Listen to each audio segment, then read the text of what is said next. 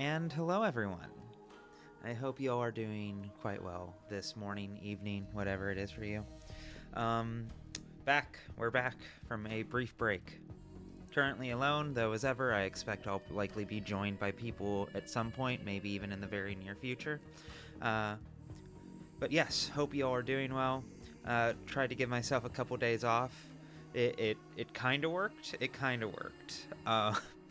You ever have that thing where you give yourself a day off, and then the day off becomes taking care of all of the things that you have been neglecting because you've been so locked in? One of those. But it's good. It's good. I do feel rejuvenated, and I do feel less psychically assaulted. I think that's the best way to put it. I'm doing great. Don't worry. I'm doing fine. Like, genuinely. Just very busy couple of weeks in a very good way, in a very satisfying and rewarding way, much like this game itself.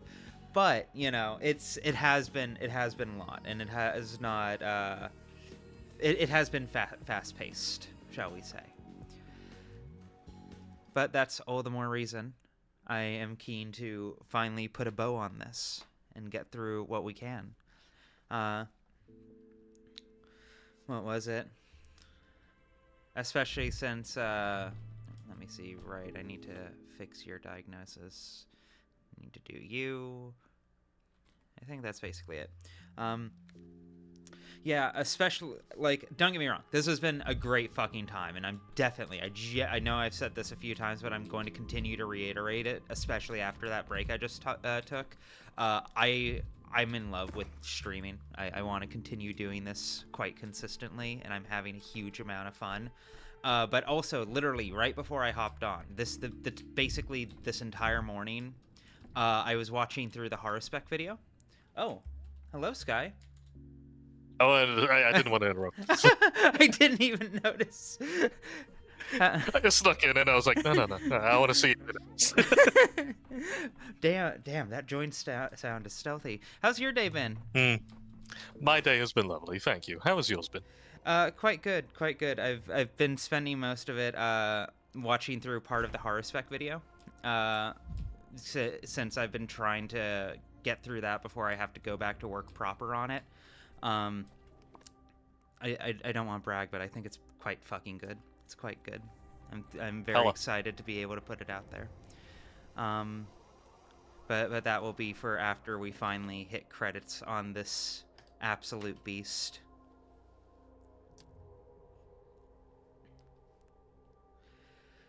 Alright, let me see here. Oh god. Actually, give me 1 second to check Task Manager. I fear I maybe should have closed some things. No. To my surprise, Firefox is behaving.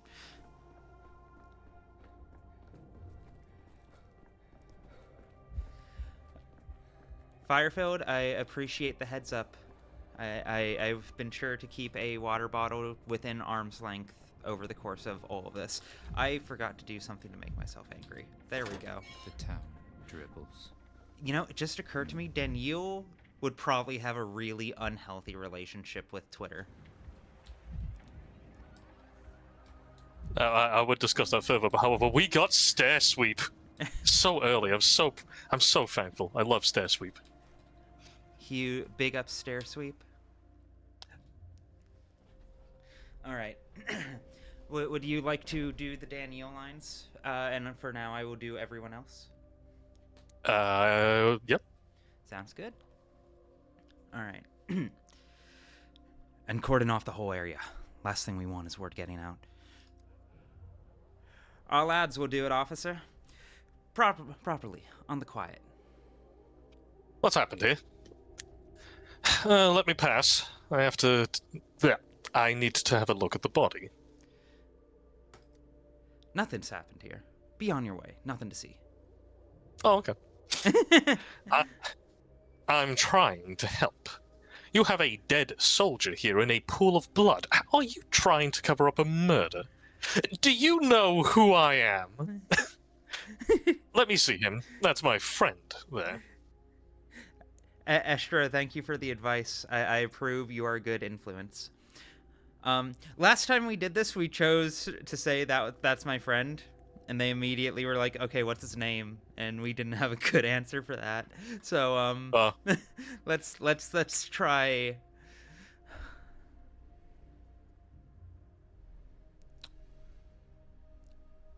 Honestly, yeah, let's try. Do you know who I am?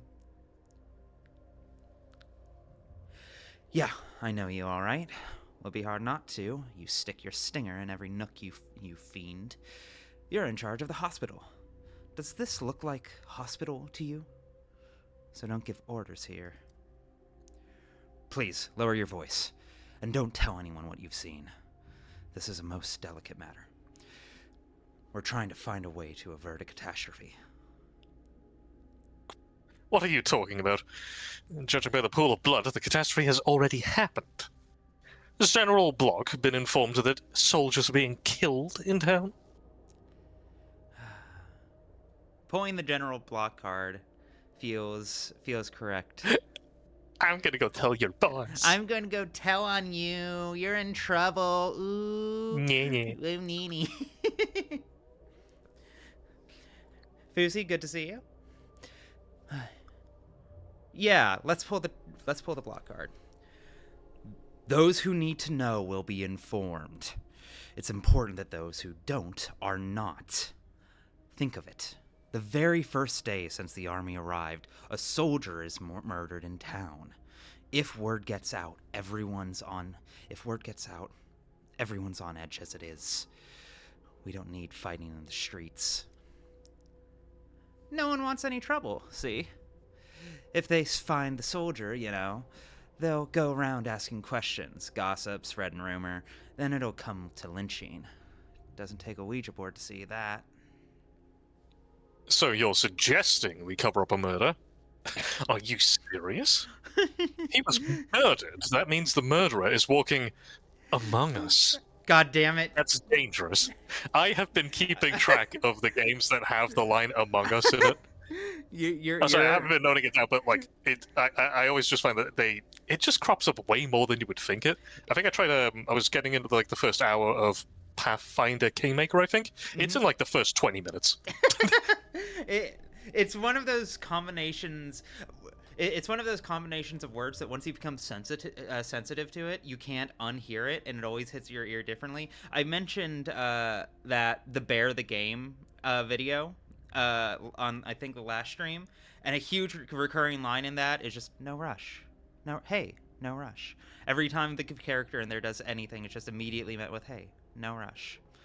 And this has meant that now every time me and half my friends say no rush, it's immediately met with hey, no rush. Yeah, you are mentally ill, and that's amazing. All right. We know how he died. He fell off the polyhedron. He was dumb. He was dumb as shit. Are we covering up a murder today? Is that the move? Who says murder? Why do you think it was murder? He's lying under the tower, so that's where he's fallen from. That clear? That's the official version. Period. I'm asking you to be reasonable. If the soldiers find out their comrade has died, there will be unrest. Haven't you heard Laxkov's regiment's case? No, I haven't. What's this Lansky regiment case? Bah. Enough idle chatter. To find out if this was a murder or not, we need to examine the body. I see. Either you've killed him yourselves, or you're covering up for the murderer. Have I mentioned I'm not wearing a knife-proof vest today? Good. What's this Lansky shit? A couple of years ago in the north, the army come into town. One of the soldiers got into a conflict with some locals in the bar, was knifed. Then his fellows grabbed their weapons and went out to settle the scores, resulting in 8 dead, 3 wounded, and a court-martial. We don't need slaughter here. That's not our lads, I tell ya. From the locals, for the locals to attack a soldier, why, we'd never. We ain't no fools here. We're never, we're happy the army's here. Someone to keep order. Those are not our lads. They aren't. Did you know this soldier, officer? Kashkin's his name. Can't believe this, to be honest. He was little more than a boy, not even a month in the regiment. They used to joke about him. What kind of a soldier's that? They say, tender soul, wearing his nerves all out. Perhaps that was the reason. Pressure, bullying. What do you call that? Hazing. Is it possible he's committed suicide? Army's no place for tender souls. Did this guy get like a few good mened? I was like, yeah, there was a movie about this, right? Yeah, no. This is fucking, oh god, it's that one Jack Nicholson line that's really famous. God damn it, I'm blanking. Someone in chat is going to type it in, I have no doubt. Yeah, gotta rule out suicide. I don't know. Is it even possible to know this sort of thing? A pure heart he was, always smiling, helping everyone. There was a joke in the regiment. If you need help, go to Kansky, they used to say. That's what they always say about people who were bullied. Jesus Christ, Daniel. I mean... Standing over the guy's dead body, no less. What if you're mistaken? If it was all as peaceful as you say, then why is Kaskin lying under the tower in a pool of blood? Let's bring up the idea of bullying. If there's any filth found in our regiment, I'll be the first to hand in my resignation and submit myself to the court-martial. I've been serving under General Block for many years. The relations between soldiers, their morale, it's my responsibility. That means it's in your best interest to let me in on the investigation. I already know about this death anyway. Can I see Kaskin's personal effects? Let me in. Do what you must. The army encampment is set up near the station. Karskins was on cleaning duty today. He should have just taken it up by now. The broom is probably waiting for him nearby his bunk. Hey, why do you have to tell everything to that snooper? Let him in the camp too. Better take that broom to that brow of his. No, he's right. We might need help with the investigation. I implore you to be discreet and avoid spreading the word about the incident. If the soldiers find out someone's thrown their friend off the tower, they'll get out of control. All right, I promise not to tell. I can't promise anything. This whole story stinks. It stinks. It stinks. It stinks. Yes, Daniel, everything stinks. Every so often, Daniel specifically has a line where it's just like, oh, right, he's a puppet being held by children. Right, I remember now.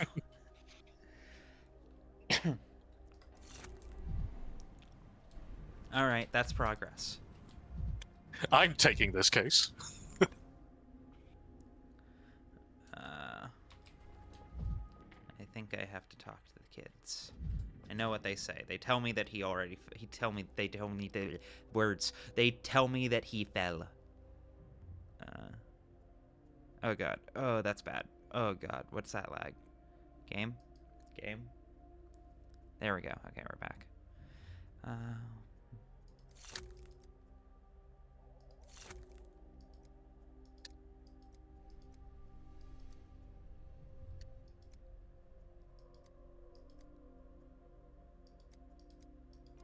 There we go. Did that update anything? Nope, but we can work with that.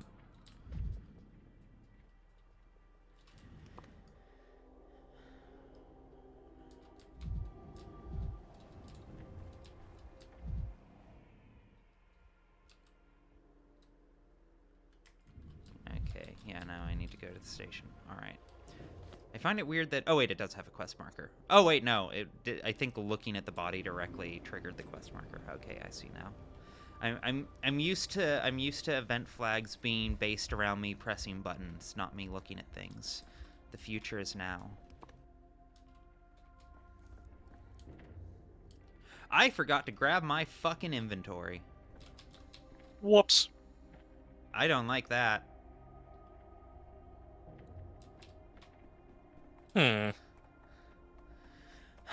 One of the really interesting through lines that I'm always deeply compelled by in every Patho game, is, especially in Patho 2 and 3, the ways that the kids very deliberately and pointedly roleplay being adults. They're constantly... It's very common to see the adults do something, and then a day later, the kids are doing a little child version of it, such as this. Mm-hmm. And it's such a... It's one of those things that the game really rarely pulls attention towards, but it's also so consistent that it's clearly deliberate. I'd rather not hear this. And it's such a subtle way to kind of emphasize the core theme of, like, the way these cycles of generations are just, like, imitating one after another. It's especially potent with Patho 2 and Artemis' whole route, because he's centered around protecting children. That is certainly a very nice detail. Yeah. Good flavor, good depth. Alright, where am I? Man, they really fucking... This is a proper army encampment. Oh, you want to set up a barbecue while you're here, lads? Goodness. Goddamn.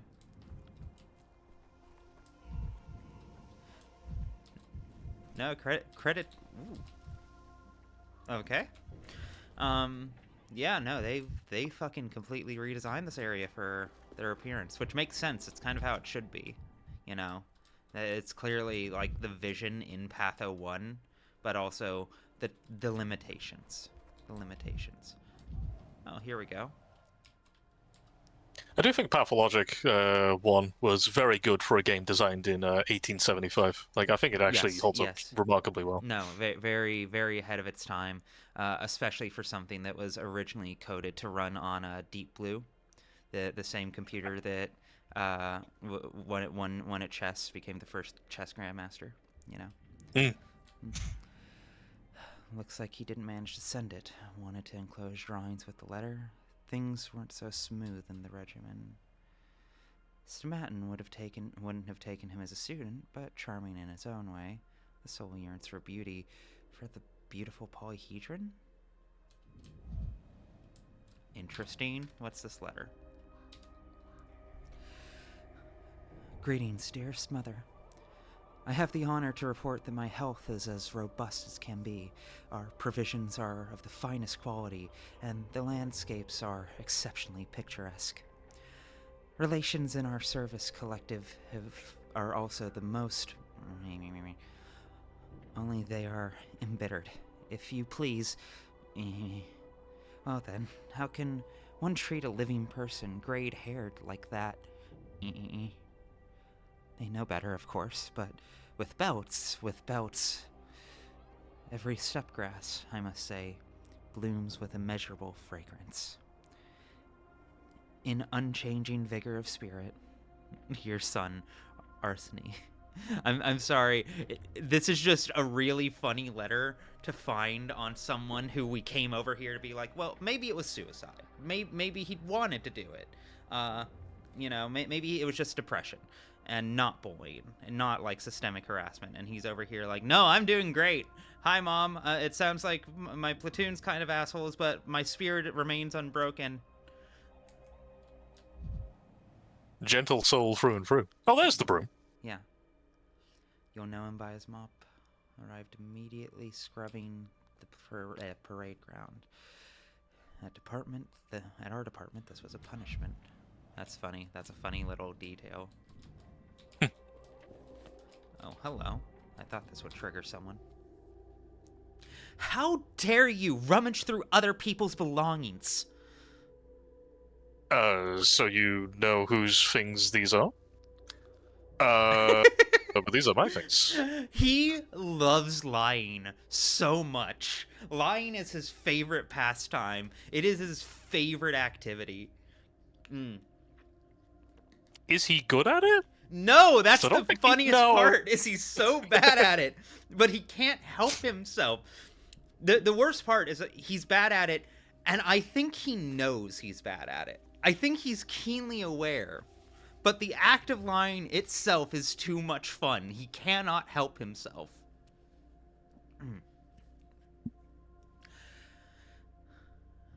What are these things?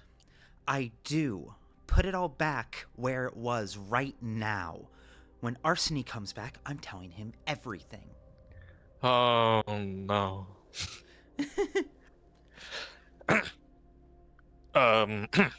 When do you think he'll come back? It's him I need, not his stuff. I wanted to talk to him. Perhaps you could tell me where he's gone. I'm sorry, Arseny won't be back. He's died this morning. Do not leave. Wait. Hold up.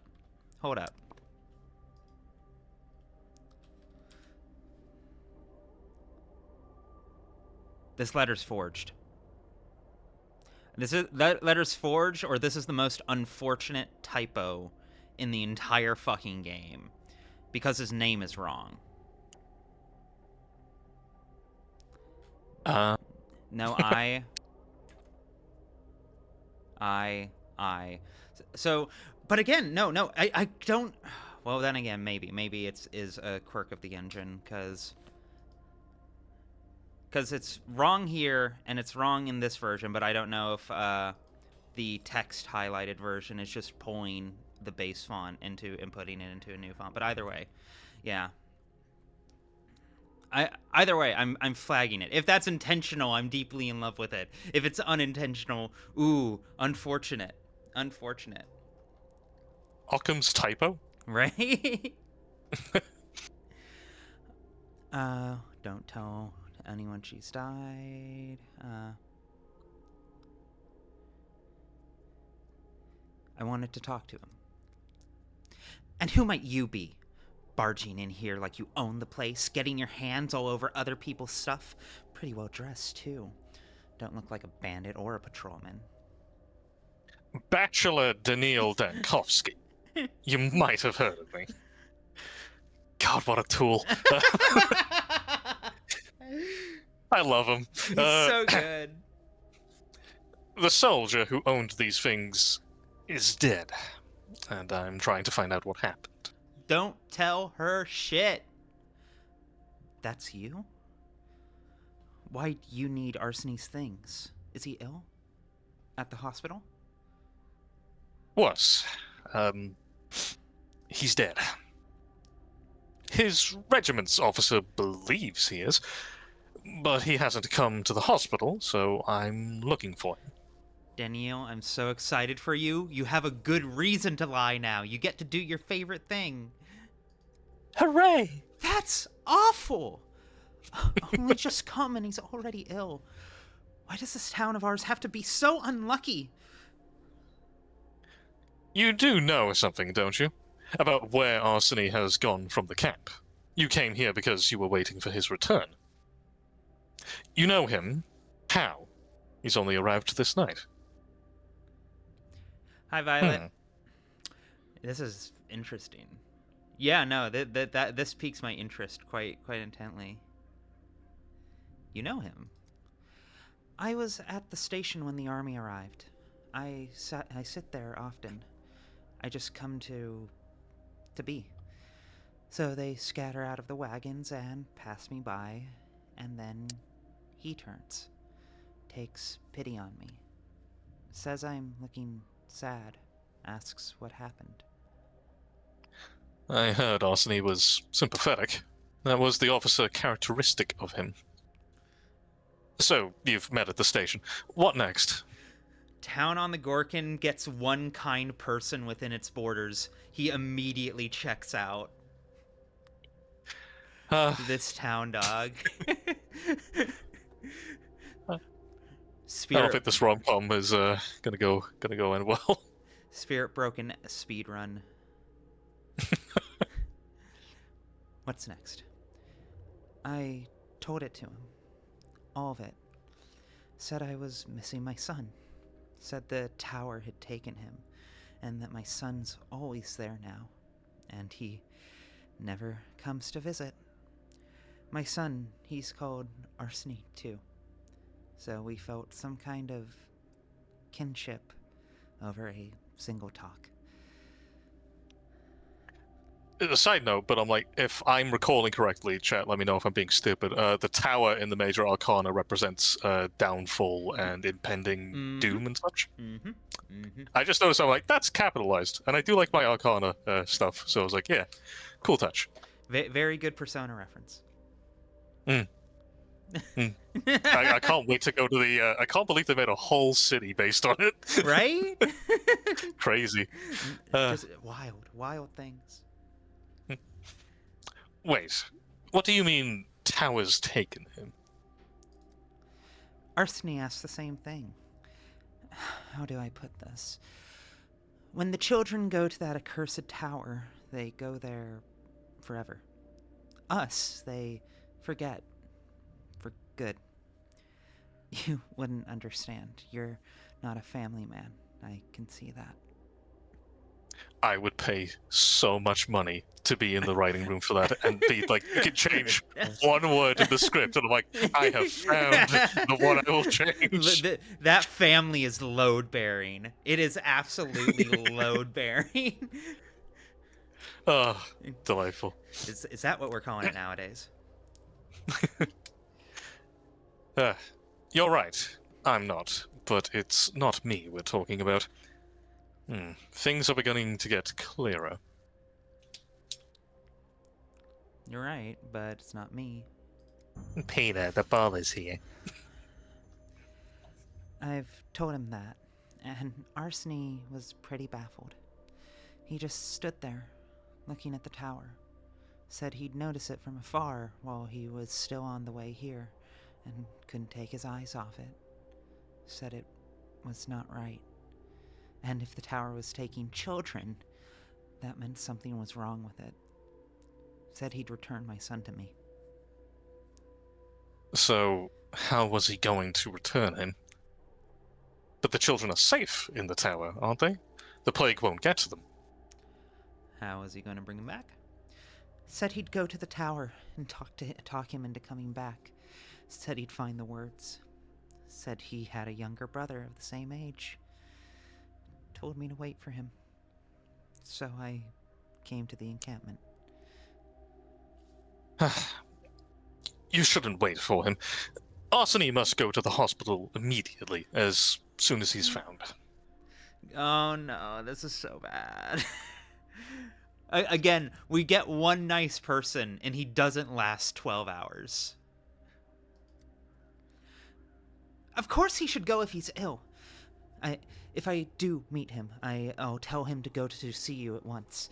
He'll be cured in the hospital, right? So young still, so heartful. Degoose, thank you for the follow. Of course he will. Don't worry. I'll do all that I can. Thank you for telling me where Arseny might be. I'll try to intercept him as soon as possible, for his own good. I should tell you something. I've lied to you. The truth is, your son's namesake is already dead. I find this one interesting because this feels like Daniel misremembering twice. Because not only is he not supposed to say this shit, that dude wasn't her son's namesake. They just shared a name. It feels like him tripping himself up. He was like, that was a nice romantic story. I was listening to approximately 50% of it. I was admittedly playing Candy Crush in my mind while you were talking, but also I really loved your read on I'll do what I can. I'll do all I can. The right amount of I'm lying, but I can't. I keep it together. Keep it together. Keep it together. Lock in. some mixture of like, this is my professional decorum as a doctor to like tell you these things, but I can't right now, and that's making me feel pretty shitty about it. Again, wants to lie but is bad at it. Very, very, very good performance. If my hands weren't preoccupied with game stuff, I'd give claps. Wait, hold on. There we go. Hooray! Yay.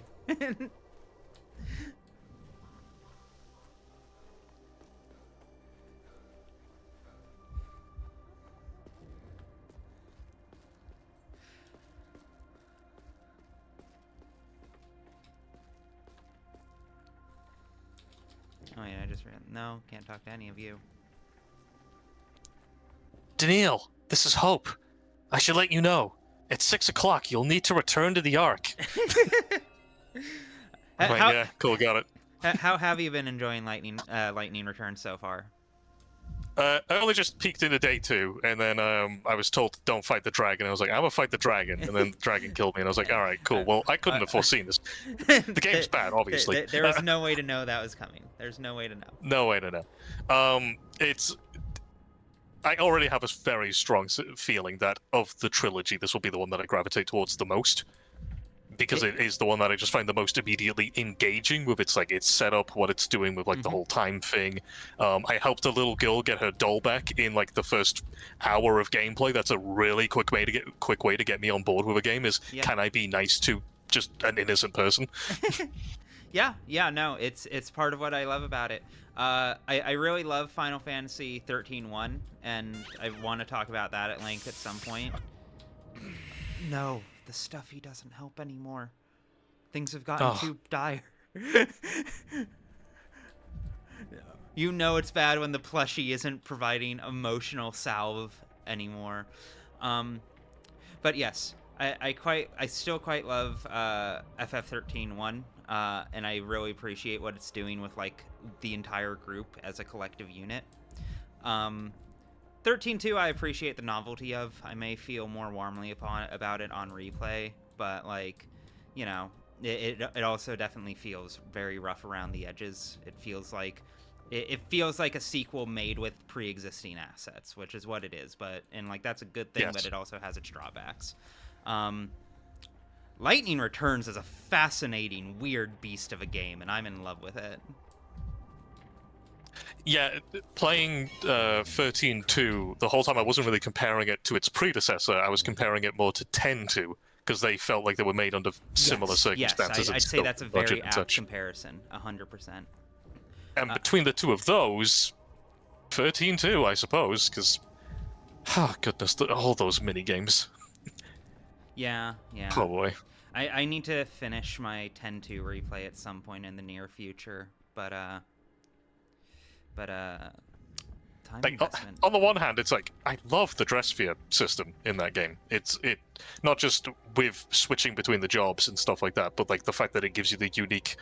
I'm forgetting the name for them, but like the cards, the grids that you can like slot things into and stuff like that, so you can really customize the characters. And it's with the conditional battle time system, which I think is just one of the best they've ever done. So I'm like, man, I really like fighting stuff in this game. And then it will stop and be like, go collect the monkeys in Xanarkand. It's like, here's a stealth mini game. Here's a coin thing. It's not triple triad. It never will be. Here's I don't know, take pictures of something. And I'm just like, oh, And they do the whole setup with YLP being musicians, and don't get me wrong, I love that opening a lot more now. But I do find it weird that they have like one rhythm game, and if you'll forgive me, it's dog shit. Yeah. Yeah, no, it's a very ambitious game, and I respect the ambition, especially since like that kind of sequel, like.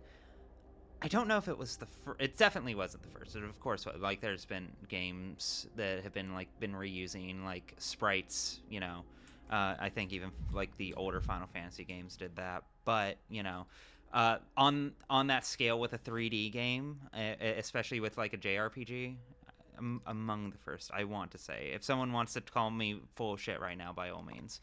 But it's trying to do a whole lot, and it's trying really hard to capture a really big sense of like world-spanning, world-hopping adventure in the same way FF10 did, but also with an ounce of the budget.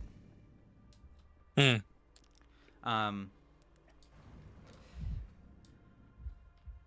but yeah, I need to play it again. I haven't played that shit since like 2009. Oh, hi Con. A firebox for a heart, they say. All right, give me one But in second. truth, what you I'm wearing need a is a compass. sweater right now that was really cozy about 3 hours ago when the sun wasn't up, and it's now sweltering. There we go.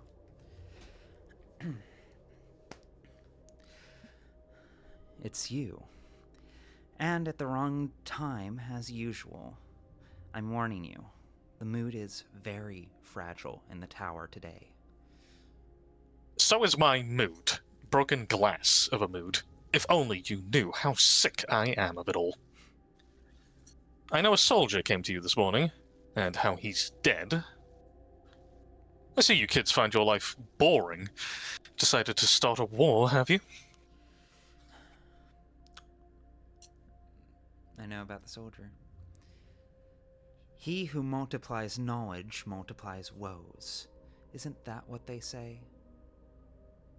The soldier came in good faith. Why do you do this to him? You always talk in euphemisms when you are trying to evade a direct answer.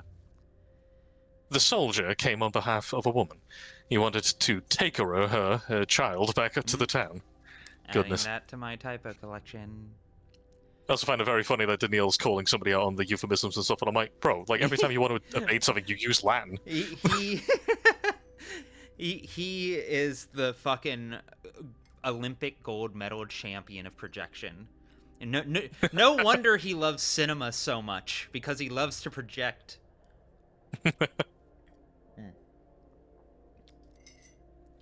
Such a fool, right? What are we? Some kind of critters to you? Taking us to town? Please, tell me what happened. May I talk to the child the soldier wanted to take away?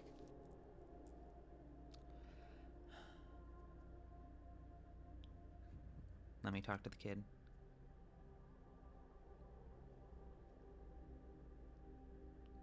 Alright. How do we know who he's come for? Ask him if you want to know that. I'd ask him, but I can't. Because he's dead. I'm trying to help, but I won't be able to if you don't tell me exactly what happened. Help yourself, smarty pants. For us, your help is like a gadfly to a bull. Apathy tanks. Yeah, immediately. He is going to walk out of this conversation and do something unforgivable. It happens to adults. Their mind is heavy. The tower jumbles their thoughts, pulls them down to the ground. A child's mind is agile, lighter than a feather. A child can be and not be at the same time. An adult only cannot be. The tower rejects adults. You don't really expect me to believe that, do you? May I test that? If I climb up the tower, will it reject me too? Let me test it, bro. It's rejecting you already. To come inside the tower, you need a good reason. And you haven't come with a reason, you've come with accusations. Brought some nonsense with you.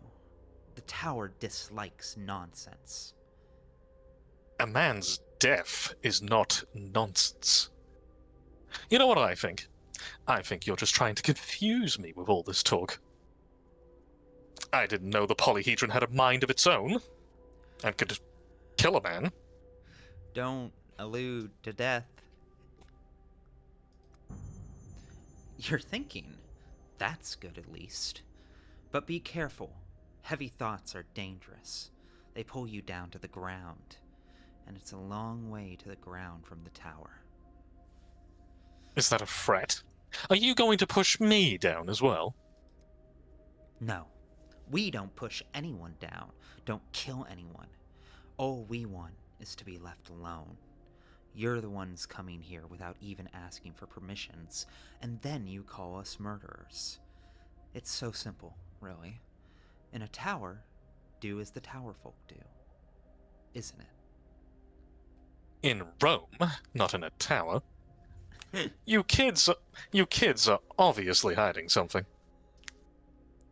You really are a worthy member of your family. Can't get anything straight out of you. Do you even understand what will happen if the army finds out the soldiers died because of you?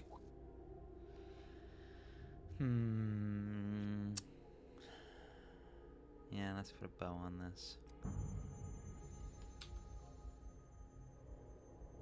Does he hit me with a Kubrick stare? Yeah, no, he's got that Clockwork Orange drinking milk look. He's giving me that look like he's about to tell me his Huey Lewis in the News opinions. It's hip to be square. 10,000-year copyright claim.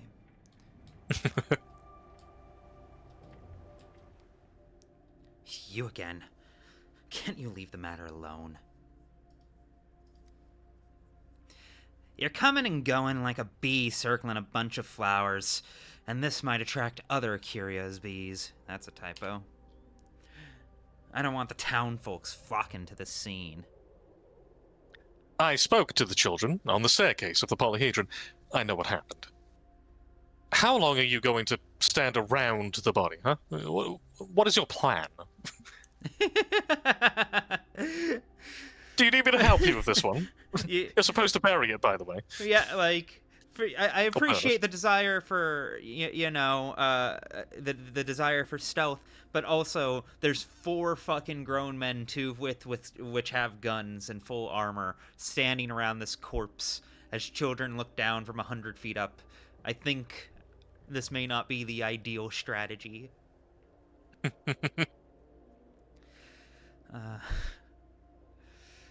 I know what happened.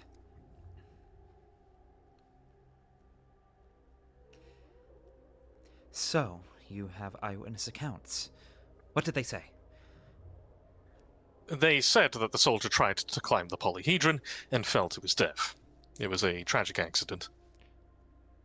They told me that the polyhedron rejects adults. Pulling out a blackboard for these soldiers. Like, now, we're going to have to start with a little bit of magic from the town. So there's the street that makes you old. It's so funny, the great irony of everything that Daniel goes through. In this game especially, Patho 3 has been really, like, deeply ironically hilarious with it, where he's like the big, rational, intellectual one, operating with the body and real medicine and all of that. But like by the time he's in day 9, it's just like, yeah, I'm look, wizards are real. Wizards are real. I'm training to be a wizard. I know I don't believe in magic. Of course I don't believe in magic. Be fucking reasonable. But I am training to be a wizard, and I'm going to be the world's best at it. You know, like. Mm-hmm. Let me see.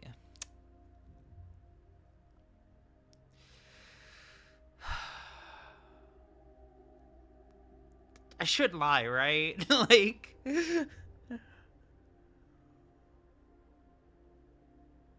Oh, I can't figure out any dialogue tree that doesn't have blue text or red text to tell me about it. You're on your own.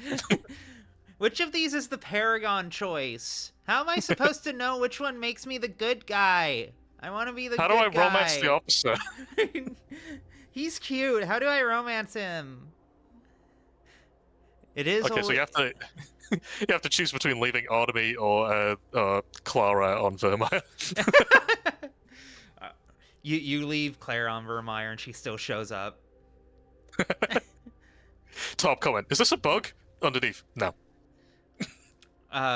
She has a weirdly strong connection with Morinth. It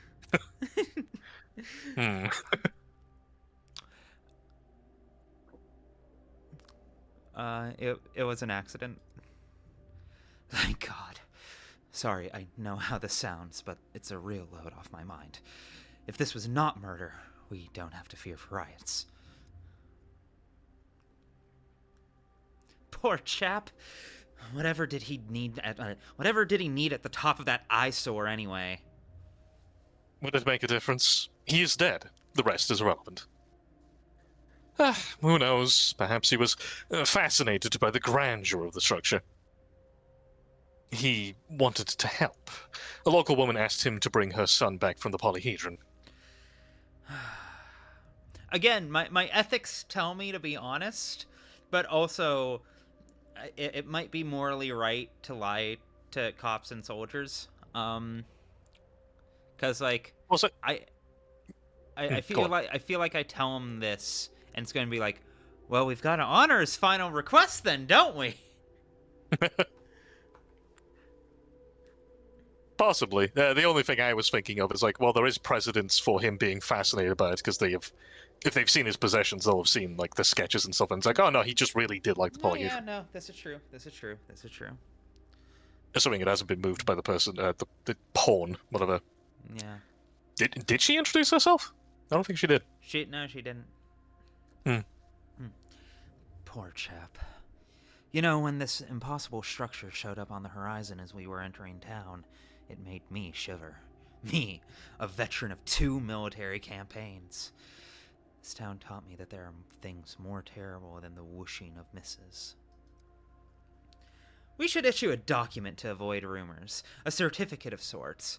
A soldier falls to his death. End of story. No docs, all roadblocks, but a paper lets you caper. That's how it is. Being a doctor, I can give you a certificate stating the cause of death. However, the protocol obliges me to examine the body. Examine the body? What for? Didn't you just say that the cause of death is obvious?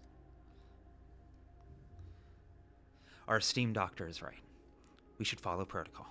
Without a proper examination, the certificate will be rendered void if an investigator looks into this matter.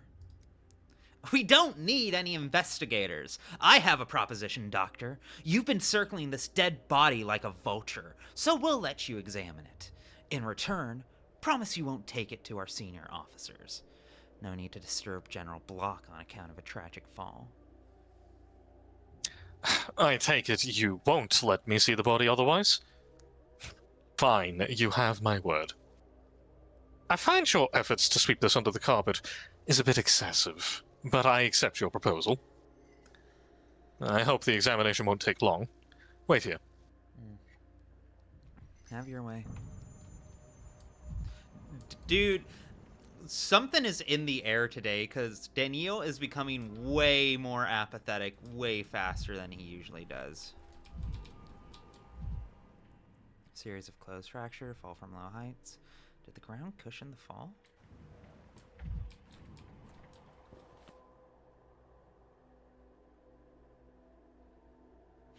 The polyhedron overcame earthly gravity. The soldier did not. Bro, that's messed up.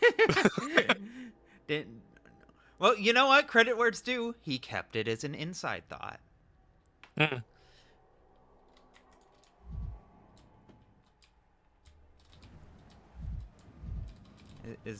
Can I do nothing else with the body?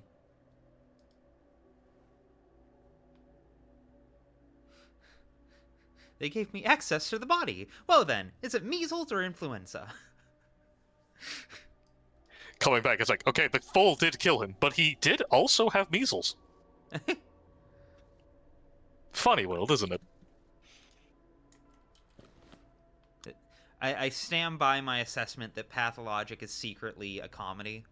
It's genuinely one of the funniest games I've ever played. Too much blood for closed fractures. Too much blood for a gunshot wound. Then why is there so much blood? Or rather, whose blood is this?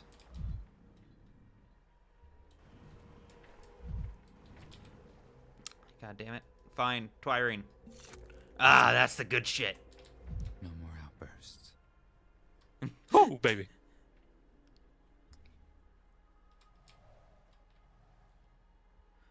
Bullet hole.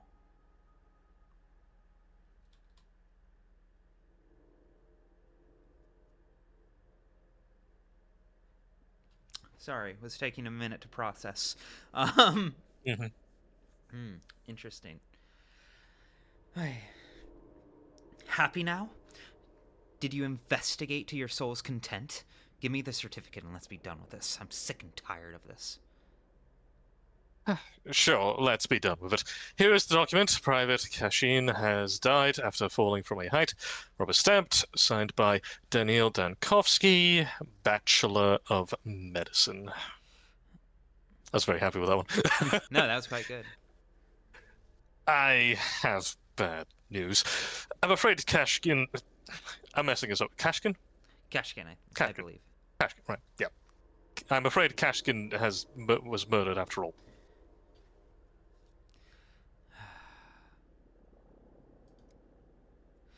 Darn you! Are you mocking me, Doctor?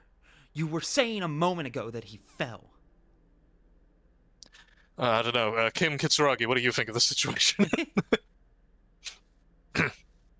The certificate will say that he fell. I agree that it's the best way. I just want you to know that Kashkin was shot in the back. Kashkin was murdered. We cannot sweep this under the carpet. Everyone should learn about this. I understand your concerns, but a murderer is at large. The next victim could be anybody. We should start an investigation. Maybe he just tripped and fell on the bullet. Maybe the bullet was just decided to do that. Sometimes bullets just do that. That's so crazy. That happened to my friend Dave. Oh, that's wild. I'm so sorry to hear that. Is Dave okay? No.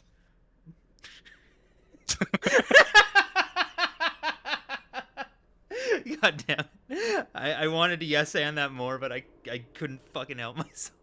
No, I'm sorry. Like, no, I'll just put the punchline right here. I've got the perfect one. There's a murder at large. Shitballs! Oh, shitball! You do him good and he whips your foot. You probably think we enjoy this whole hullabaloo. What are your suggestions? Shitballs. There's now one canonical instance of Pathologic saying shitballs. Holy fuck. I believe Dr. Dankovsky is right. Yes, the situation is fraught, but we should be prudent. We are not trying to sweep this under the carpet. We are striving for the best outcome. So do I. Give me some time. I'll talk to the children again. After all, they are witnesses. Do what you will. I am sick of your cowardice. Let's go talk to the kids.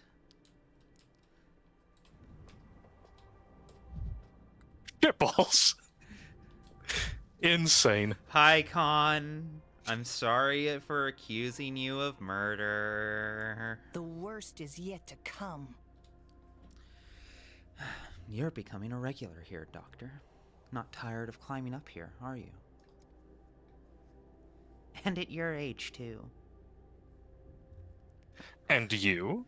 Don't you want to stretch your legs after all these days in captivity? I've examined the body. I know what you've done. How can that be, Con?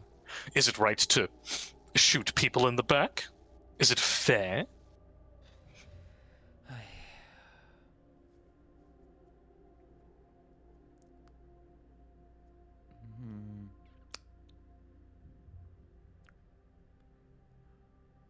Hard choice. Although I get the sense it doesn't matter.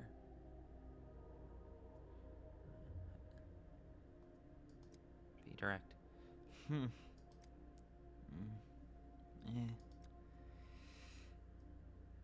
You know what happened to the soldier. You can't know what we've done. If you knew, you'd be on our side. You are just children. Where does all this cruelty come from? And where did you even get the weapon? I know you've committed a crime and are now trying to cover it up. Maybe I should have left Khan in the cage. It's gonna be very funny if I have to go back and put Khan back in the cage because he didn't behave himself. Were you there for that at all, Sky? I can't remember. No, There's a whole you go on, sorry.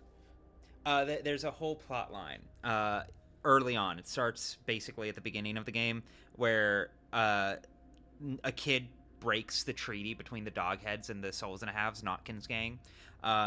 And Khan effectively offers to do a hostage trade where he takes the place of the hostage, and Notkin keeps him in a cage for like 4 days, till it hits a point that Khan is like effectively doing this like transcendentalist meditation inside of the cage and doesn't want to be let out. He thinks he's approaching near enlightenment, until we talk him out of being inside of the cage because he has a responsibility to other people.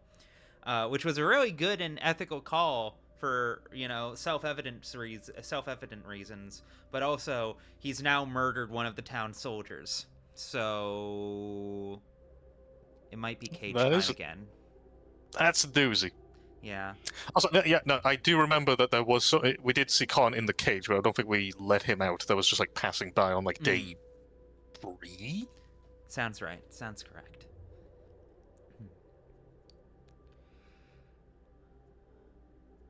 Where did you even get the weapon? He brought it here himself. He came with a gun. I mean, it's not us. He did it. It's all because of him. What do you mean he did it? Did he shoot himself in the back and jump down from the tower? So you seized a service rifle from him. Do you still have it? Please, calm down and tell me how it happened. I want to know the truth. I'm ready for the truth. Give me the truth. We were playing with him. Wasn't for real. It was make-believe. Leave Slavy alone. She didn't want to come. She didn't think. Shut up, you fool! So the soldier was shot by a girl named Slavy. How did it happen? I don't know for certain. I just heard the shot, and I saw the aftermath. They say the soldier tried to enter the tower. The children surrounded him, clung to his arms. Slavy's a clever one. Slavy pinches the rifle from his shoulder. It's not loaded, he says. You won't shoot, he says. Just let me pass, he says. Slavy didn't know it would bang. She thought it was all a game. We saw many dreams in the tower. People don't die in the mirrors there, not even from shooting. And when they die, they return from the mirror anyway. The mirrors aren't honest. Slavy's been playing too many video games. Slavy's been spending too much time in Fortnite. I mean, they are living in a tilted tower. Yes, this is true. This is true. But this rifle was not from the mirrors. It was from the adult world. It was real. A loaded gun from a world where death exists. So this was an unfortunate accident after all. Where is Slavy now? How did the soldier fall from the tower? How did he end up down there on the ground? I want more details, but also, this does seem like it was kind of an accident in its own right, because, I believe everything they're saying. I believe everything they're saying.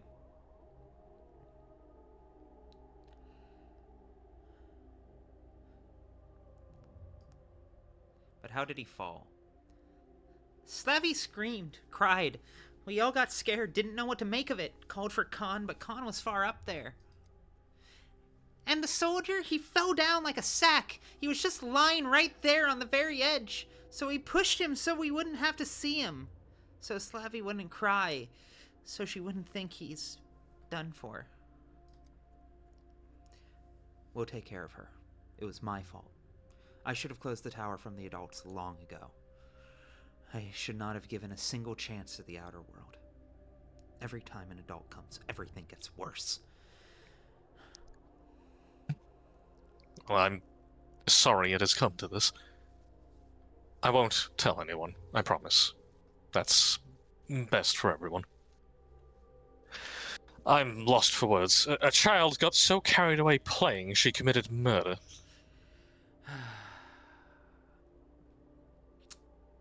I'm digesting this. This is complicated, and I also find the narrative layers of this, especially given how much this game loves to play with the way like fantasy and reality like ebb and flow out of each other and like blur. This feels like a very relevant quest. Yeah, it was, to my understanding, and I'm assuming this has been consistent across the Pathologic games, it's like the polyhedron is like, you need to be some semblance of like innocent to like fully comprehend or like access it or whatnot. So it's like the kids. That's why the kids inhabit it and stuff. And adults, it's like, no, your thoughts are too heavy. You've hit. You're over 20. Like, you're too cynical now. It's like, all right, there you go. Yeah. So them playing pretend in the proximity of the polyhedron has effectively like been like, oh, the polyhedron's like, oh, you're playing pretend. Yeah, I'll make that real for you. You know, magic and stuff. It's the Right? No, like definitely not far off base. Definitely not far off base. It's less to do specifically with age, because like if it were just age, then Notkin would be all in on it too. But moreover, it's about a complete openness to fantasy.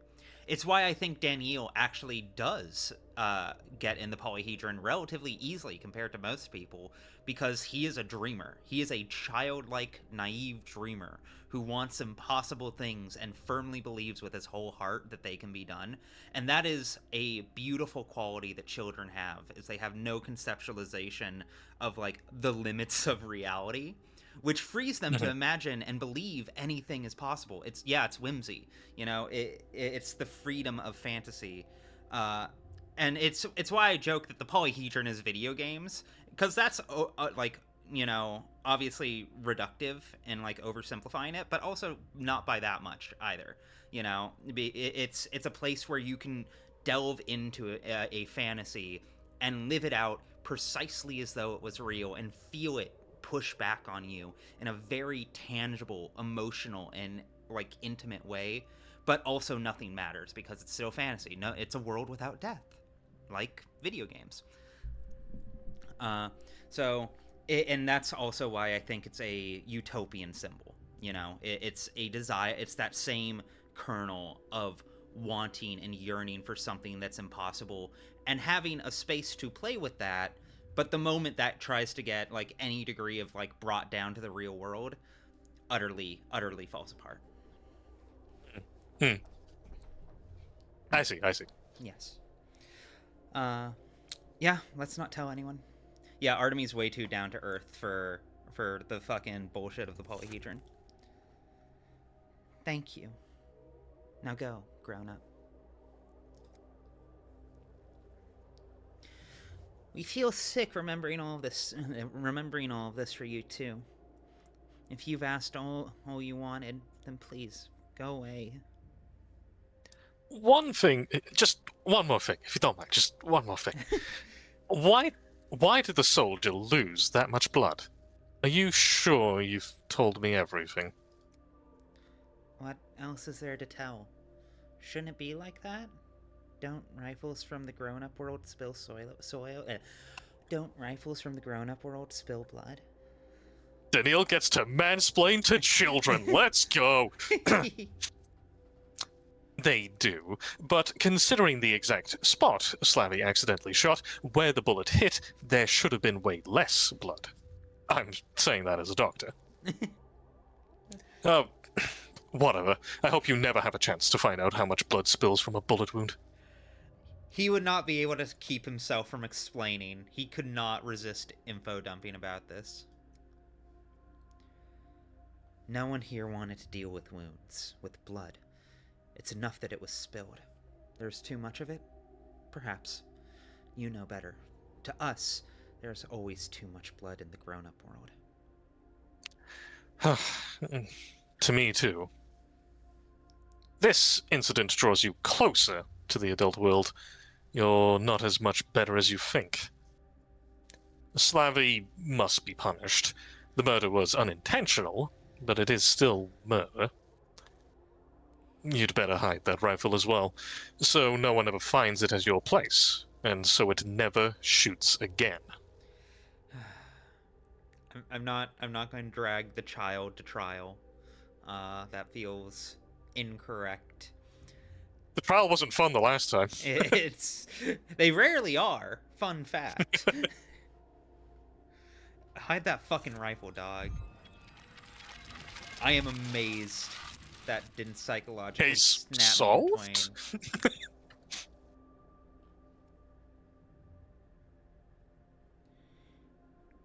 If he was shot. Oh, the reason the case isn't solved is because the Earth is bleeding. I know that. I have no doubt on that. Oh, naturally. You know, sometimes the Earth just does that. Ground bleeds. Ground bleeds. You're a frequent visitor here today, Doctor. Will you give it a rest? I returned to take it. I returned to. Jesus. One more time. Happens to the best of us. I returned to take a blood sample for my studies. Still investigating? Will the blood tell you who shot the poor guy?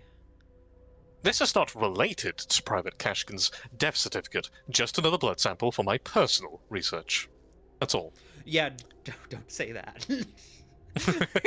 Yeah, I'm just collecting blood. Huge fan of blood. Love getting extra blood every chance I get. Just a hobby of mine. Just a hobby of mine. It calls to me. Go ahead, go ahead. The profuseness of blood concerns me. This is strange, very strange, if we consider the nature of the wound. The profuseness. I agree. While you were gone, I took another look at poor Kashkin. I'm not a doctor, but I've seen my share of gunshot wounds. This is not the kind of wound that bleeds profusely. This is why I need to study the sample. This may amount to nothing, but I've got to try. Go ahead, try. Didn't you talk to the children up there? Didn't they tell you anything new? Or you just stretched your legs? No, nothing new. All they know is that Kashkin fell down. They don't know about the gunshot. We should leave them alone. Unfortunately, they did. Kashkin was shot with his own gun. The children forced it from him, and... Just lie. You ain't gonna rat, are you? You just lie. Fucking, they're satisfied. I should be satisfied. Don't let my morals get in the way of a good ending. Just be a piece of shit sometimes. That's the moral of Pathologic, ultimately. Sometimes just be a fucking bastard. Sometimes that's the ethically right thing, to save lives. I like that there's varying, I guess, checkpoints of like how much you want to be truthful and how much you want to lie within this quest in and of itself. Because it's like, no, we wanted to get the truth of the matter of like how did he die. We didn't want to just brush this under the rug immediately. Yes. And then when we found out the cause, it's like, okay, now we're gonna change tactics. It's really funny. Like again, Danielle. It does genuinely feel like Danielle is constantly caught in the push and pull, between like. Lying is a lot of fun, but I have an ethical imperative to be as honest as I can be. But also, lying sometimes is the only thing that's keeping any of this shit going. So, which, you know, like, real, frankly, honestly, sincerely. Real. Yeah, I get that. I'll call that hashtag relatable. Unfortunately, it is fun to lie. I won't deny that. He is a family guy. God damn it.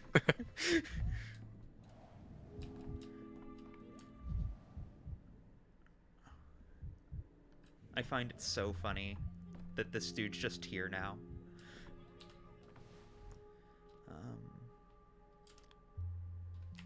It's not you. You're not what I need. I need you. What the fuck was that blood, dog? Never seen anything like it. The soldier's blood is only a small portion of the sample. The rest is similar to bull's blood, but it's not bull's blood. What does this mean? Blood expert. Debatable. Yeah. No, he's putting. Okay, there we go. He's putting us on the path to speak to Artemy, and we needed to head over right. there anyways. Yes. Yeah. No, because that blood, 100%, 10 billion% is the same blood that's used to whatchamacallit,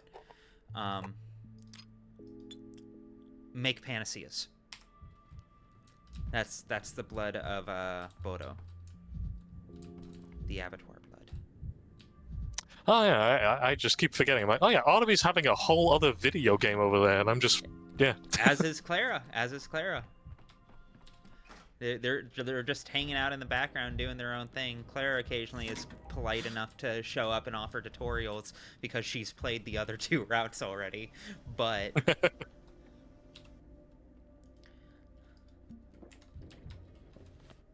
let me see here. Up here, over here. I need to be sure to trade for more ammo. There was something I wanted to bring up in relation to Pathologic compared to when we were mentioning the Final Fantasy stuff. Because we were mentioning it's like those are games that have like asset reuse, but they do try and do different things to varying levels of success. But it's like, okay, yeah.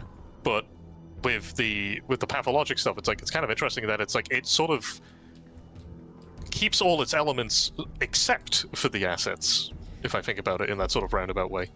Like, at least in terms of, like, you know, it uses the same characters, iconography, location, and stuff like that. I understand thematically and mechanically they're actually quite different. Yes.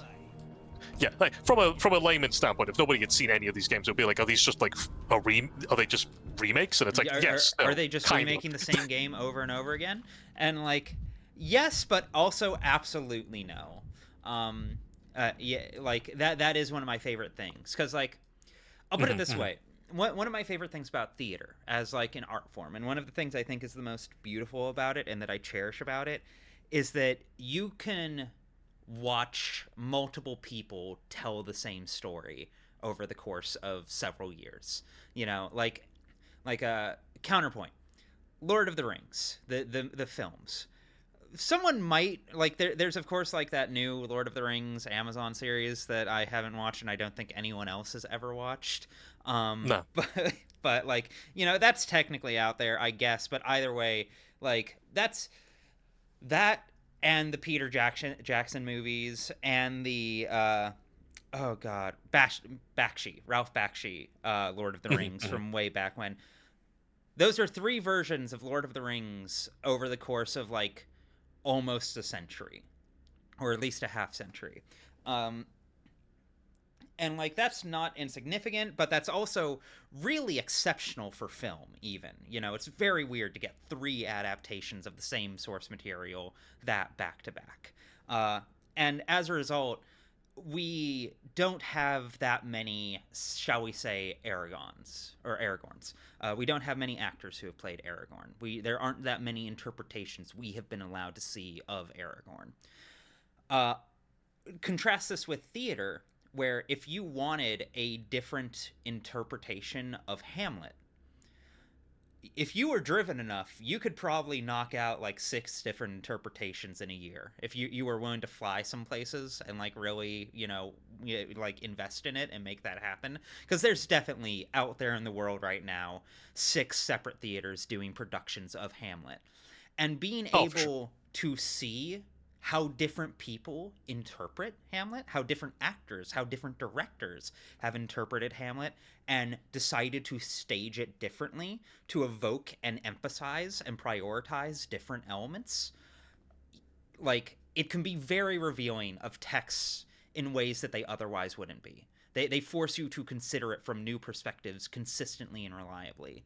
And that, to me, is kind of what I've really loved about this formula that Patho has settled into, where it's always the same story. It's always the same story, and it always has the same basic outline and plot beats. But also, no, it fucking isn't. No, it fucking isn't. Not at all. Not in the least. Least of all because you can tell that, like, even if it's literally the same people behind it, which it isn't always, but even if it's the same people behind it, there's such a gap between where the last production and the current one that it might as well be new people.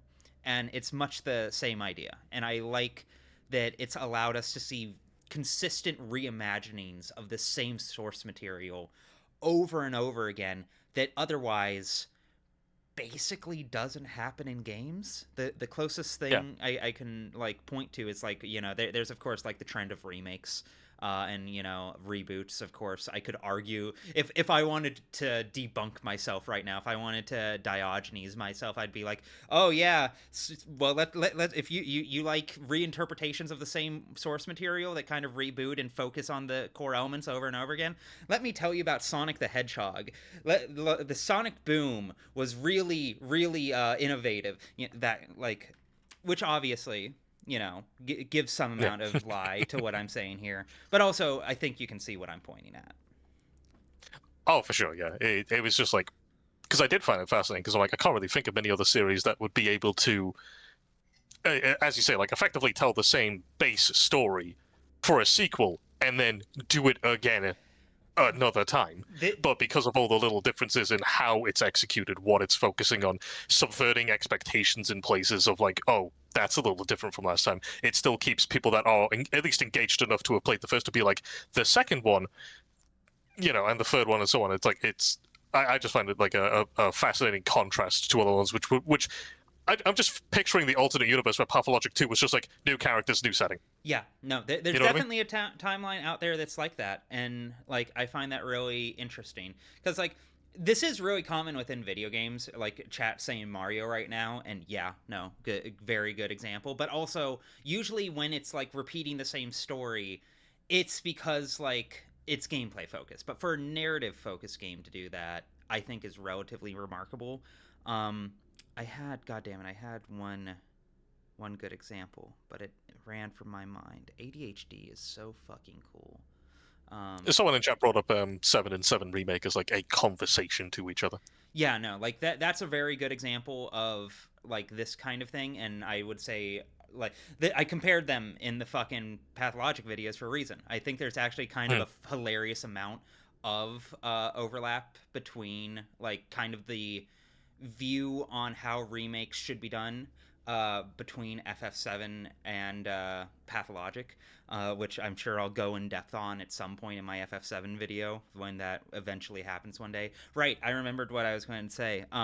This is what Bioshock Infinite tried to be about. This is what it was trying to point at with all of its many world shit. There's always a man, there's always a tower, there's always a utopia. And like, even in the moment, I was like, I appreciate what you're trying to say, what you're thematically trying to convey, but also this game didn't have to be that. You chose to make it that, and it doesn't feel like it was making a whole lot of commentary on the nature of cycles until the very end. At least not like artistic cycles, shall we say. Yeah. A for effort, I guess. That's a fucking lie. C for effort, can do better. All right. The stomach isn't a mirror. Fill it with hay, no one will see it. What's happened going on? So you think if I come, that always means something's happened? That I can't just visit you for no special reason? I thought we were closer, aren't we? I'm imagining him with the saddest puppy eyes imaginable while saying this. Oh. I have a blood sample on me. Take a look at it, please. I'd like to have your opinion. That is the nicest thing he's ever said to anyone. Right? Tell me, have you been near the polyhedron today? You see, I want... Artemy, we're friends. Can we just be friends? Can I not just be here because I value you? But also, yes, look at this weird fucking blood I found underneath the Eldritch Tower.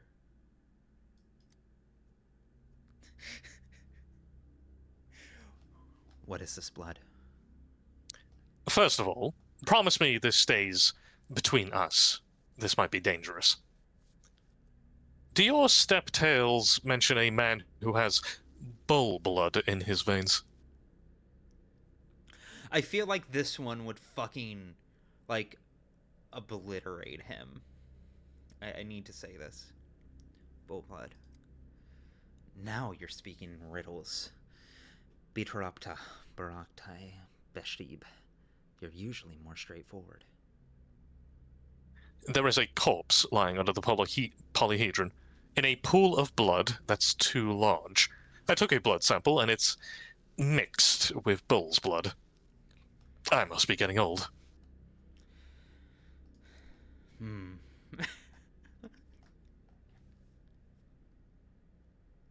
I hate these monosyllable answers of yours. Say something meaningful, will you? Hmm.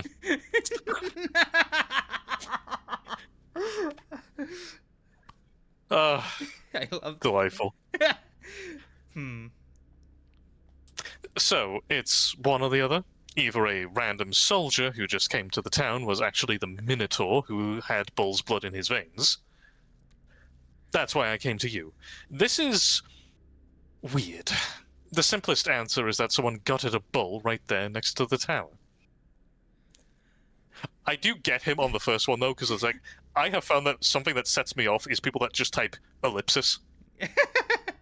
It's like losing a multiplayer match in a team or something like that, and somebody in the team just puts like ... And I'm Yeah. like, I'm ready to fight them in the parking lot. I'm like, tell me that I sucked, okay? No. I'm fine with that. Don't do this brooding in the corner Sasuke AMV shit, okay? I don't need that right now. Someone does that shit to me in game, insta block. No, I'm not. I'm not playing this today. We're done. We're done. Chat, behave. Chat, try and start some shit. Chat, try and start some shit. I knew they would, so like, fine. Hmm.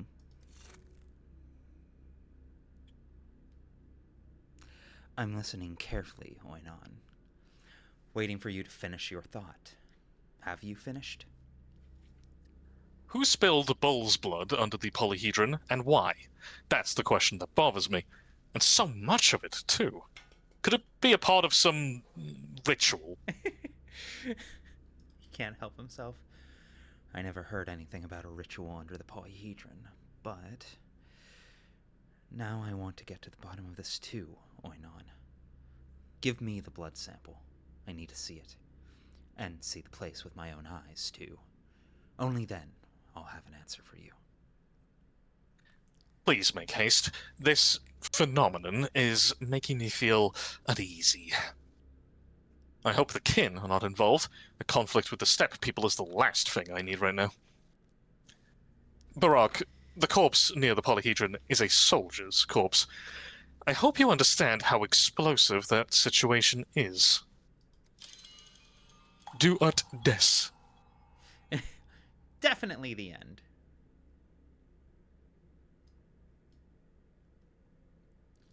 I find it... There's a problem now. Yeah. But hopefully that will work out. Right, I need to go back in time and keep Lara from getting murdered. After I diagnose this last person. Right, if I remember right, we know definitively that this is already Twirine syndrome. Honestly,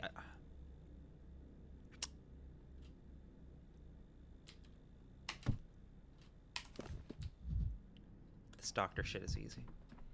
And then this Morby. I'm like, yeah, that was my favorite 14 dungeon. Alright, don't break that. What am I thinking of for that? I'm like, you know when you make a reference and your brain's trying to catch up, it's like, do we remember what that's actually from? And I'm like, it was the Academia one, right? I... Say the word again. Academia. Yeah, a nader. You're thinking of a nader. That's the one. Yes. Yeah. Thank you. Academia nader. That's one of my favorites. It makes me sad that it's so rare to get in roulette nowadays. Because it's... You like jazz? I love jazz. I love jazz, and I love ridiculously fat first pulls with like a million fucking enemies, and that requires me to like... pop every mid at once because a land shark is biting my face. Oh yeah, it's like in the amphitheater, and it's just like 4 groups in succession. I'm like, dog, I'm not good at Scholar, please slow down. No. No. Hi, Emily. I'm glad you're enjoying the game. It is... Of the Devil is quite good. I'm quite a big fan of it. I can't give a a dispassionate comparative analysis, though, until I finish it. We'll get there. We'll get there. Sky, have you played Of the Devil yet? I am actually trying to play please some, skim like, through it's your either notes? on my wish list or I already bought it, and then I've told myself to play it, and then it's in the backlog. I do want to. I genuinely think you're really going to like it. I've been told, I'm like, yeah, this is like your vibe, and I'm like, ooh. There. I don't know what that means, but ooh. No, it's really exceptional. I played the chapter 0, and I think I'm like halfway through episode 1. Very well written, very smartly written, and I'm very excited to dig deeper into it. Which of these am I replacing? Which of these am I throwing? Disco Elysium fans, how do you think Harry would handle this situation, assuming he was a doctor instead of a cop? Well, all the drugs in that inventory would be gone, so that's the first step. Same way Clara handles it. There you go. Yeah, no. He, all points and shivers, would talk to the city, would find the heart underneath the town on, like, the second or third day. He would have consistent conversations with it. He would get along so well with the Rat Prophet. The two of them would immediately be in sync, like, instantaneously. You mentioned it, and I'm like, yeah, maxing shivers would be the shit. Like, I would love to see that. Earlier this month, I saw over on the Disco Elysium subreddit, they were doing that thing where it's like, every day we vote on a game to fill in a specific slot, you know, that one of those kinds of memes. Yeah. And it was basically one game for every Disco Elysium skill. And Pathologic 2 actually got the slot for Shivers. And I saw that and I was like, yes, good pick. Very good pick. Holy shit. Yeah. No, that's Shivers, baby. All right. What else do I need to do today? Also, we kind of flew past it, but I guess I should take a moment to appreciate. It was in fact finally Twiring syndrome. We've had like every day there's been a false diagnosis of Twiring syndrome. That's always been what it's been, like, this game's lupus. It's always been like what it threatens to be, but it never has been until this.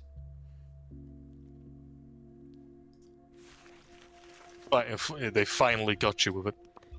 It was finally lupus. Are we done with today? Am I allowed to move on to day 10 now? Oh, right. No, we're absolutely not. I'm full of shit. No, I need to go back and I need to save Laura. That's the big one.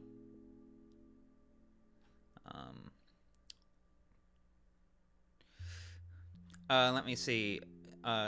Your friend Dronte, Emily, casebook.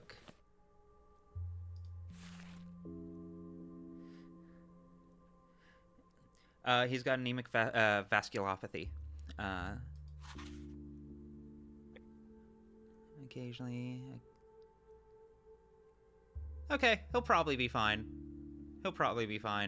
Well, no, that's a lie. He has Sampest. He's dead tomorrow. He's fucking dead tomorrow. But he won't die of anything other than the Sandpest. So that he's got that going for him. That's rough, buddy.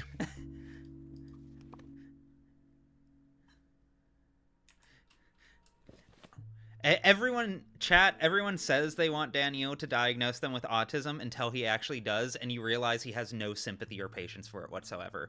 He's very hypocritical in that way, 100%. Okay, I need a full agenda of what I'm planning here.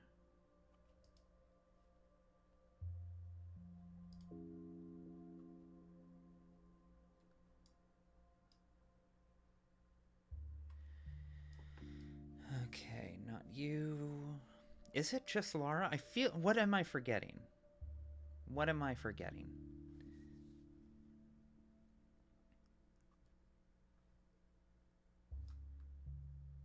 Oh!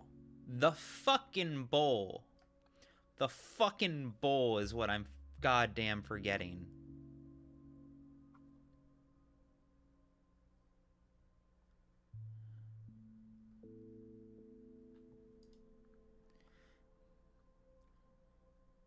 I found the Disco Elysium thing that you mentioned as well, and yeah, some of these are very on point. Yeah, no. For the most part, I agreed quite strongly.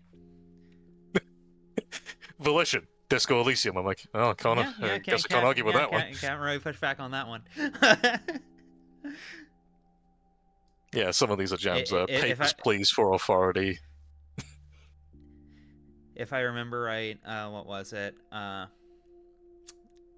Encyclopedia was Jeopardy.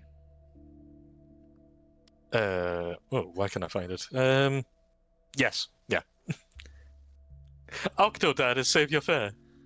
That's cute. That's so yeah. Oh right, okay. So I think if I'm understanding this right,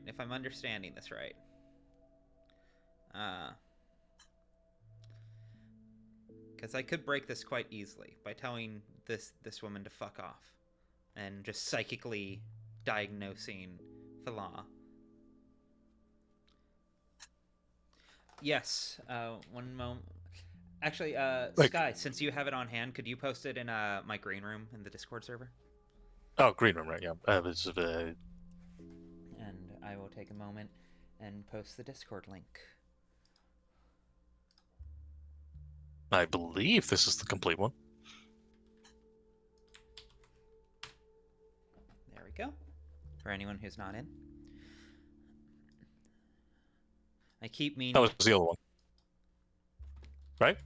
Let me see. Give me one moment. Oh, no. So you mean the Cruelty Theater one, right?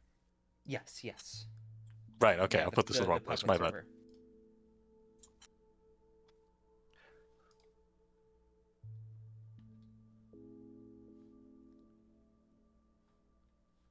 Apologies, I saw voice chat related and my brain made the No, I understand. So, sometimes you get... sometimes it's just like, oh, right, I'm playing games with a friend. Oh, wait, no, there's people watching, and there's infrastructure for streaming stuff.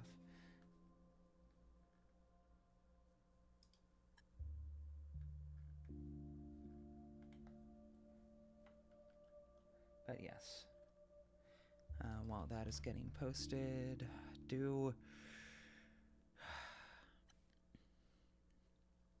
I'm kind of curious. I don't feel like I need to... Terrible combination of words that I have to say, but I don't think I have to revive Lara yet. I think I can hold off. If it's just between Lara and Bacchio, I will do my best to revive Bacchio, chat, I promise. But it seems like if I hold off on it, I might get something interesting tomorrow, and I can always come back and redo it.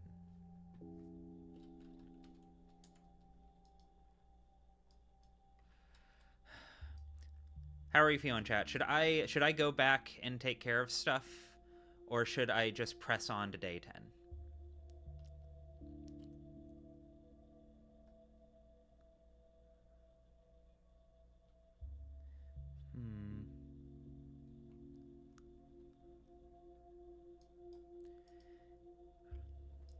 Yeah, because I'm going to have to go back here, but there's no other...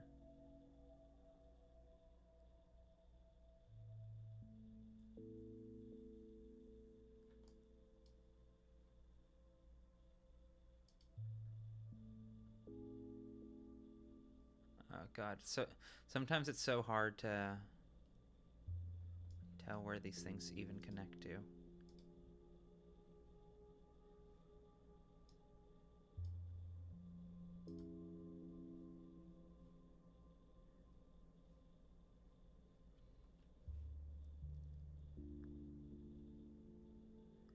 Oh, I could just go back in time and warn him. Okay, so hold on. I'm going to write this down somewhere because I feel like I have a proper to-do list at this point.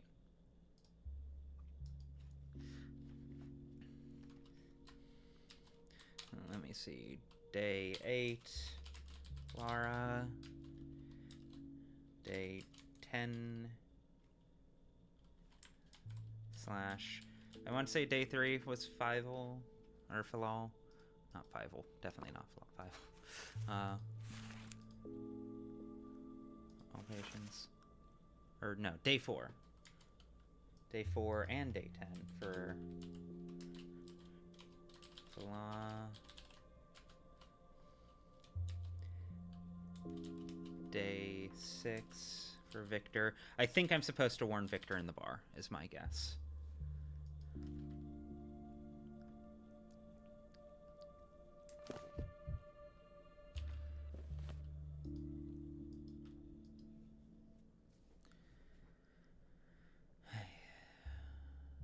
Is there anything else? Is there anything else? Okay. I'm sorry. I'm still in love with the fact that the thought to ask Sabrov after saving Katerina's life for permission to flee the town being labeled as intrusive thought remains like top 3 funniest things in this game to me. Like this is it is so fucking good. I shouldn't, but But there won't be another chance. It's going to be fucked when I have to come back here and actually take up the intrusive thought. I have no faith. I expect it's going to be bad. is there is there any in any of the Pathologic games are you actually able to flee the town from an early point? I think this one, it's implied you can. I do believe there's been a couple points where if I'd really put all of my resources into it, I would have been able to flee the town. But needless to say, that's like an instant bad end or game over. It just fucks up later shit. Yeah. Hey, you just don't play the game at that point. It's like, all right, bye. Yeah, pretty much. Credits. If you want to flee the town, you have an exit game button right there. You're free to go at any moment. Yeah. I always liked it when games do that. I'm forgetting which one specifically, but I think Golden Sun? Game Boy Advance? That sounds correct. Yeah, early on, it's like, you're the chosen one, you'll go on the adventure. It's like, no. And it's like, are you sure? I'd really like it if you did. It's like, no. And it's like, well, I guess we're all doomed. And then it just kind of cuts to credits. And I was like, well, yeah, what did you expect? Nier Automata, I think, is the king of this specific trope with the number of ways you can just be like, you know what? I think we're done here. I think we're done, and that's credits. Yay, we did it. We beat the game. I'm just going to eat this fish now, even though I know it will kill me. Fish. Funnily enough, of all fucking things, what this reminds me of though is Custom Robo. Again, of all things. Because I remember this when I played it when I was like 13, and I replayed it a couple of years ago just on lark. There's this plot point where you find out that like the big bad monstrous enemy thing that's lurking right outside of the town's walls is waiting, and if no one goes and defeats it, the world's going to be doomed, and it's only you that can do it, but it has to be your decision. What do you say? Are you willing to give a fight to save humanity?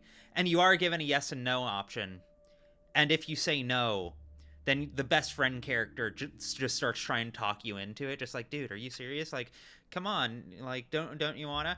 And you can just keep telling him no over and over again, and there's literally like 30 lines of dialogue of him trying to talk you in to going to save the world, and it just starts to loop after a certain point. He literally will not take no for an answer. But like, I remember even as like a 13-year-old, I'm just like, that's a really funny way to sidestep that shit. That's really good. Yeah. All right, give me 1 second. There we go. Also, yes, Slay the Princess. Very good. Oh, Slay the Princess. Fuck, I need to fucking... I need to fully go through that game. I've gone through a couple, like, runs of it. I've played the first 2 hours of that game, like, 3 times now. But I haven't gone all the way through it. Alright.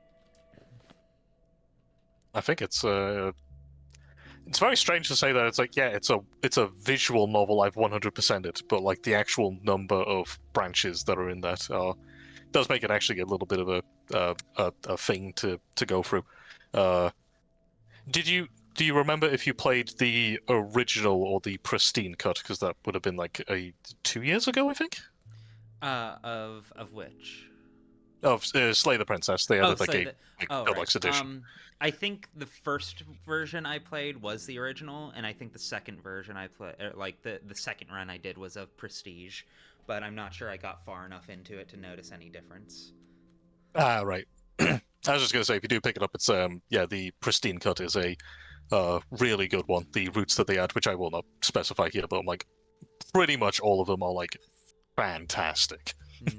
Noted. Like do some really interesting stuff with how they convey the story to you. But I'll leave that to be found. Of course. No, maybe that will be something I play on stream at some point, because it's one of those things I know I'm going to love it. I have very, very good reason to believe that I'm going to love it. Wait, hold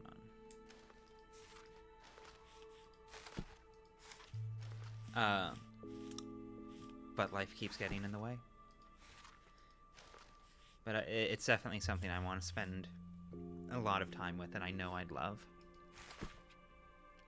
Yeah, it's I've got a full list of like. That's the one thing I still need to do today. I need to go fucking murder a Shabnak. Oh, naturally. Of course. So yeah, it's a peculiar feeling when it's like this game is in my backlog and I will get around to it, but I already know I'm going to like it. Oh yeah, no. In a lot of ways, it's almost like oddly demotivating in a weird, contradictory way.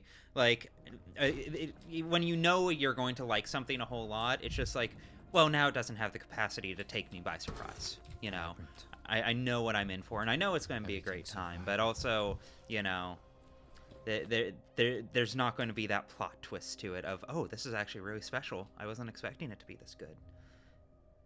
Yeah. Like, I think that was part of my struggle with Disco Elysium. You having a hard time, buddy? You struggling a little? No, it's just giving up. It's fine.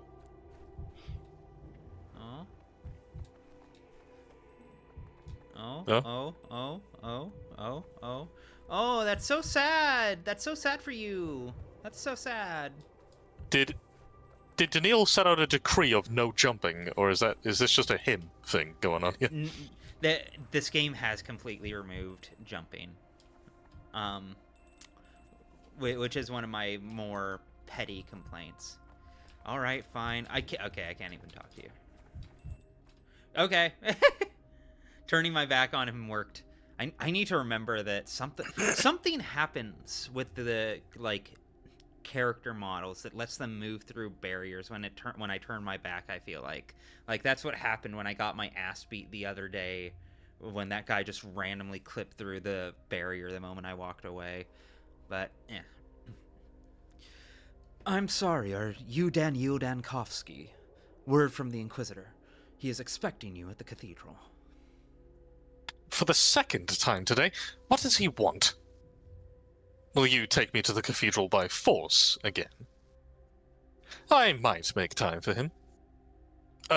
You have the wrong man. You were not wrong. He just loves him some lion. It's his favorite thing to do. Will you take me by force? No, I've been instructed not to do so. The matter calls for voluntary participation. The Inquisition is being coy here. There are no volunteers in its dealing. Go on. What is the reason the Inquisition summoned me? What is the reason? It's about the street and the atrium you ordered to close down. The Inquisitor specifically pointed out that on this occasion, he was willing to wait till the evening. Is that so? Fine, I'll come. Tell the Inquisitor that I have more important matters to look after, both in the evening and tomorrow morning. A street in the atrium? Interesting.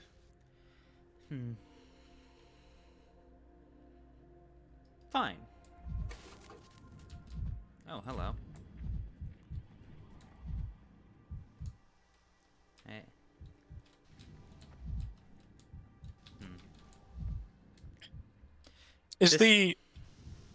Is the geography of this town similar to the previous games? Yes, very exceptionally.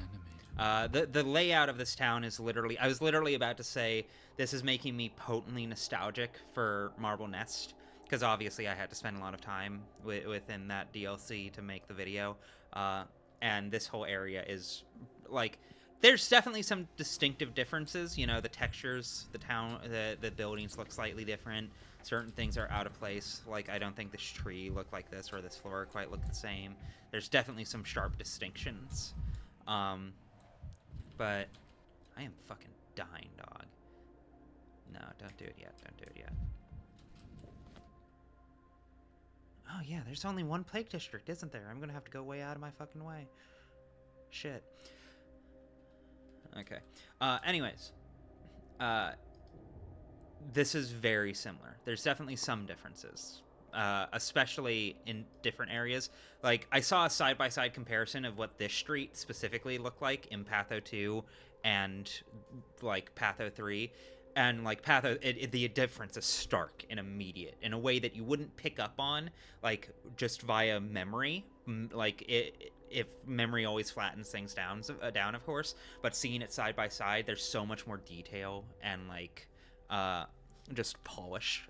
Like, I say this is someone who really liked how Patho 2 looked, but, like, you know, it is what it is.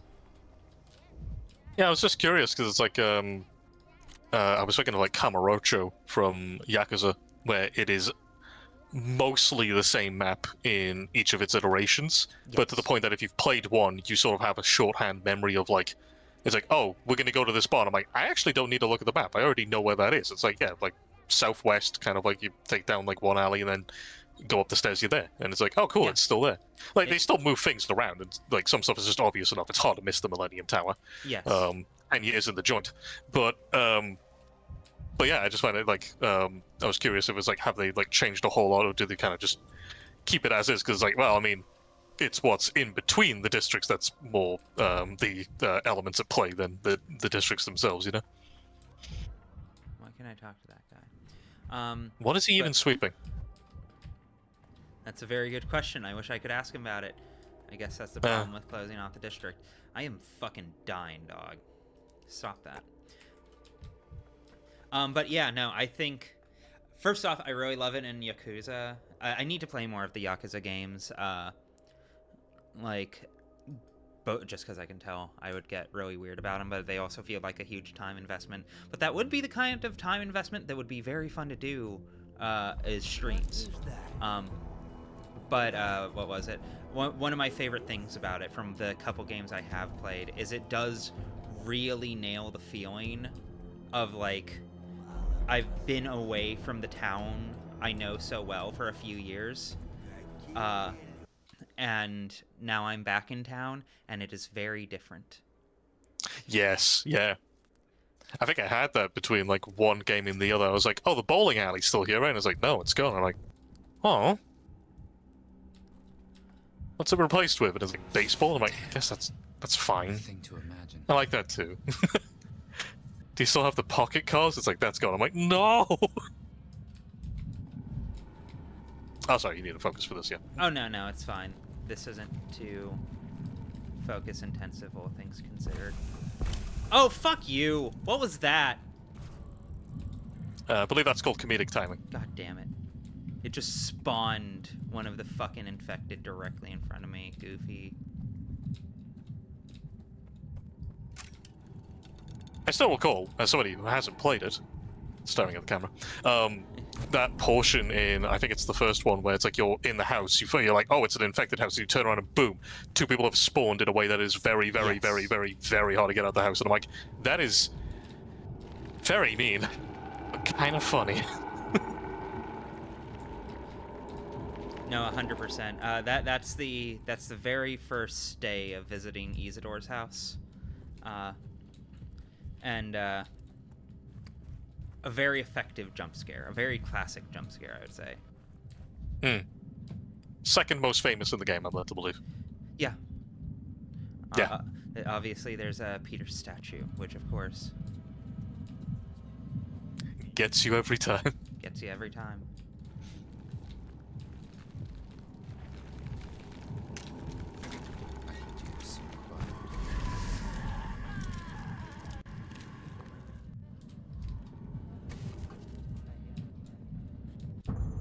Oh, fuck me. Fuck me. Fuck me. Oh, God. Can you guys move? Can you guys move? Can you guys move? Can you guys move? Oh, come on! I let go of that!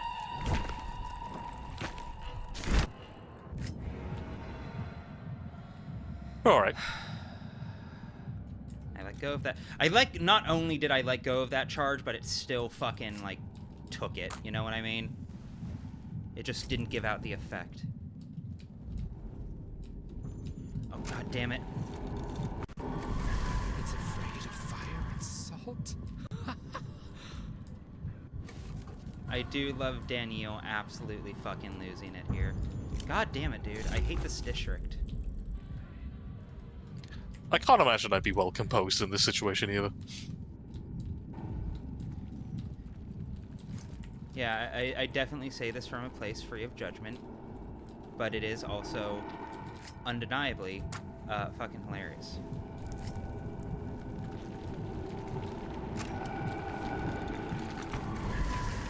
Oh no, getting chased by a 12-foot tall demon woman. I guess that's bad. Wow, how scary. Who would ever want? No one would ever. It's actually insane I haven't played Resident Evil Village. Yeah, right. I really should. Genuinely, Yeah. like that's, with complete respect, that's the most out of character thing I've heard from you in quite a while. I know. I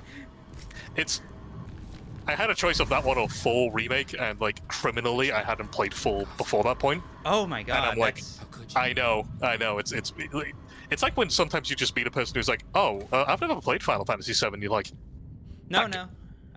repeat that for me. You couldn't have said that, right? That can't possibly be true.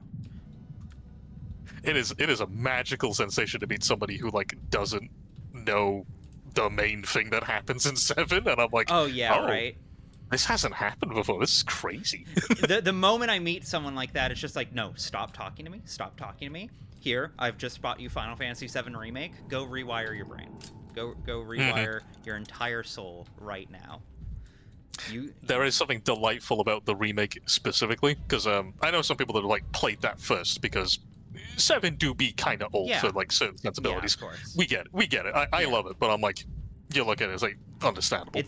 I love it dearly. It's definitely aged in a way that I understand why someone who isn't enamored with the enchantment of JRPGs, you know, would be put off. True. But so they really liked remake. They needed a little bit of explanation for like a few elements, and I'm like, again, understandable and stuff. But the thing that really got me was like, cool. What the fuck was up with like the cat? And I was like, which cat? It's like, no, because like when the sector like falls and stuff, it's just a cat with like little booties, and then we never come back to him again. I'm like, oh. Yeah, no, Huh. I remember I was like, even. really I remember playing through FF7 Remake for the first time, and of course, like I'm simultaneously filtering it through the two lenses of I am a passionate fan who is very invested in this and cares very deeply about it, but also through the lens of what was it? God damn it. Also, definitely through the lens of what would this look like to someone who's never played this before? How does this stand up as a capital R remake? And like I remember seeing that shot, and I was just like, that's going to read so fucking weird. That's going to read so goddamn weird to anyone who isn't, you know, already deep in this shit. Bro, where the fuck is... I may end up Is that it? doing a reload. I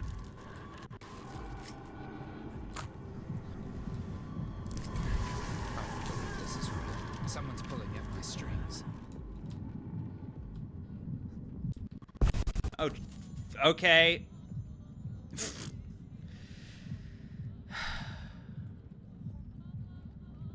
Time marches on, and the age of a new king draws near.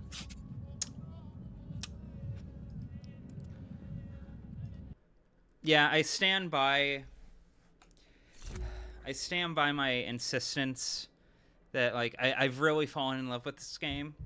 I really adore it. I can tell it's going to become very, very important to me very, very quickly. The Plague Districts suck. I don't Alright. like them. I don't like them.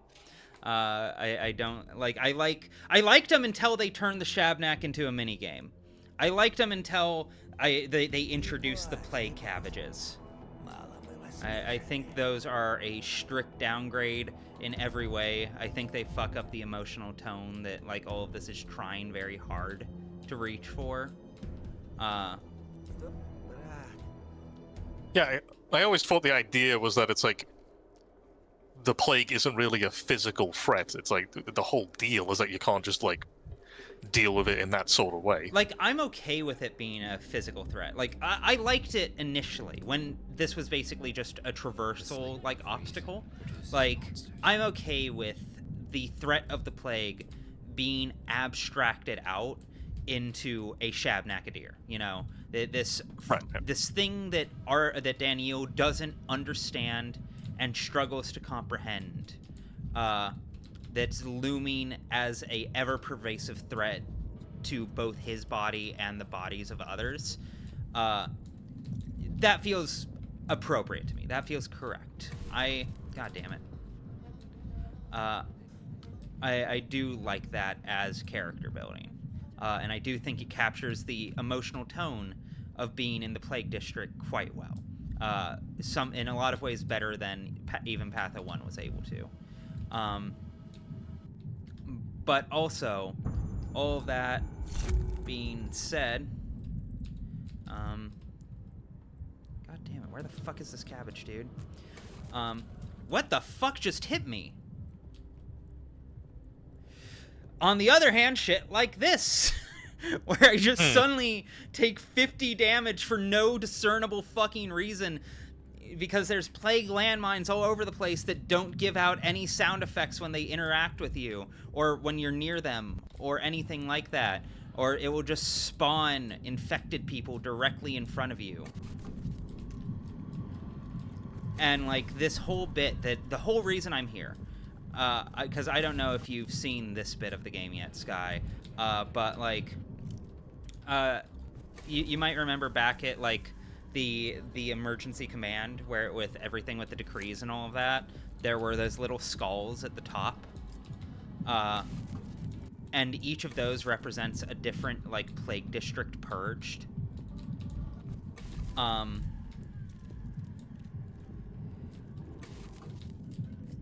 the way that is done is by coming in here, somewhere there it is this plague cabbage. It's the focus of the infection is what it's called. Everyone has been calling it the plague cabbage. Because, you know, that's what it is.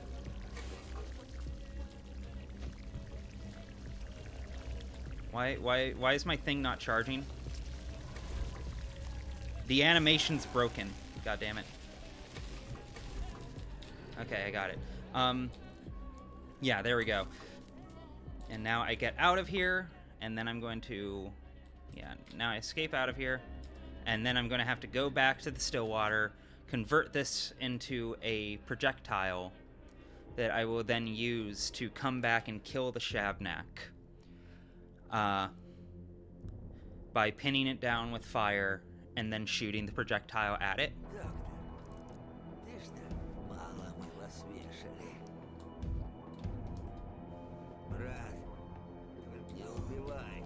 Does seem like an interesting addition. It's so He said fucking... in italics. It's so fucking video gamey. It's so video gamey.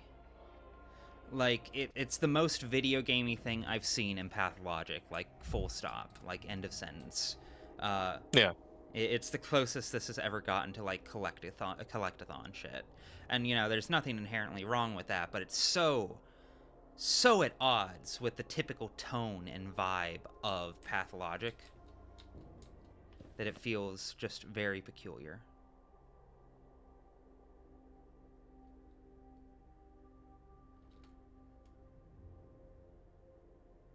Right, I do. Yeah, no, I do need to go to the Stillwater to do this. Oh, let's not forget. Yes. Yeah, I hadn't played Resident Evil 4 because I think at the time it was only on the GameCube, and I was a little bit too young for it. Oh. And always was scary. And then by the time later in life when I probably could have played it, I just kind of always just put it off because I'm like, oh, tank controls, bleh.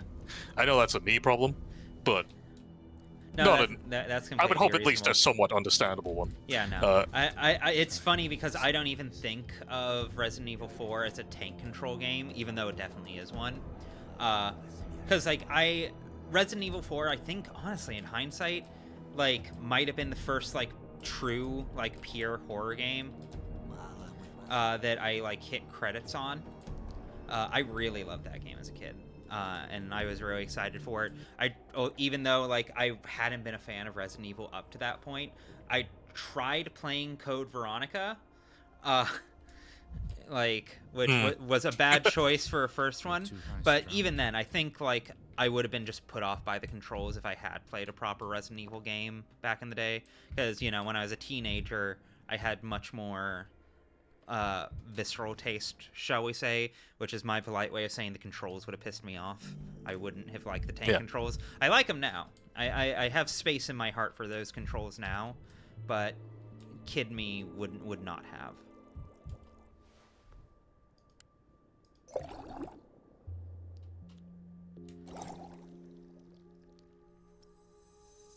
Okay, so you need to get to the Plague District in 32 minutes? Must be eliminated today.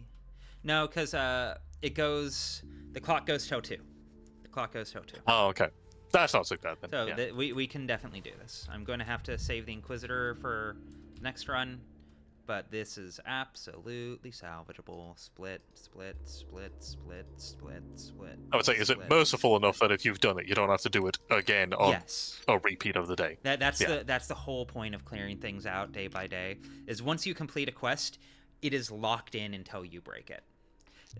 This has been kind of a recurring, like, subtle through line of the entire game up to this point. It's been pretty much confirmed that there's multiple Daniels running around, that he's literally in multiple places at once, to everyone's horror and shock. Time travel, baby. Yep. But it's very strongly implied Aglaea's doing the same thing, that the Inquisitor is doing the same thing. Ah.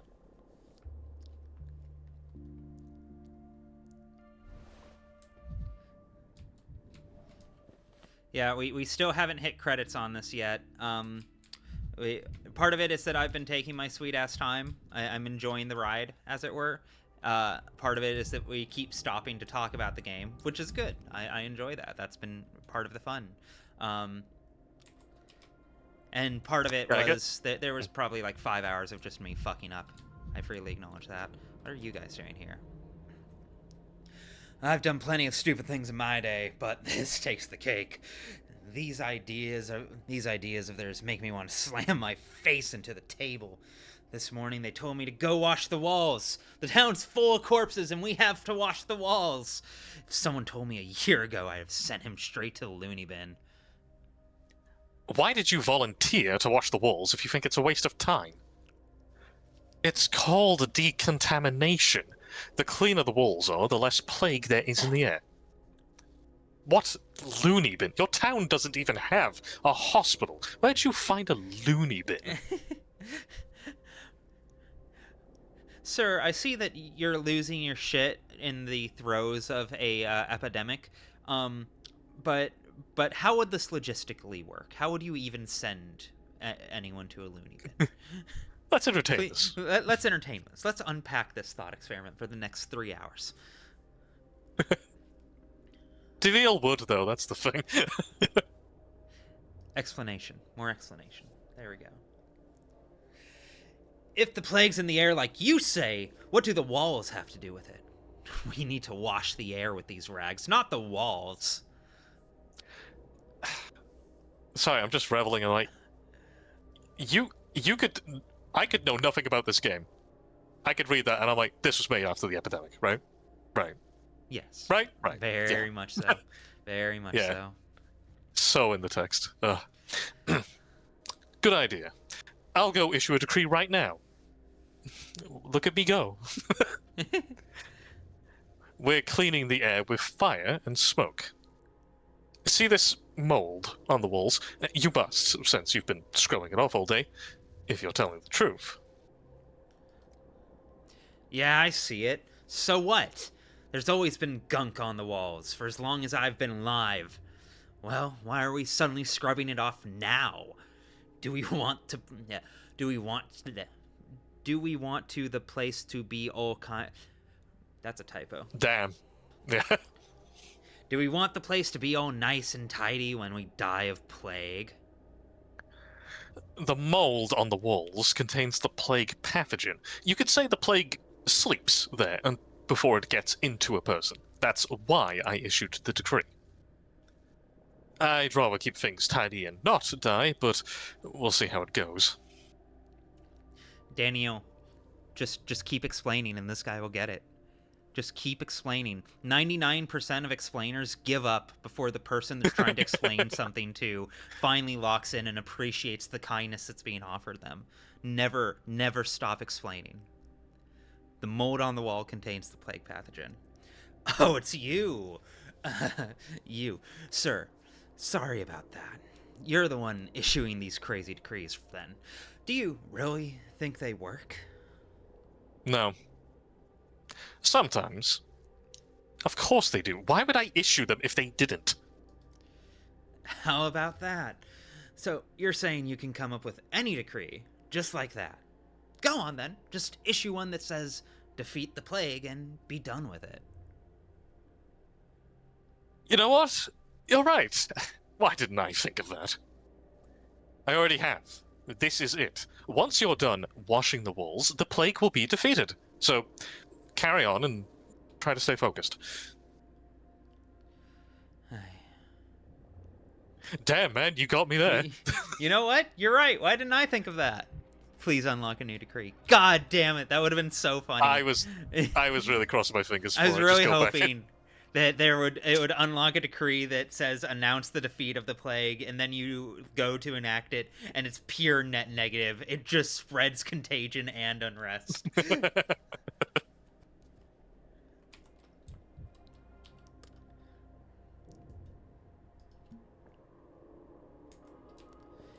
Yeah, I am imagining a mission accomplished banner. Well, boys, we did it. The plague is no more. My job here is done. But you didn't do anything. My job here is done. Can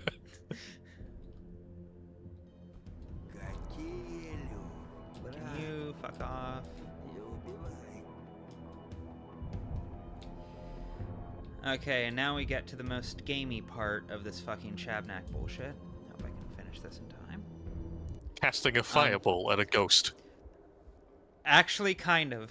Actually, kind of. So, a midpoint mechanical twist has been that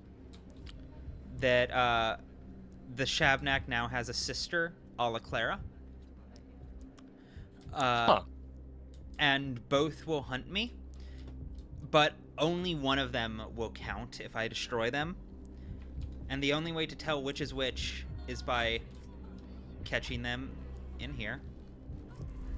Who are you, Scarecrow? Good. A I got masked lucky. Actor, perhaps. I was going to say you very have lucky. 8 minutes left, so... No, I got very lucky. I'm God's favorite. Holy shit. Easy game. Ooh, can I have... No, I'm not going to be able to make it to these kids in time, but I can certainly try.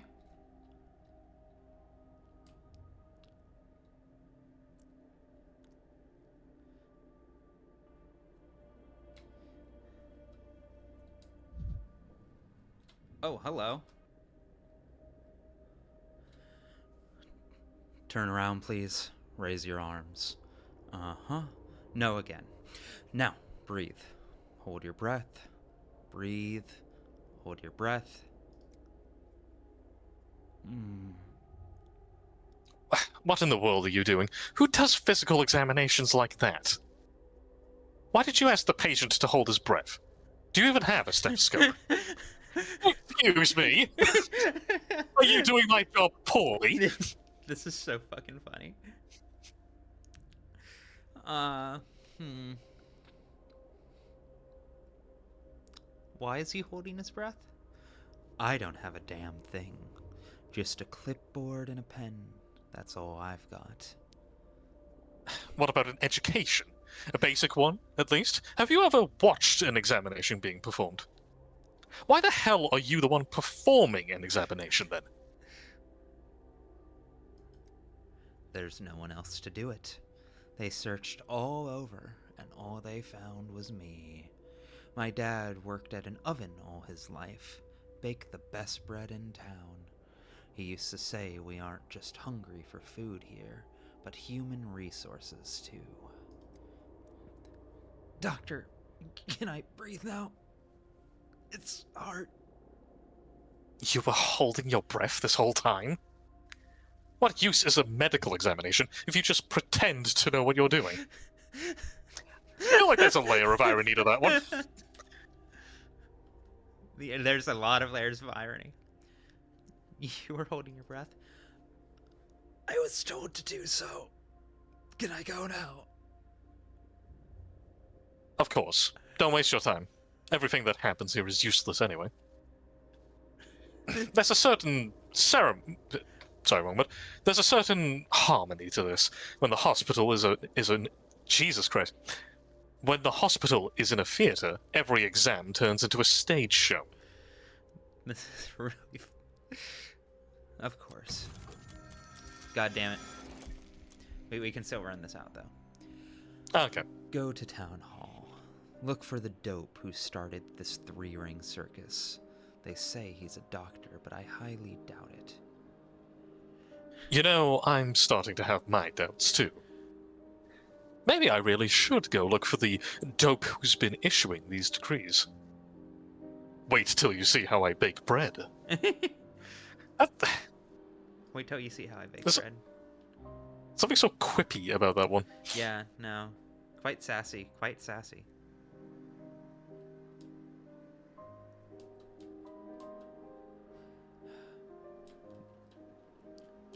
Hold on, I keep meaning to take screenshots for this. Because I know this I was is... like, yeah, hang on.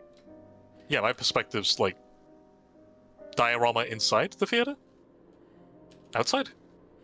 It's like the still water's been transported into the theater. Ah, I'm seeing it now. Right. Yeah. And Spawn. I both love it and also I can get a lot of use out of this. I need to make more thumbnails for this exact stream. I knew from the start that he would never leave, that he'd stay with us forever. So we'd have to squeeze him in. He'd have to fit, to find a way to nest. I fell in love with him too, of course. He's the type I've been waiting for all my life. I saw it immediately. If anyone is to replace Simon, it's him. One fewer, it all felt more whole when there was the three of us. 3 is a beautiful number. 3 truths, 3 paths, 3 answers. Yet now he's dead. Does it feel like a path chosen to you? It is an answer after all, in a way. He fought death, not the sandpest. So perhaps it was his answer after all. He climbed right into death's den in search of answers.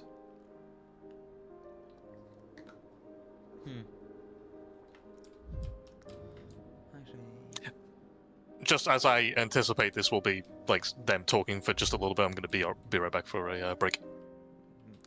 by all means. All right. One more restart, and then we'll knock out everything with whatchamacallit, with the Inquisitor. Knocking out the Shabnak was definitely a big boon, though. Happy I remembered that at the last moment. Yeah, the visual design of these scenes is fucking phenomenal, dude. How did that do for the Plague? Oh, I'm so close! Victory is so close! This doctor shit is easy.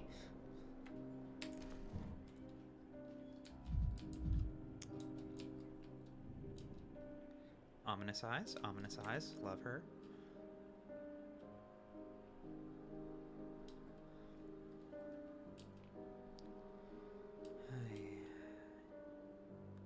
Right. Get these back in. slaps you. I don't even need matches anymore, dog. I can't trade them. I do find it hard to believe that kids wouldn't have any interest in, like, sticks that you could light into fire. I feel like they should want to trade that.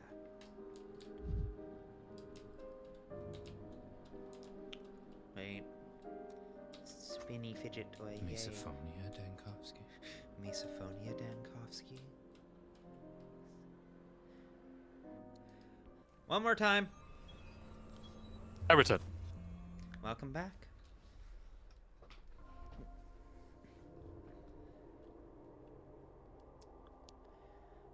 Okay, let me see here.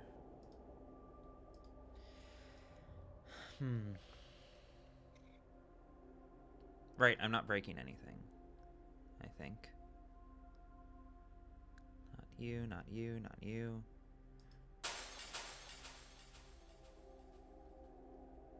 Yeah, that's the one to break.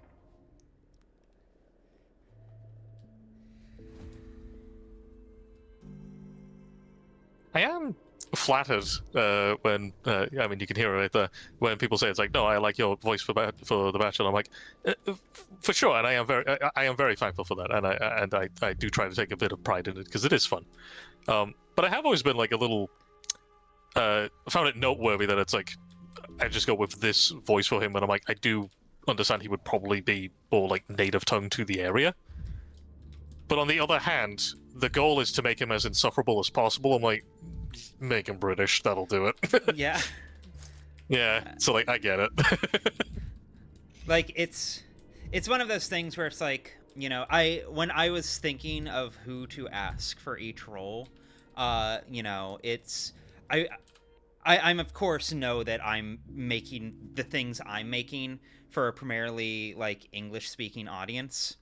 So it's just like, well, Daniel is the symbol of like class and like the imperial core of civilization, shall we say, and so on. And so like, I was very tempted to just voice it myself because like I felt that would lean very well into the idea of blurring the lines between player and character. Like a gunshot.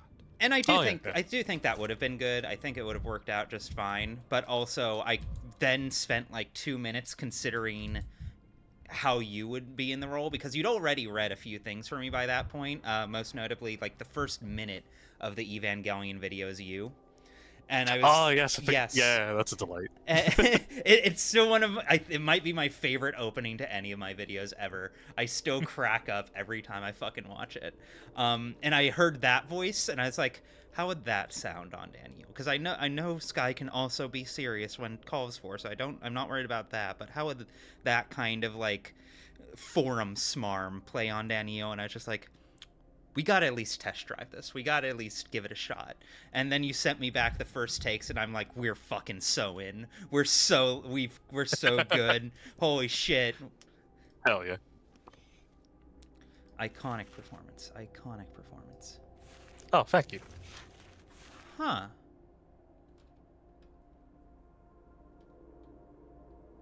Is this a bug? What the fuck? What's going on here? I'm confused. I fear something insidious has happened to me. Oh god, oh god, oh god, frame drop, frame drop. Oh, that's bad. Oh, the game doesn't like that. Look down at the ground, look down at the ground. See if that helps. Oh, that's bad.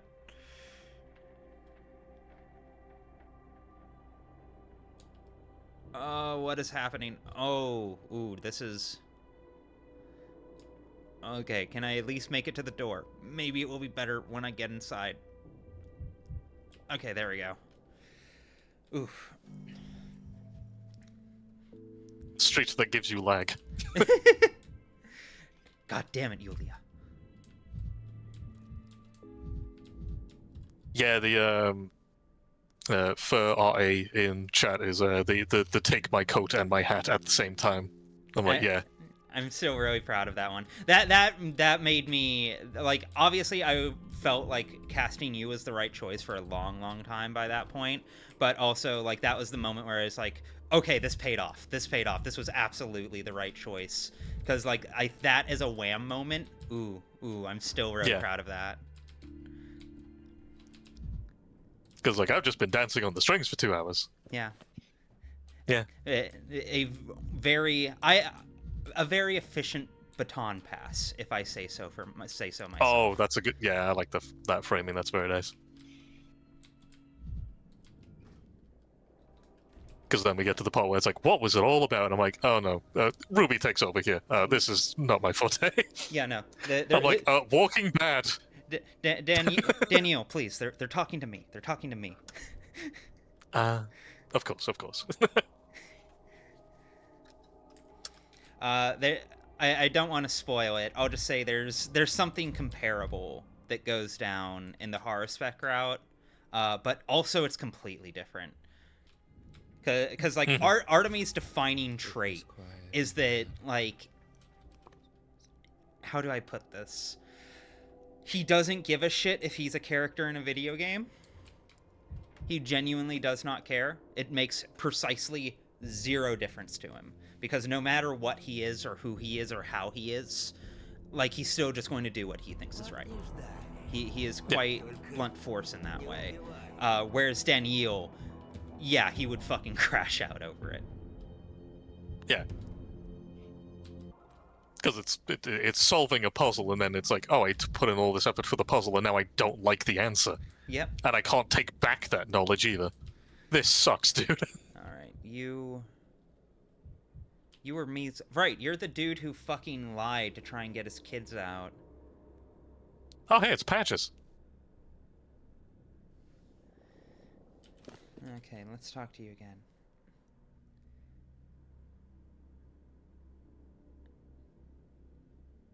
Okay, this doesn't look like quite the same thing, but I could be wrong. The red eyes are definitely the same. Ooh.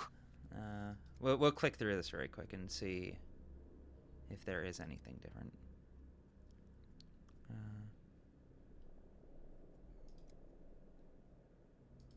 You can't beat iron with straw. Try hammer.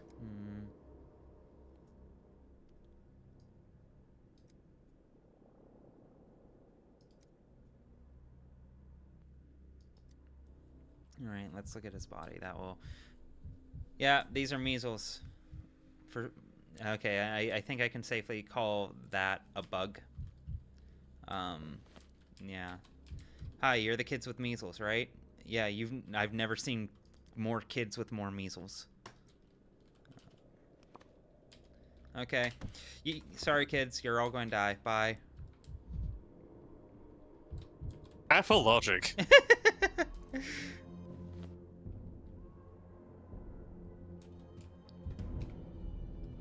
That's the wrong way. Wait, no, that's the right way. No, don't smash the mirrors. I will need the mirrors later.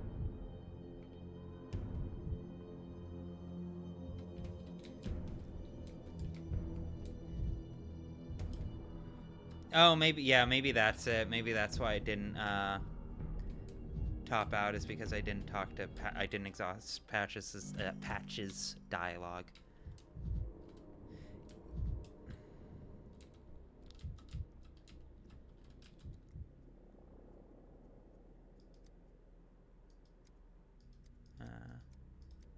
Oops.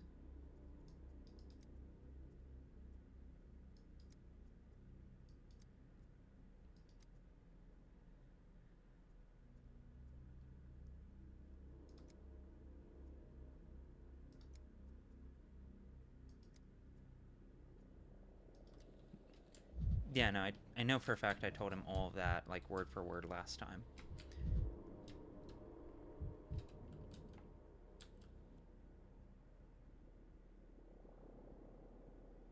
Ooh, I don't like that that was tethered to something called Fateful Decision.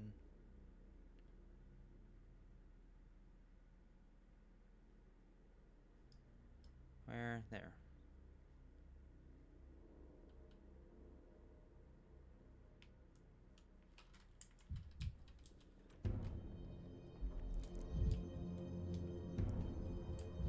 Yeah, it's just the voice stuff. It just had me thinking because I do tend to gravitate towards, I would say, comedy more than drama. I mean, it's always just based on the story and context and all that sort of stuff. But Of it's like course. I like being comedic. Yeah, I like no. it. I like it when like say funny thing, other person laughs, and I'm like, yes, cool. Yeah, no, I'm much the same way. Like for all of my pretentious trappings, I've always gravitated more towards comedy before everything else. Yeah, it's like, do you want to watch Grave of the Fireflies or Mystery Science Theater? I'm like, in the not too distant future. Although now I'm thinking, Real. what if you watched a Mystery Science Theater of Grave of the Fireflies? I think that'd be wild. That's basically my video. That's basically what I make. God, it is. Legend. But yeah, it's just because like this would probably be like the only notable thing I have online. But then it's like I've done like little drama classes in like college and stuff like that, and it's like the one that I did for like my last performance was like a dead serious role when everyone thought I was going to do comedy stuff, and I was kind of nervous about it, and then it was like the best thing I'd done there. I think it was the narrator from Blood Brothers, if anyone's familiar with that one. I got to wear like a whole like if you're thinking of like the thing that the penguin wears, where it's like like an Undertaker. What am I thinking of? Was I right the first time? Like an Undertaker's coat with like the two coattail flaps at the back and stuff like that. Very fancy. Right. Felt great. Yeah. Yeah, but it's but I was just like, yeah, no, it's just kind of strange. It's like the most notable things that I can think of are like dead serious roles that typically don't have any. There's a lot of comedy at Daniel's expense, but he doesn't tell too many jokes himself. Not at least in the usual dialogue options. He's a very comedic character, but he's also a straight man, very consistently. Funnily enough, like one of my favorite quirks of their relationship is that like Daniel feels like someone who should be using his smarm for humor more than he actually does, but that's actually relatively rare. Where on the flip side, Artemy, for all of his like stone-faced, like monosyllable responses, loves a good pun. He loves a good little like shitposty ribbing joke. He cannot, in the same way Daniel cannot help himself when it comes to lying or explaining, Artemis every so often will just come up with a joke so bad that he needs to make other people hear it. Artemy writes LOL with the most absolute dead stone face, but he does actually genuinely think it was funny. Yes. 100%. 10 million percent. Alright, okay.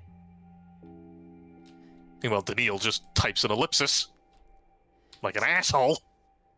Inconsiderate. Sage, thank you for the follow. Does this restore any health? That's something I've wanted to check. Does this heal me at all if I sleep? No. I think that made it worse. Just like real life.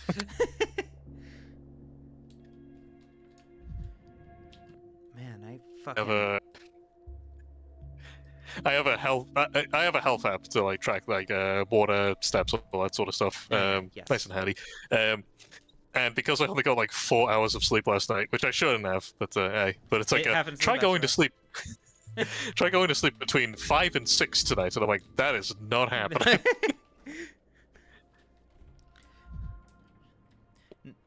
No, I feel that. I very much feel that. I was able to get a good night's sleep last night, but for like 2 nights in a row, I had to wake up very early in the morning. Basically on both the days I took off from streaming. Part of the impetus where it's just like, I'm just going to let myself have this was the fact that, what was it? I had to wake up at like 5:30 2 days in a row. And each time I was just like, okay, I'm going to be responsible. I'm going to take care of me.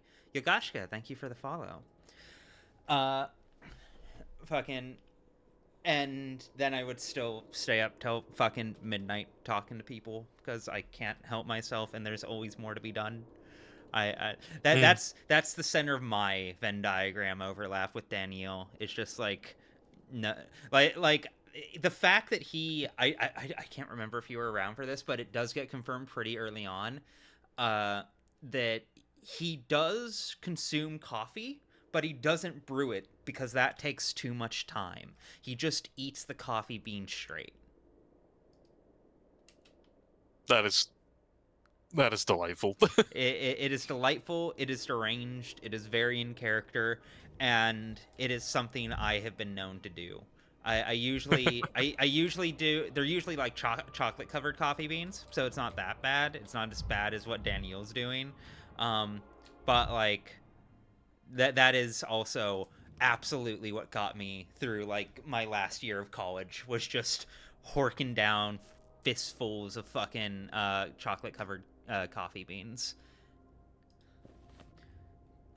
I think the fact that I don't drink alcohol, I don't really drink tea or coffee or any sort of drugs or anything like that. I'm like, that is simultaneously what is right with me and also what's probably wrong with me.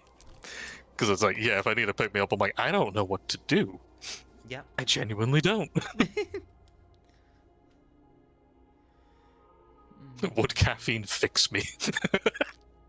Maybe, probably. I'll still drink it if it's around. It's just, I don't know. No, of course. God, this is not worth it. This is not worth it at this point.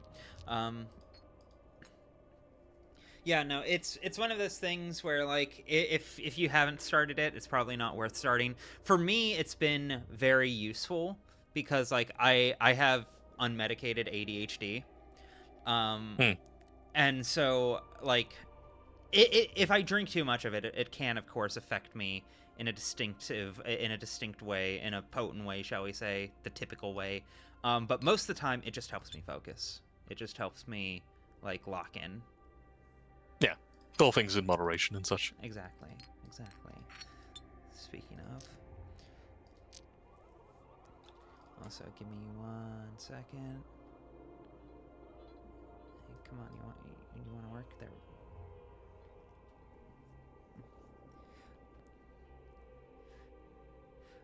Nicarano, thank you for dropping by. I'm having a great time, in spite of the pain that this game is fucking putting me through. 1 second, there we go.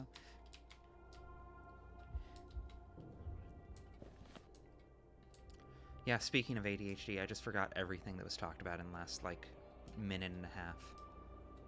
Hey, Sonia. You had left after a diagnosis that you had to do a second time.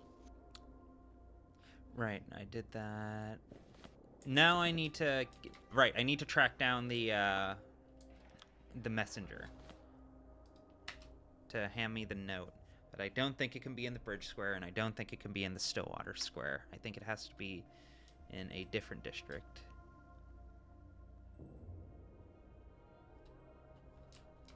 Later in the day? Do I need to sleep more?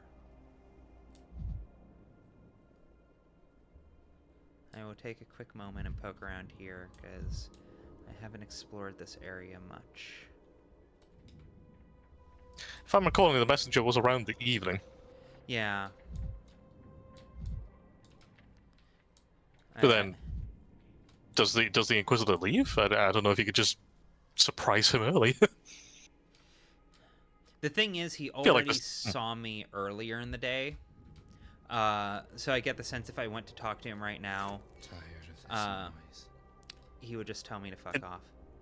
Yeah, it's still on like that flag. Until, yeah. Have I entered Simon's room on day 8? No, not yet, but I've started that quest. Basically, the tactic I've been working out... Right, that's the other thing I need to mark down. Fucking that was the other loose end. Is I needed to go in Simon's room for the first time again.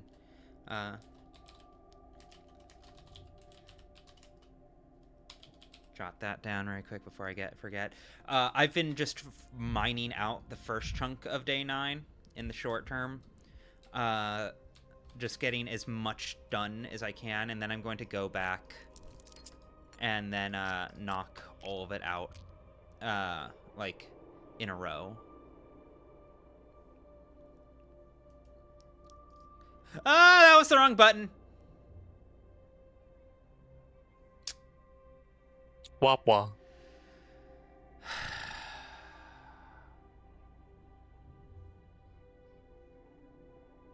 Processing. Coming to terms.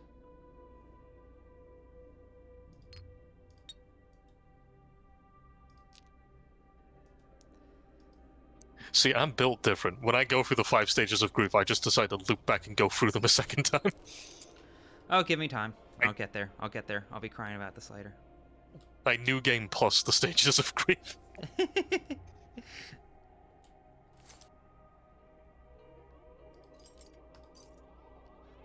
I...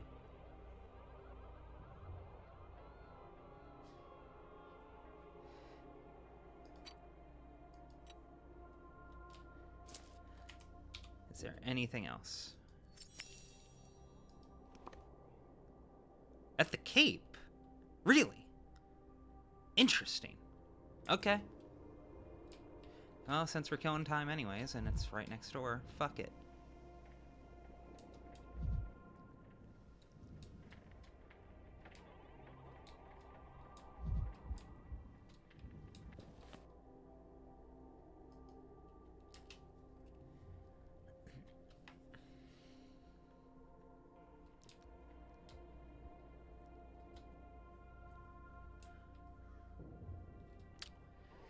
Still mad that I discarded that strychnine.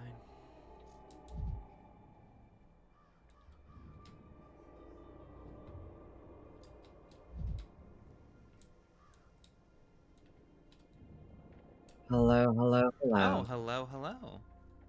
Hello. How are you doing, Haley?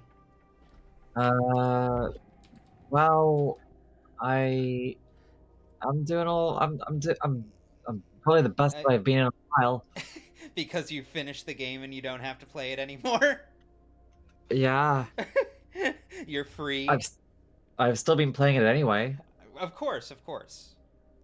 but I've relinquished my feelings of the need to stress and have been at this point essentially fucking around, which turns out is actually all right to fuck around. Turns out fucking around kind of fun. Damn. I wonder who had that revelation early on. Not me. Certainly not me. I find it funny that for all of this game's meticulous efforts to make time less of a like stressor, you still were moving like someone was holding you at gunpoint the entire time. Because what do you mean? Ruby, what do you mean? Time is the stressor in this game. If you don't move fast enough, you lose your time. And if you lose enough time, you lose everything. Just restart the day. Just restart the day. There's only a limited amount of resources in the day. Yeah, I'll be fine. What happens when you lose all your calamel? I'll go trade for more. I'll go. What happens when you spend all your trade items? I'll go. There's only a limited amount. I'll go to the areas where I haven't had to spend time in that day, and then farm out more trade items. Yeah, turns out that that's actually really difficult to do. We'll see. I've been making mental notes of where all the caches are. Oh, they change each day. You know that, right? Yeah. No, I'm aware. Like, yeah. Hey. Since you're here, would you like to voice this woman? My daughter-in-law warned me. She did. We read tea leaves the other day. Sorry, I'll start that line again, I will. My daughter-in-law warned me, she did. We read tea leaves the other day, and she says, they're gathering into a void. I brushed it aside. What foolishness. Well, look at it. A void, just like that. What happened? And you are... who, exactly? What happened? Here it is. I've been caring for the mistress's graves for years. That's my duty. I've seen plenty, but I've never seen a monument vanish. It's a huge statue. How did it even carry it off? Do you think it's all because of the tea? The leaves foretold it, didn't they? Yes, undoubtedly. The tea is to blame. Do not talk nonsense. Fucking tea. Oh, it's a disaster. The judge will punish me. He will. But what for? I didn't do anything wrong. Help me out, how is this pronounced again? I forget every time. Georgi. Georgi. Like Georgie, but with hard G's. Instead of J, it's G. Georgi. Georgi. Right. Why would Georgi punish you? Only don't go telling Gyorgi the tea leaves are to blame for this. Don't worry, I'll talk to him. I doubt he'll punish you, but first I'll have a look, so I can report something definitive. You see, I Gyorgi. I want to ask this, but I don't question anything with Gorgi. The things that offend Gorgi are fucking. I mean, I Yes. mean, I don't know. I thought he was Oh, a hello. relatively just judge. Are you sure about that? Oh no, Are you he's chill. sure about that? He's a chill guy. He's so chill. Uh-huh. Hi, Cecilia. Hope you're doing well. Hello. How's your day I'm been? doing well. My day's been pretty good. I just got back from class. Oh yeah. Let me look at the tea leaves. Truly? Oh, thank you, kind man. I hope he'll listen to you. But how's I supposed to know to keep an eye on it, for God's sake? It's a monument. I never knew Wild Nina could be moved off the rock. A trail of stone chips leads deeper into the cape. Looks like the monument's stone, so perhaps someone hauled it off. Yet the monument to Victoria Oglimsky the Elder is intact. Unlikely to be a coincidence. You haven't seen anyone suspicious here? Oh, Thinking. Seen anyone acting sus lately? Sussy, Baka? We did establish there was Among Us earlier, so... Yes. Oh, I'm sorry. Am I late to the punch? Am I? What is there? Some sort of imposter Amogus? Oh. Imagine. Haley? who would haul it off? There's usually no one here but me. Just me and the gnats in the evenings. Kids loiter sometimes. They couldn't drag that off that heap of stone, could they? They couldn't. I couldn't say. From this town's children, you can expect anything. Sure, that's just a little funnier now. I mean, it is very true, though. Immediately after fucking seeing them push someone off the polyhedron, yeah, I better check this out. I better check this out. These kids. Oh, you're there. Yeah. How did that investigation Sees go? kids push someone off the polyhedron. Kids, could you lighten up a little? Yeah, exactly. What was it? I basically let the kids off, but I definitely found out that they absolutely shot that guy and then pushed his body off. And then I've harvested Did you examine blood. the Yes. body? Yeah, I got the blood. Dude. I No, handed it it's- over to Artemy. What do you mean? Do you mean it's fucking abnormal to fall off of a building and then also have a bullet hole inside of you after you fell? Yeah, that's what gave it away. We thought maybe he just went up and tripped, and then we It's some- checked his back, and there was a it's- giant fucking bullet wound. Lamau. But that's I some still miss you, fucking Dave. like Jeffrey Epstein type shit, where it's like, yo, holy shit, he killed himself. He killed himself. He shot himself twice. Mm-hmm. He must have really wanted to kill himself. This game if was he, made of if he Russia. shot himself twice. Is this? Am I headed the right way on this? I don't know, but I want to come over here anyways. Who keeps leaving Times New Roman around here? Oh, that's mine. It slipped out of my pocket. Oh, okay. Dude, did you know that like Times New Roman No one here. is like a culture war thing now, or something? Like, What? I'm well, so 'cause, like, sorry. Joe Turn right. Biden like changed the font Turn that right. his like Turn presidential addresses were in, right over here. because he changed it to a font that's like easier for people with Oh, there we dyslexia go. to read. And then Republicans got mad about that because any amount of accessibility is woke. Mine. And so now they're like, no, it should be Times New Roman. They're the woke liberals are trying to take away my Times New Roman. And it's like, I'm gonna fucking These people are just deeply weird. Let's carry on. Actionable Oh my God. threat. Would you like to Oh my read this line? God. Who wants this kid? I'll take it if you want. By all means. How many bodies are left? We've burned 200, maybe 300 today. A good day. But the stench of charred flesh makes my nose tickle. That's a normal thing for a kid to say. But look at the view! It's immediately obvious what these human bonfires are for. Lovely.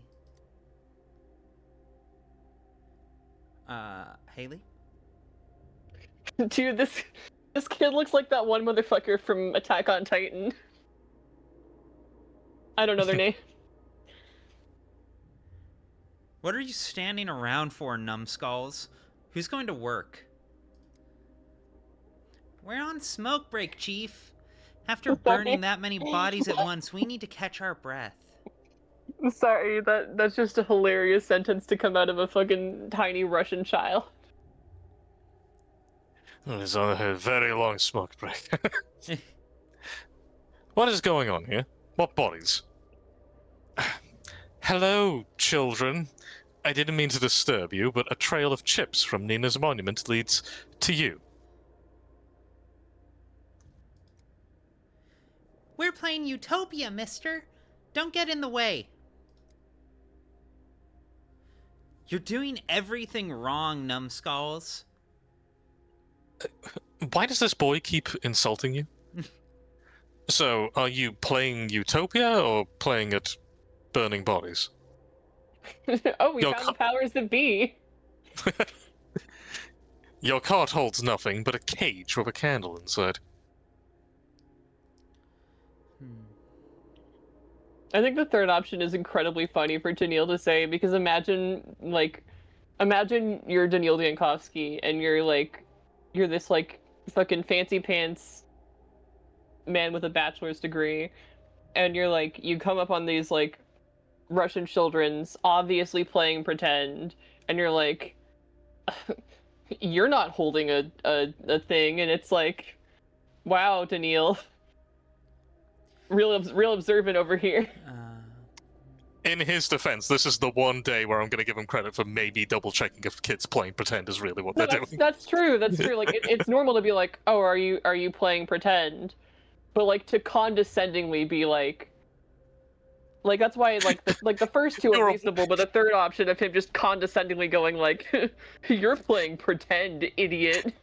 You're aware that stick isn't actually a sword, right? It's like, Jesus Christ. Yeah. Oh god, what voice did I do? I did something like nasally. Yeah. See that city on the far bank? Crystal buildings, gardens of gold, singing fountains, and the people. Look at how happy they are.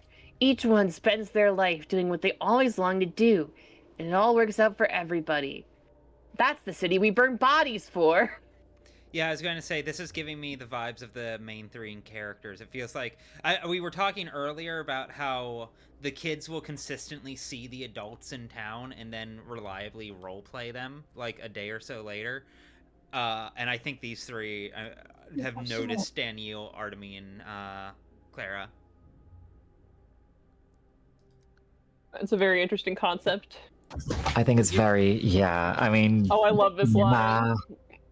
I love this line so You're much. numbskull. You're all numbskulls. You're a numbskull, and you're a numbskull. I'm the smartest and the greatest, and you're all stupid. So stupid you can't be cured. That was a great line, Ruby. You can now read what's on the screen. You're meant to be playing this character. Right. Sorry. Was locked in. Locked in. Are you all right, boy? Oh, the original name for Pathologic in Russia is Utopia. It's Plague Utopia. That's the name of Pathologic 1. The original Russian name is Plague Utopia. The original name of Pathologic 1 is a fucking pun. We have a plague of utopias. They're fucking everywhere, and they're making everything awful. Are you all right? Unfortunately, I like this kid's meme maker nose. I keep insulting this kid's appearance, but it's true. He has like a nose that looks like one of the options that you give a me in the fucking Nintendo Wii. Boop, Sorry that I keep interrupting the dialogue. Sorry. Are you all right, boy? What are you shouting your head off for? You've got some savage notions of Utopia. Jesus. There's nothing on the other side of the river. That stick isn't actually a gun, idiot. Are you alright, boy? I never like it when Daniil has to say the S word. I'm the boss. They're patrolmen, laboring, stooping, sacrificing themselves for Utopia. And I'm the doctor, sitting in the still water, picking my nose, calling everyone numbskulls from a distance. Amazing. I have found an heir. Incredible delivery. Finally, someone making sense! God, I'm so glad that we had you here for this line, Scott. Daniel taking a little handkerchief out of his pocket. He's like, they're just like me. They're just like me for real. I'm finally a role model. This kid gets it. The kid who's obviously satirizing him. Have you considered something a little more peaceful? Hide and seek, perhaps? Kids, could you lighten up a little? If it weren't for that doctor, you'd all be in the ground by now. Amazing. Also, very bold thing to say to Neil's face. I respect this kid. We already played war. Killed everybody, bombed everything. Boring. Building Utopia is much more interesting. You see, now Flowey I'm good at, now I'm good being at attacked. Flowey. Now I'm being attacked. This kid's just like, I've played too many power fantasies. It's lost its edge. It's not sharp anymore. It's not compelling. I need something weirder. I need something more intellectually jagged. I already played Call of Duty. Exactly. I want to play Pathologic. I beat Halo on Legendary. What more do I need to prove? Building Utopia is wonderful. You sit by the river, breathe in the stink of burning plague corpses, and gaze straight into the shining future. Nice eyeliner, kid. Right. Don't make me say this line again. Oh, savage. That's the S word. I didn't understand. Yeah. What, mister? You thought Utopia was free? If you want something in the future, you have to give something up now. You have to sacrifice. That's the law of equivalent exchange. No, that's the entire fucking moral of Pathologic, ultimately. My brother and I are trying to bring our mom back to life, but what could equal the value of a human soul? Chat, I haven't played Stanley Parable Ultra Deluxe. I've played original Stanley Parable. I want to play Ultra Deluxe quite bad. I am a very big fan of Davey Wreden work. So I'm very keen to get around to that, but you know, time and money. See, I'd play Pathologic if it had the adventure line.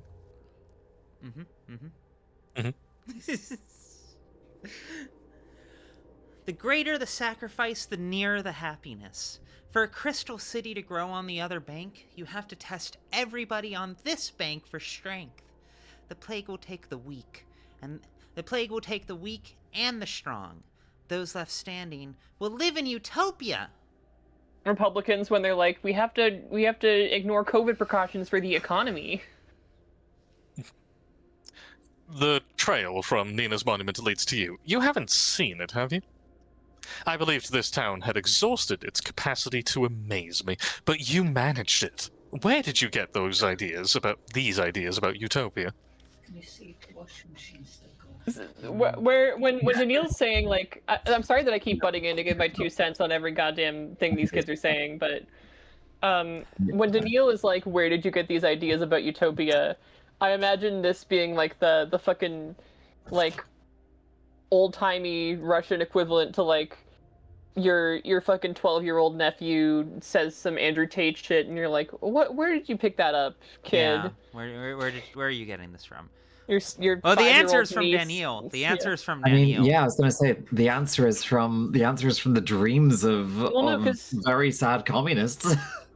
Well, but I don't know, because this kid in particular, I think, is meant to be. I think Daniil is my kid, or the kid that I'm voicing. Or no. Daniil is the blonde one. They're all a batch of utopians. They're all yeah, they're all variants. I mean, like, I guess you could. No, I was about to say, like, maybe you can get some Clara stuff within it as well, but I don't think you can. I learned it from you, Dad. Yeah. Yeah, this is very explicitly Simon's entire shtick. Like, all of these are just repeating fragments of Simon. Speaking of Simon, where we got them from, they aren't there anymore. All right. You want to join our utopia? Come on, then. Burn bodies with us. No, thank you. No, thank you. I'm here about something else. Nina Kana's monument has disappeared. I've burned enough already. Tell me this instead. Did you see anyone who could have hauled off Mistress Nina's monument? It's Victor, isn't it? I can neither confirm nor deny these allegations. That itself is a confirmation. I can neither confirm nor deny these allegations. I'm sorry. The mental image of the brain, like the brain hollowed Victor dragging his body over here and then hauling an entire like 600-pound statue back to his house is a really funny mental image to me. I will neither confirm nor deny these rumors. My lawyer has advised I stay silent on the matter. Did you see anyone? You're an outsider, mister, so you don't know. It's Nina Cana's monument. It does that. Sometimes it comes alive and walks around the town. It just does that sometimes. She just does that sometimes. And it works miracles. Miracles! Don't believe it? Then go put your hand on the stone. The one she stood on before she left. You'll understand. I thought the stone was warm. I'll go back and look again. Numbskulls, the lot of you. I love that line. These kids have some great yes. lines. Sorry, just so in chat, does Victor Kane count as trans femme representation? I'm gonna say no. He's just a wife guy. Is Victor Kane TMA? But also, astrobiologist, that is the funniest fucking shit. I know what you're referencing. I know what this is meaning because I've seen the future. TMA, TME discourse, and then I was like, no. Why? I know better than to do that on my when I don't have a social media platform. Yes, the statue. Yes, I remember the statue. Yes, I remember the statue. I have I have a lot of people in my ear, okay? Give me a minute. Jesus I'm sorry. Christ. Well then. Hello, empty pedestal. Wait, can we take a screenshot of this? How does one even steal a monument? It weighs, what, a ton? More? And most importantly, why? Vandals? No, they'd have just smashed it. Stealing a monument is an unmistakably symbolic act. I like how it sounds like these are all not just dialogue options, but like him having a conversation with himself. Yeah, no, this is something we've talked about many times. Well, Foundation's not giving me a lot to work with. Yeah. What, you don't like Foundation? I think that's my favorite character so far. We established earlier, I don't like people that talk in ellipses. Yeah. Oh, you know what? You're right. You did say that. Why does it feel as though the pedestal is attempting to speak to me? I like how you can see the individual like pixels in the texture. Fragments of the monument are scattered across the cape. Somehow there are too few of them, and far too many. Even if the monument was stolen... Wait, why should I care? Nina Cana was a dark mistress. Did she have enemies?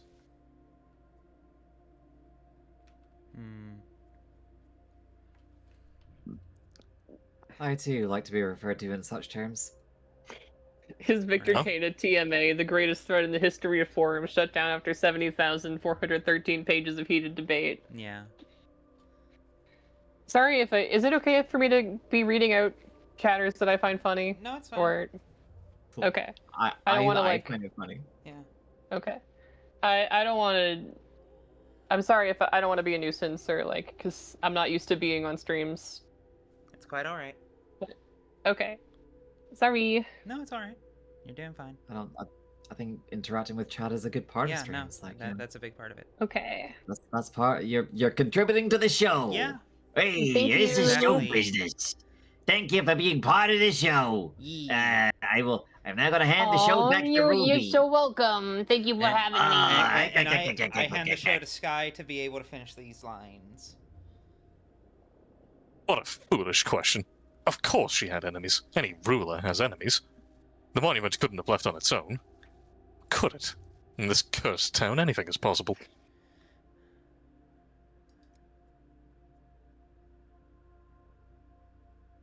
Stone is warm, and it almost seems to whisper.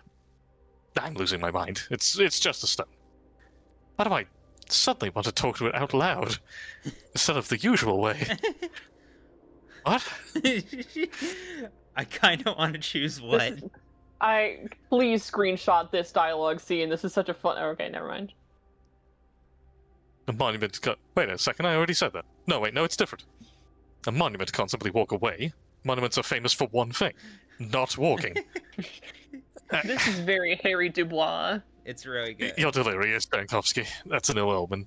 I Stop agree. speaking to the Twitch stone. user Ken B97. I should inform the Canes.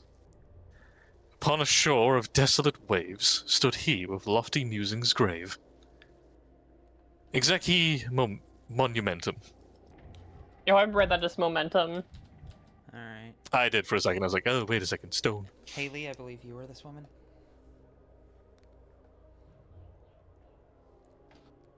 I told myself, don't go telling futures and tea. Seal luck, all of it. An important person without a monument on our grave. No, she won't forgive that. She'll rage from the beyond. And Nina could rage on this earth well enough. Oh, what is it? Are you all right, Doctor? Hold on one second. Apologies. Hello, Jaime. Hello. Thank you for joining. All right, go ahead, pick it back up. I'm fine. Why do you ask? I spoke to the children. They were playing Utopia. They said the monument walked off on its own. I have this strange feeling, as if the pedestal was trying to speak to me. I really want to... It would be so funny if you picked 3 and she was like, what the fuck are you talking about? Did you max shivers again? That's a great one. You got that kind of loud silence, like you swallowed a cicada. What? What does that mean? Everyone point and laugh at her pronunciation of cicada. To tell you the truth, I don't even... To tell you the truth, I don't even remember when I last ate. I find it funny how often he keeps bringing up the fact that he can't remember the last time he ate. You can't remember the last time he ate. He can't remember the last time he exchanged any coins. Yeah. He can't remember the last time he's like. To be fair, neither can I. That's just an ADHD thing. It's explicitly referencing the previous meters and systems of survival from Pathologic 1 that are not used. That's clever. I didn't even catch that. Yeah, it's a fun fourth walling. Haley, when was the last time you ate? That's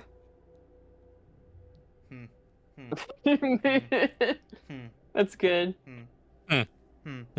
It's probably funny out there's of an place. actual sound effect for you getting muted, but and the time. At some time before now. I do believe that much, at least. So do I. A pretty big breakfast about 11 hours ago. I fucked up a breakfast quesadilla like 2 hours ago. And I had a Tim Hortons hot chocolate because I'm a Canadian stereotype on the way back from university. That does sound because delicious. I'm a Canadian stereotype. It's all right. All right. Haley? That's what they say when someone's thrown off. It's like he swallowed a cicada. With the correct pronunciation this time. I'm sorry. No, it's cheering in his belly and he listens to it. That's a pretty accurate description of how I feel right now. These local sayings are ridiculous. I can't get used to them. I still don't properly understand what happened here.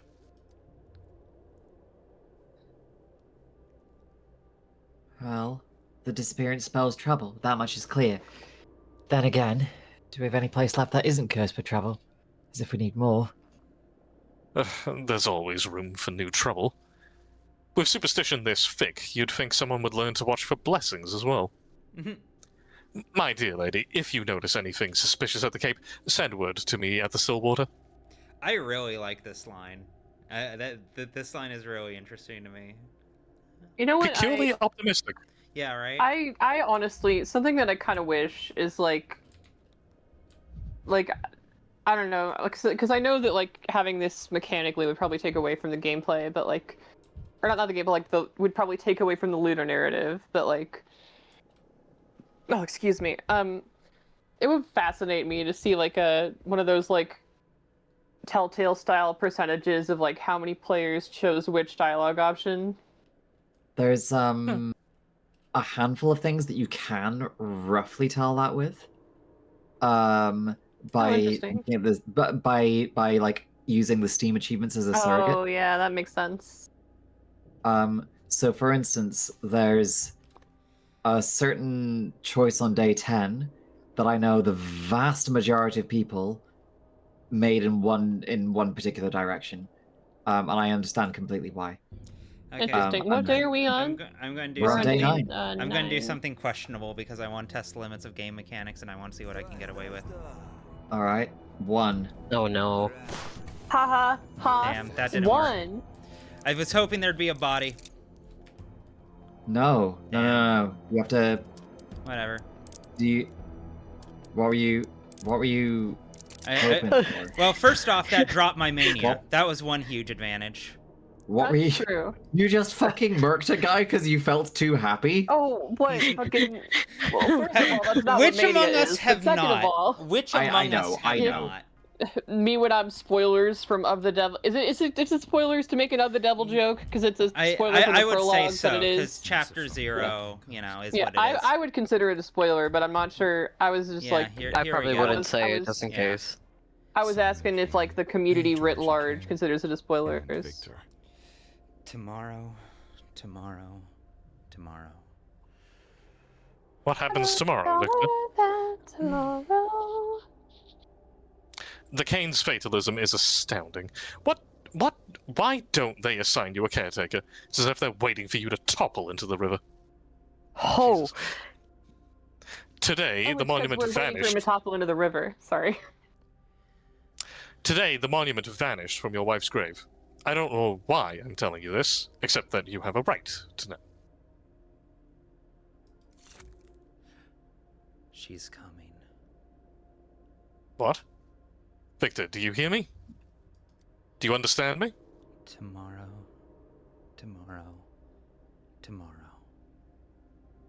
For a moment, I thought I saw your old gaze there.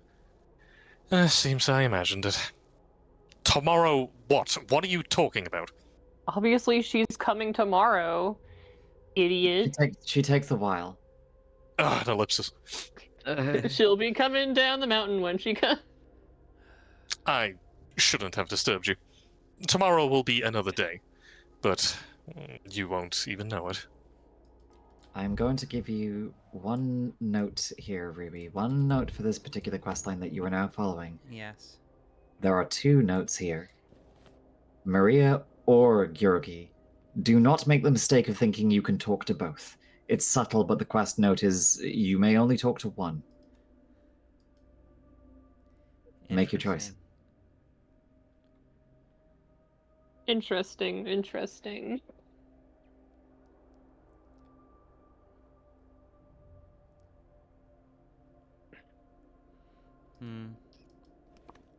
You know what? Good on Victor for caring about whether or not his wife comes. He's a really good wife guy. That's true. A+ wife guy. You see, I feel like my Patho 1 knowledge biases me in this sense, because I think I know what plot point this is, like, redrawing, shall we say. You know, like, especially with that convo, I get the sense this is leading into the possession scene.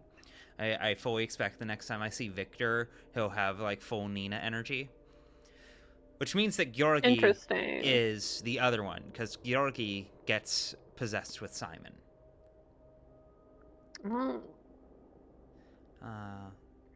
It's so interesting, because, like, I watched both of the, like, Pathologic for those who'll never play it videos, but I have, like, memory loss, so I forgot, like, everything that happened. And then, what was it? Perfect chance to rewatch them. You know what? That's true. You see, I rewatch You're so right. YouTube videos a whole fucking lot for the exact same reason. That is true. I've seen like H-Bomber's Pathologic video essay like 10 million times. A soul is like a spring. And so your choice is Dude, made. it's fucking God, what's his name? The guy who plays Count Dooku and also Christopher Lee. Yeah. Christopher Lee, that's the one. Rest in peace. Rest in peace. Suppose a man plants a tree. Years pass. It grows, withers, splinters, and collapses, killing a person. Is the one who planted it a murderer? If a tree falls in a forest. Is this one of your cases, or merely a thought exercise? If a polyhedron falls in a town. Forgive me, Georgi, I have no patience for riddles right now. I brought you news. Nina Kana's monument has vanished. Is this one of your cases? Do the two necessarily contradict each other? To make it easier, let us say it's only an exercise, and your answer will carry no consequences, and no punishment, even if you give the wrong answer. Wrong? Then there's a right one. I think the man who planted the tree is, unquestionably, a murderer. I think the man who planted the tree is not guilty of anything whatsoever. It's an absurd question. I just want to say, and I'm sorry that I keep butting in, but Sky, your delivery of like the way you like so assertively and emphatically will just be by the nature of this game's text formatting, deliver a line like so confidently, and then with the like same exact level of confidence and assuredness in tone of voice, immediately say the exact opposite of what you just said is endlessly funny to me. Consummate talent. Oh, thank you, thank you. I think Georgi believes this. That's my money. That he's a murderer? Because I get the sense it's gesturing at, like, causality, effectively, which is what this whole game has been about. But I personally, and this is not me saying that we should choose answer 3, and this is just this is what me, Cecilia, am thinking about, is that, like, I don't know, maybe I have the tendency to take thought experiments as too literally, but like, I think it's absurd to say that the planter of the tree is a murderer, because like throughout the time that it takes the tree to grow, that's like the a million whole point. other That's tiny the whole point of this. What's funny is that there's a similar thought experiment, but with a bull instead, which is kind of funny to me that they chose the tree. Which it's basically the same thing about like, a farmer raises this bull, from it being a calf to an adult. This bull then goes on and kills a happy couple or something like that. Is the farmer responsible for the bull's actions? Admittedly, most a perspective to take on it is that, well, people will leverage the law, and this is why we have a distinction between like intention of murder and like manslaughter and stuff like that. Yeah, but I'm assuming that's not exactly the answer that Georgi. I don't want to be like, oh, Georgi, this wouldn't stand up in court. You'd be like 0 points. He kind of alluded to that. He kind of alluded to that with what he said at the start, where he's like, pretend that this is just a thought experiment and no one's actual life or criminal record. It would be very hypocritical of us, given the fact that we've been time traveling. You also did literally shoot a guy 30 minutes ago. Well, yeah, but that's beside the point. That has nothing to do with this thought experiment. Whether or not we're a murderer has no bearing on whether or not the person in the thought experiment is a murderer, unless they're us, and that would be a murder for a different reason. Do you now? I admit that's not the sort of frankness I expected of you, Bachelor. Since you've decided the man is a murderer, continue. What punishment would you choose for him? Listen, Georgi, there's no time to do this. I came to tell you that Nina Kana's monument has vanished. Hang him. Why fuss over it? Let him go. Place him under another tree and wait for it to fall and crush him. That's the only way to get justice. God, I love this fucking game. I love his writing, man. We're clearly talking about the Aeneir attacks, right? Like, this is clearly Yulia. This is clearly the Stamatins. Yeah. Are they responsible for what has happened, or are the Canes, or the rest of the keepers of the town? Yeah. Or maybe a lot of people have shared responsibility, and trying to find one culprit and pin all the blame on them is like an inherently flawed exercise. Oh man, maybe. No, that couldn't be it. We need to have somebody. You are familiar with the events of Russia in circa 1914 to 1992. You know, as a Jewish I don't get it. I don't know. I don't know what you. Sorry. Referencing history, you know, as a Jewish person, I too know what it's like being labeled by the Russians as the fault of everything. But you know, many such cases. Auntie, thank you for the follow. Wait, did did Russia have like a campaign of anti-Semitism? Oh, holy shit, dog! Yes. Oh my god! Go Google it. Go Google it. We do not have time for that right now. I didn't know. I don't Russia know the history of Russia. Russia has had a lot of campaigns of significant anti-Semitism. Google None of them the have pogroms. been. Yeah. Go Google through the what? Pogroms. Pogrom. Yeah. Can you type that out in? Yeah, I'll type it out. Yeah.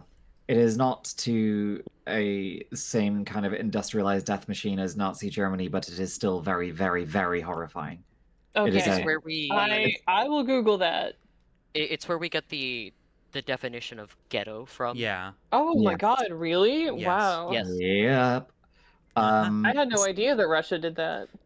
Yeah, Stalin rather infamously decided that there was a plot against him, and that it was that his doctors were trying to assassinate him because his doctors were all Jewish or something. Either way, it was an excuse to try and eject I had lots of no Jews. idea that it was like specifically anti-Semitic. I thought it was. The Tsar's Tsar Nicholas II was also famously anti-Semitic, like to an absurd degree. No, like that was one of Tsar Nicholas's like attempted winning moves. Chat just fucking destroyed me. Underrated, but look up where the word "bad" comes from. Right. But yeah, no, that was one of Tsar Nicholas II's favorite moves when his power started like flagging. Was just another pogrom, do another pogrom. That makes the people happy. And if the person killed by that fallen tree is you? Oh my god, wait! That's where the word bad comes from? Holy shit! No, that is fucked up. What the fuck? It changes nothing. Sorry, never mind. We're back on topic. Is it a metaphor? Is it a metaphor? Are you hinting at something? I don't understand. If I'm dead, how can I judge the living? Hey. I like this. This is a fun response. That's a very fun response. I like that answer.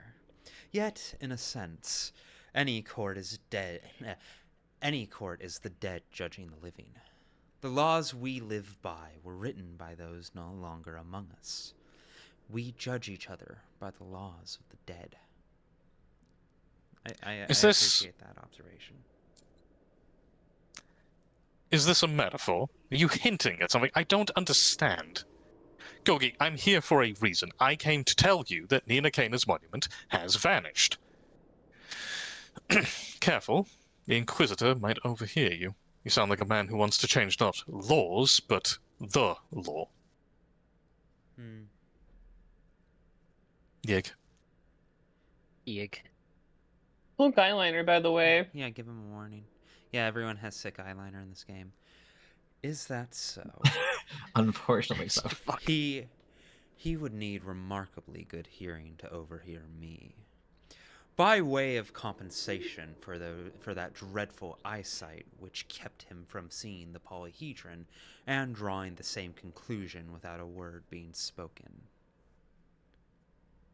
Your wife's statue is missing! Is that so? Curious. Have you told anyone in our family besides me? No. You're the first, aside from that wretch who cleans the monuments. Ugh. She's served our family for many years. She's terribly afraid you'll punish her. So that's my reputation. Regrettable. Still, she has nothing to fear, and I won't punish her. On the contrary, I'll have to protect her. Protect her from what? I have a request, Bachelor. Don't tell my niece, Maria, about the monument. Why? What will happen if Maria is told? It seems the news of the monument's disappearance hasn't moved you at all. Why? She's passionate by nature. Symbols matter to her. She loved her mother fiercely and is possessive of everything tied to Nina. And when she's angry, she's dangerous. This is missing a comma. Very likely to act recklessly. I don't want a woman who has served us faithfully for so many years to suffer. All right. I promise I'll keep silent. And you? I like this guy. I don't know. This guy seems all right. I hope I'm not also saying like a being oblivious, and he's like an obvious villain or something. But I remember absolutely nothing about what this guy is like, and from my first impression of him, he seems cool. And you? Doesn't it trouble you at all what's become of the monument? I think Maria has a right to know. And you? It's only stone. Besides, a monument isn't a needle, and the town isn't a haystack. I'm sure things will become clear soon enough. There have been rumors for years among the people about precious heirlooms hidden inside it. Nonsense, of course. Voluntas est superior intellectu. I think I understand what that one means. No. Yeah. Have it your way, judge. And yet, I can't get this strange disappearance out of my head. Okay, I feel like I made the right choice. Yeah. Side note, I love the voice that you give for Georgi. You give it such gravitas. You did a great job. Thank you. That's very sweet. He's a fun one to Keep play. calling him fucking Gregory. Yeah. Jaime. Yeah. Get it together. The show opens in 2 nights. It's been open. I've been at the premiere. We've been time traveling so much. I've been all over the place, man. I'm sorry. I'm gonna have to be oblivious again. Is there an actual show, or is this a joke, or is this something in the game? Okay, cool. I'm sorry. It's fine. Etobleg.gif. Me in full costume, like, what? I'm in Boo Boo the Fool clown makeup. No, nobody told me. Nobody told me about the USSR anti-Semitism. I didn't know. It was even before the USSR. It was before the USSR. What's funny is that Tsar Nicholas's father famously was like, hey, maybe we've been doing too much anti-Semitism. Maybe we should like Are we daddy? Yeah. Yeah, and then Tsar Nicholas II, who was so fucking like Wait, can I I'm sorry. May I get a time period for Tsar Nicholas? 1900s, early 1900s, immediately pre-Russian Revolution. Okay. Yeah. Late 1800s to early 1900s. So wait, late 1800s. So before World War One. Yes. He's involved actions, in this. Yeah, laid the groundwork in a lot of ways. Yeah. In So terms of World War Russia's- One happens on his watch, and World War One going so poorly is one of the reasons for the revolution that then deposes Nicholas. If you know Anastasia, Anastasia is his daughter. Yeah. Yes. You know, I actually don't. The name sounds familiar, but I don't know who or what that is. Or I guess who that Anastasia is. was a Russian princess, basically, who died presumably to the Bolsheviks, but she was essentially declared missing for quite some time, and a lot of people claimed to be her. There's a whole off-brand they did actually cartoon. find her. They did She's find al- her Now I'm bones. gonna be. I'm gonna Yeah, they be found her body. She's another also... oblivious move.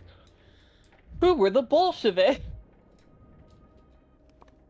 The Bolshevik Party were the I'm one sorry of if I'm the annoying you, or if I'm not at like all. I can Google this The- on my own time She- if it's a. No, She, the she's Bolshevik Party is delighted. one. She's delighted to info dump about this. Oh, okay, one great, chunk great. of the Communist Party of early 1900s Russia. They were alongside the Mensheviks, kind of made up the far left of that era. The Bolshevik Party eventually overall won out after provisional governments and various struggles during what I will kind of broadly term the Russian Revolution, which is actually like a series of like 5 different fucking conflicts all at once. Anyway, Of course. Interesting. the upshot is the Bolshevik Party is what becomes the Communist Party of Russia, of the USSR. Oh, okay, interesting. They are the Bolsheviks are the communists. That's probably just the easiest way to conceptualize them. That's the only like because I'd only heard the term Bolshevik in the past. Like,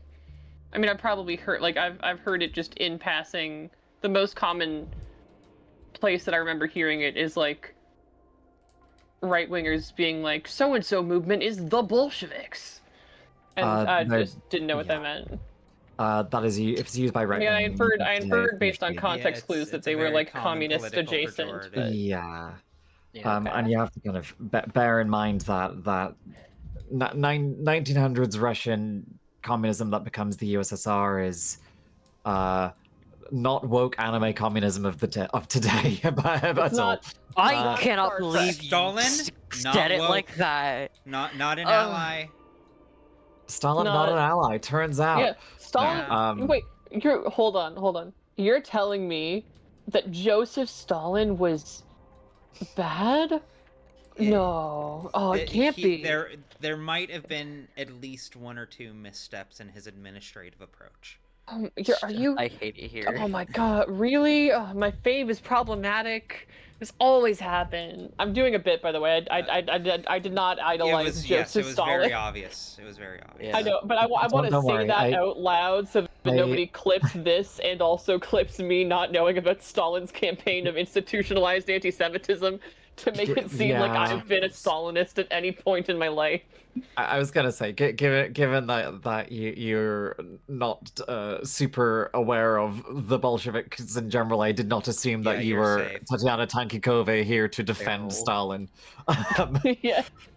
I know. Someone asked, I know. I'm covering my bases so that some stranger on the internet doesn't clip things to make me make it seem like I think Coolsville sucks. Kenby97 says, I wonder how long it would take to explain Russian history.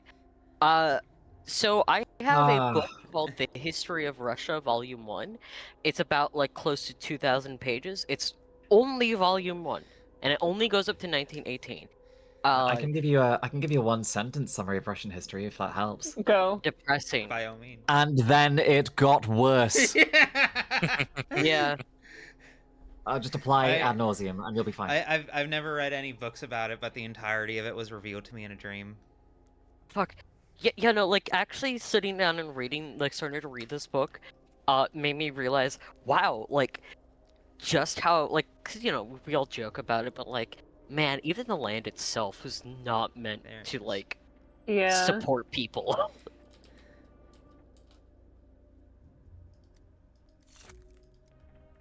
Hello, punished Phil from Modern Family. Okay, there we go. Fucking finally got that dude to spawn.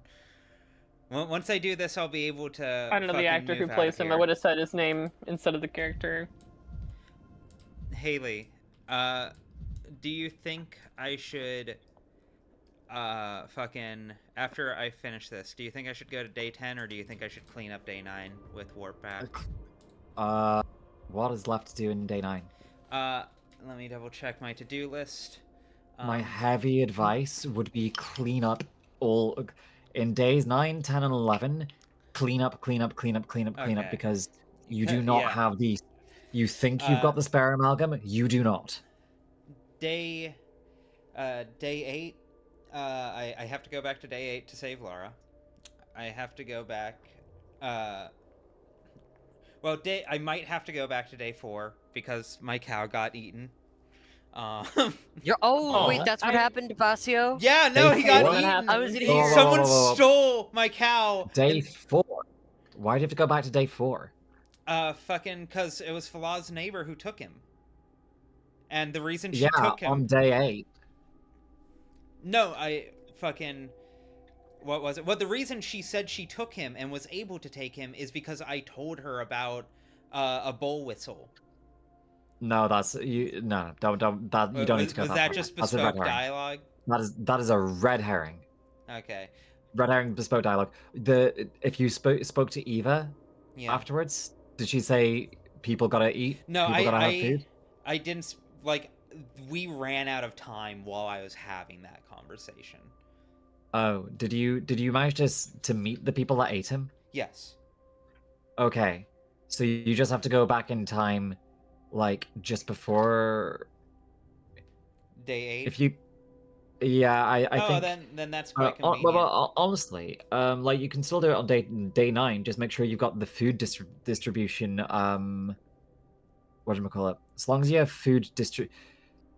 as long as you've got food distribution on, and you go back in time to day 8 to ask Eva to not give away the bull under any circumstances. Yes.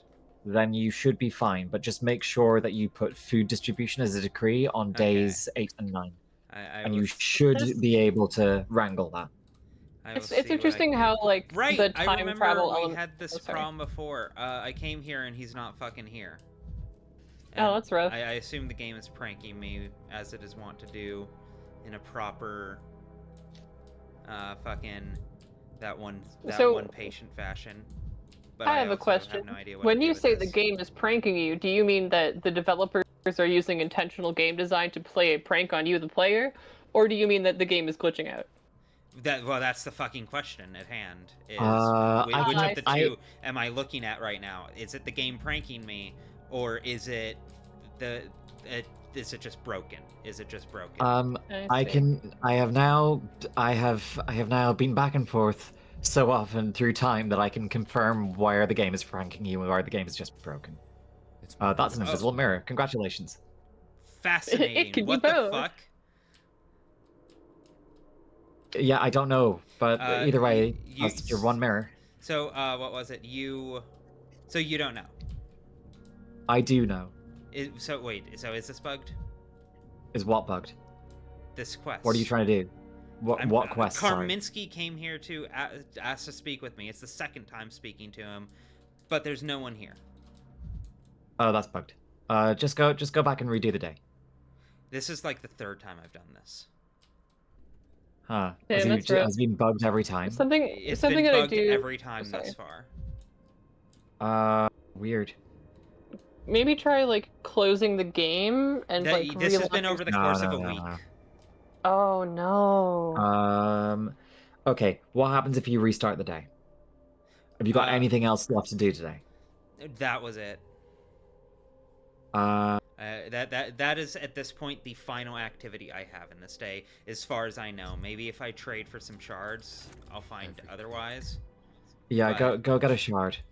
Could you imagine you're on your way to get a shard and you just see him in the garden for some I'll fucking get a reason? shard at the beginning of the day.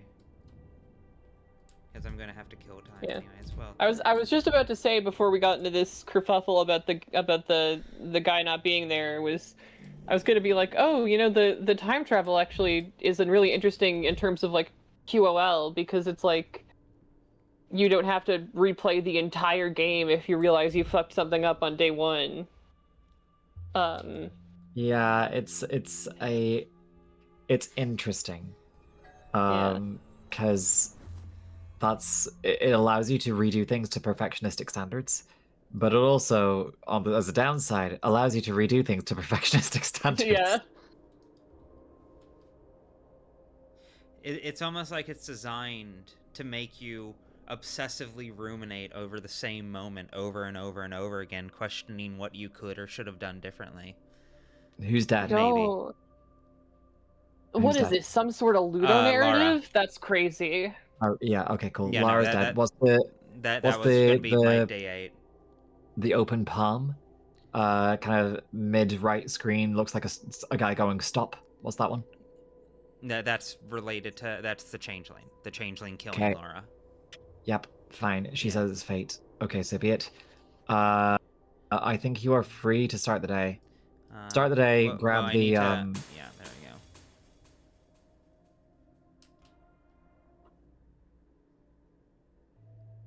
I don't know if you need to redo that one, but okay, that's fine. That was that not just a failed objective for this exact quest? It was just saying No. that No. I've broken that every time and it's reappeared every time. Oh, fair enough. I don't think so, though. Unless it's one of those things where I'm supposed to have that flagged and then your work back. Your inventory, Ruby. Your inventory. Oh, right. The God clock. damn it! I fucking hate. Yeah, I know. And I love when games like use game mechanics to do cool things with the Ludo narrative. Like, Yeah. Oh, this game is so cool about that. I found out what White Whip is for, by the way. Killing people? It's for no.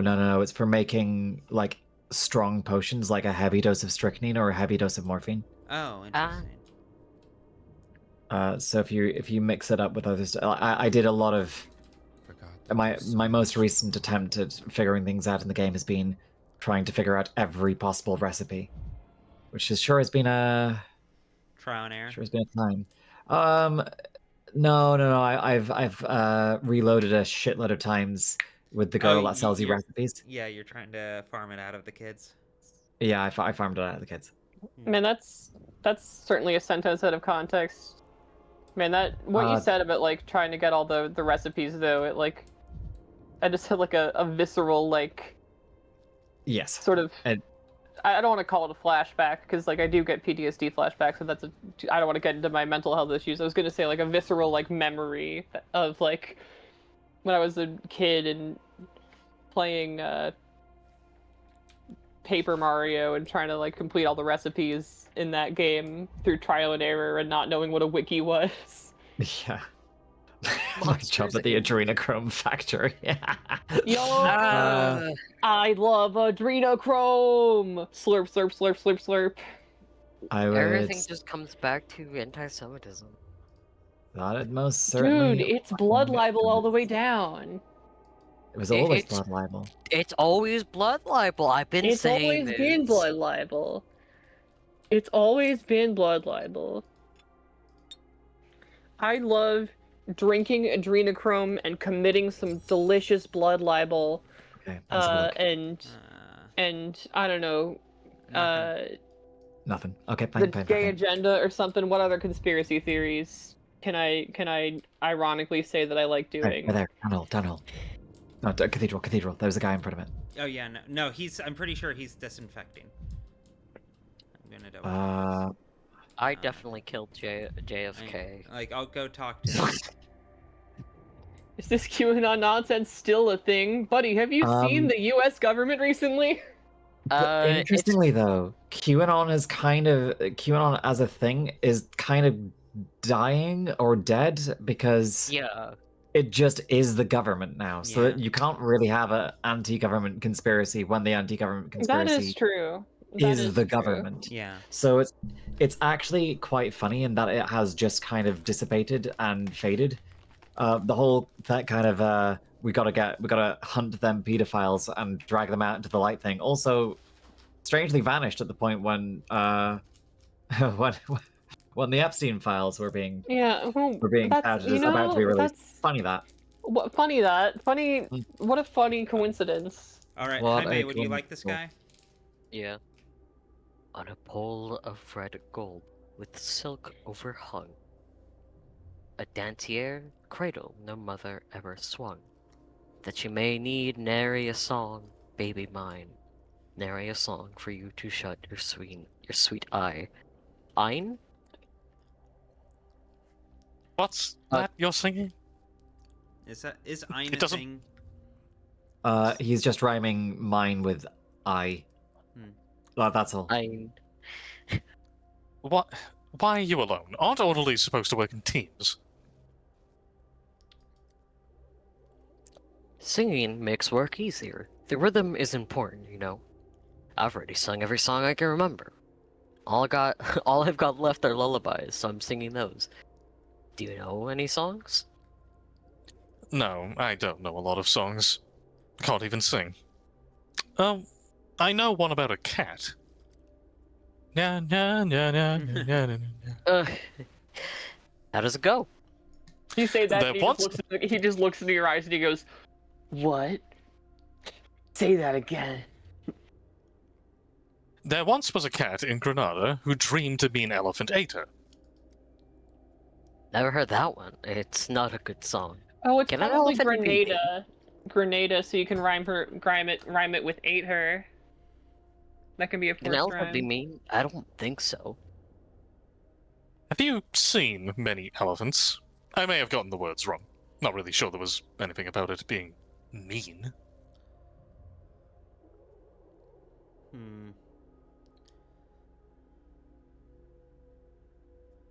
Delicious egg! I think so too. Elephants are good-natured. There's a cat with a tail of gray. Bye-oh-bye, bye-oh-bye. I'm not an elephant expert, but I'm almost positive evil elephants exist. I do love... That's gonna be in the What a top 10 Daniel Daniil line. That's a top 10 Daniil line right there. Elephants are not free from sin. Yeah, Don't you know? Yeah, it's just Jesus never died for the sins of elephants. Get it together. It's just as you were saying, where it's like, no, he can't let it go. It's like, no, I have to correct this person. It is in my nature. I'm gonna be the fucking the anti Daniil, I'm gonna be Daniil with the letters rearranged and an X thrown in there, and be like, actually, I don't think evil elephants exist, because I don't think that elephants have like the brain capacity to like understand like the concept of morality and then choose to be evil. I think they do. So no, Daniil. I mean, I think seagulls they're do smart. it. Seagulls do No, it. I think they're smart enough to do it. I think Dolphins do it. I trust. No, Dolphins do it all the dolphins time. definitely do it. Dolphins definitely do it. I just don't think that elephants. I don't know. Legit, I am not sure, because they do have the capacity for art, and they have the capacity for compassion. Like they have can the do that capacity with each to other. grieve too. Like Oh, they will continue to They're go back to fascinating lot, like. Well, but yeah. like dogs and cats and like even like really animals that are not really can like Yeah. grieve. I don't know. No, it's fascinating, right? Like there's But, like, genuinely grief is not like the same thing as like morality, right? Like I don't know. no, but it's also it shows a degree of complexity. And no, but like this is not genuinely though. This is like a But I thing guess though. it's Like because we're shifting it to like evil and good, but I know that we're getting sidetracked by the elephant dude, but also Daniil is in universe getting sidetracked by the elephant thing, so this is actually Lock the lunar in. narrative. I agree. I agree. I saw an elephant in a zoo once. I still remember its eyes. A tail of grey and paws of white. Bye oh bye, bye oh bye.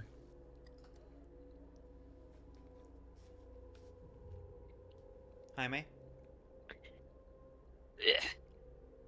paws of white and ears of black. Bye oh bye, bye oh bye. And the cat, he went to the widow's house. Bye oh bye, bye oh bye. Bro, we are harmonizing here. Bro, we are harmonizing here. The widow's house had a cellar full. Bye oh bye, bye oh bye. A cellar full of cream and curds. Bye oh bye, bye oh bye. And the girls at the window, they saw the cat. Bye oh bye, bye oh bye. And on a sharp corner, they smashed his head. Bye oh... my, what a ghastly song. Is that sung to children? I fucking love this interaction. It's Thank so you, Ruby. Find out Thank Ring you Around so the much. Rosies is It's so in reference good. to. Yeah.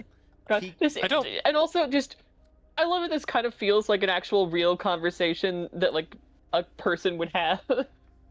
Like a lot of the dialogue in this game feels very like philosophical, but this really like even with the tangents and everything. It's good banter. Yeah, it feels like you know like how in Smiling Friends when like characters will just be like actual real ass down to earth dialogue. It feels kind of like that. I don't remember how it goes after that. Have a nice day. Is it I mean, we gotta choose option 1. Take that, kitty cat. For the creams and the curds. Bye oh bye, bye oh bye.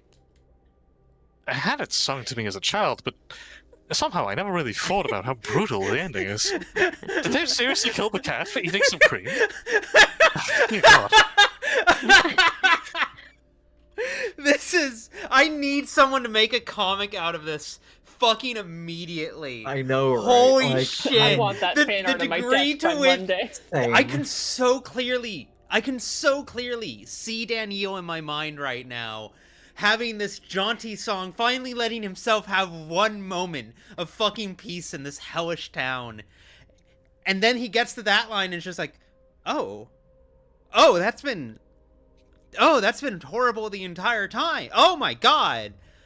Oh, did I have a weird childhood? Oh no. Oh no.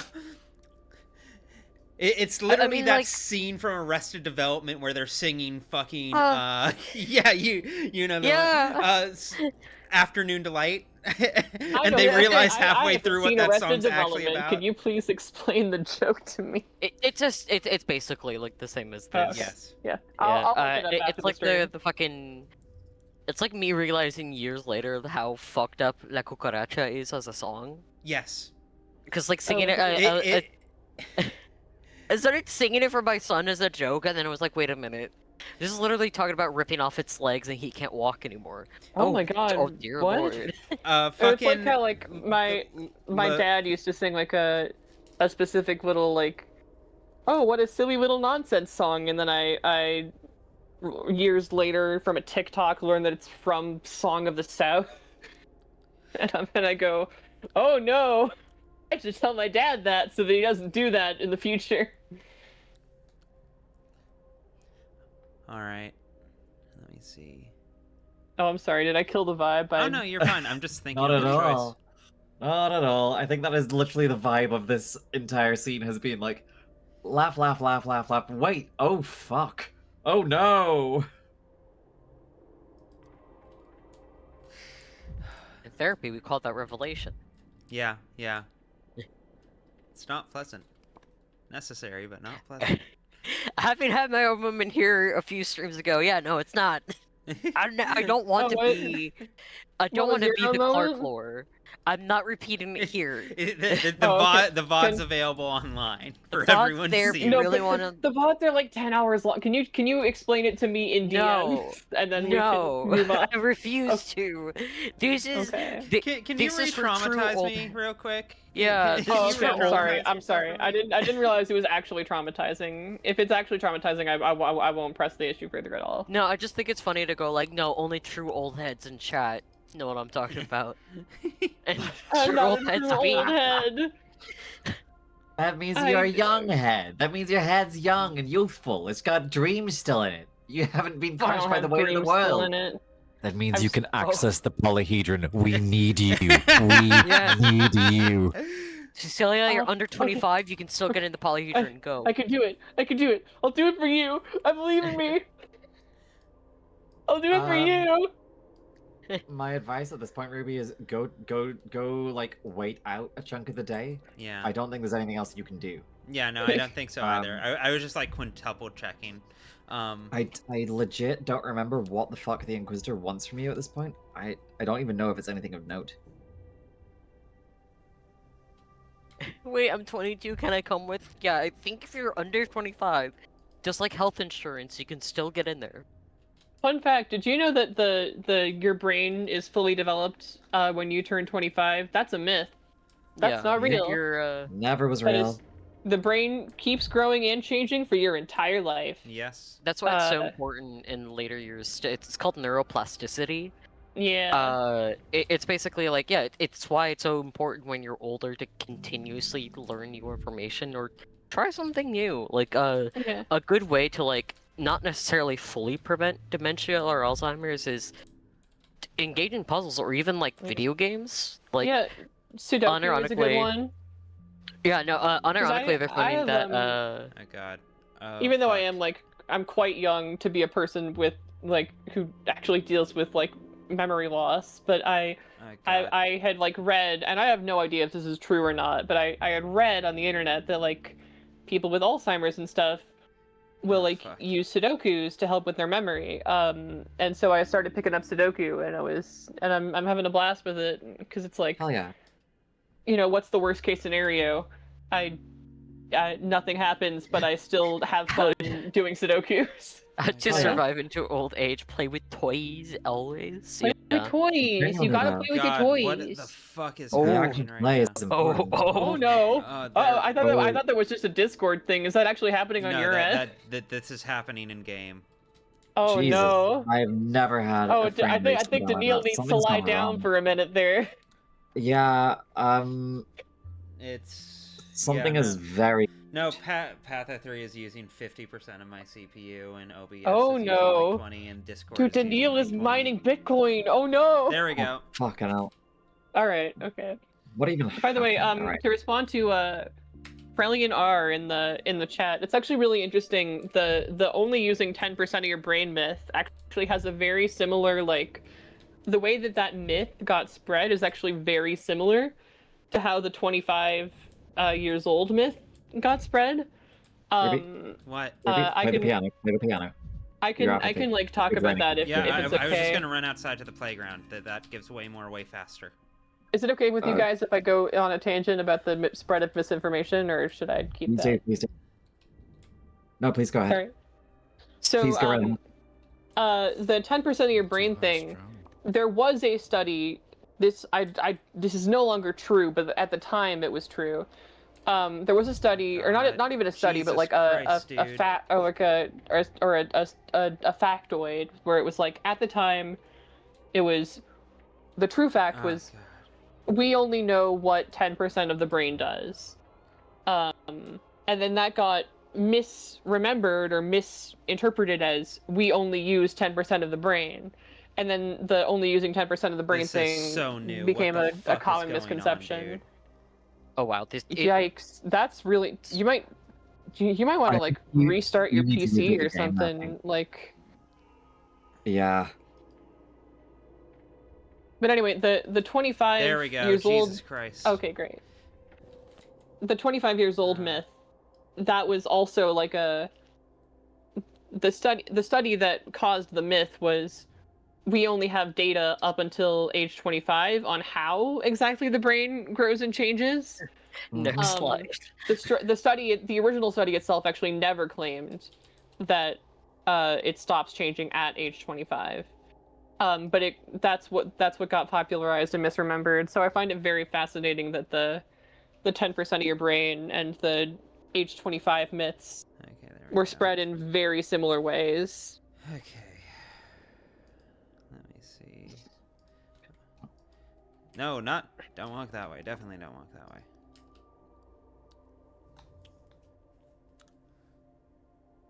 Yeah, my temps aren't even that high. Oh wow! I think you're. It could be the game itself. How long have you been playing, Lev? It could be like a memory leak or something. About 4 hours. Again, like y'all have watched me do like 10 hours of this. Yeah. Like at a time. This is new. This is a new issue. I'm looking at my temps right now. Like they're notable. They're definitely like I would prefer them to be cooler, but it's not like melting either. It's not like it's hitting 100 Celsius. Yeah. You know, it's reasonable range. Well, fair enough. I think, if I may posit a theory, this game is held together with shoestrings. Like the later on you get, the more likely you are to hit problems. I anticipate you've got a memory leak or something to that effect, like in the game. Well, again, I've been doing like 10-hour sessions. This is entirely new. I don't know. I mean, once I feel like it couldn't hurt to like try just try turning it the tried and true turn it off and back on again. Well, but we'll see if it pops up again. We'll see if it pops up again. You know what? It could be because it looks like it's like there's some sort of sunset or sunrise lighting that could be affecting it, or I don't know. Come back later. I'll you try. You need to unfuck the Lara quest. I think that's what this is telling you. I genuinely don't recall off the top of my head what that's supposed to be, but I think it's the Lara quest. Like, it's just telling you to go into the cathedral. That's all. Okay. Oh, Jesus. No, that's one. It's not too bad.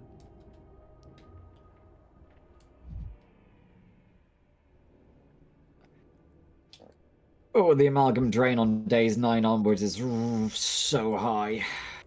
Never alone. I love that slab jank. Yeah, that's dire.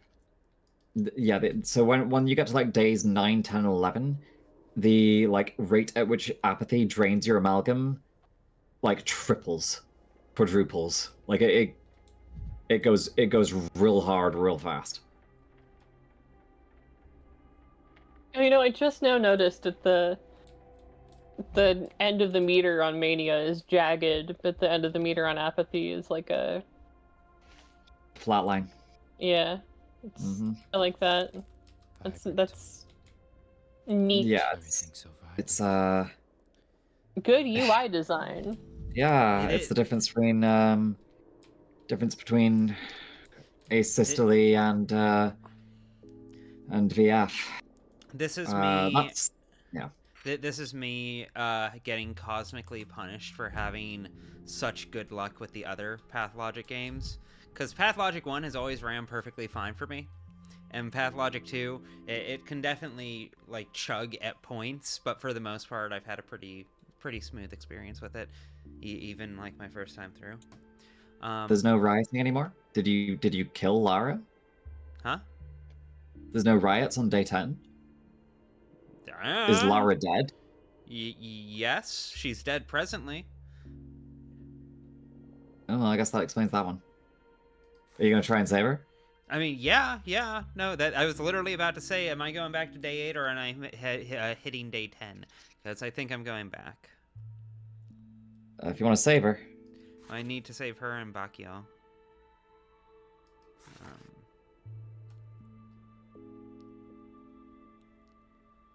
We don't really need more orderlies. Pathologic 3 and Knuckles. That made me chuckle.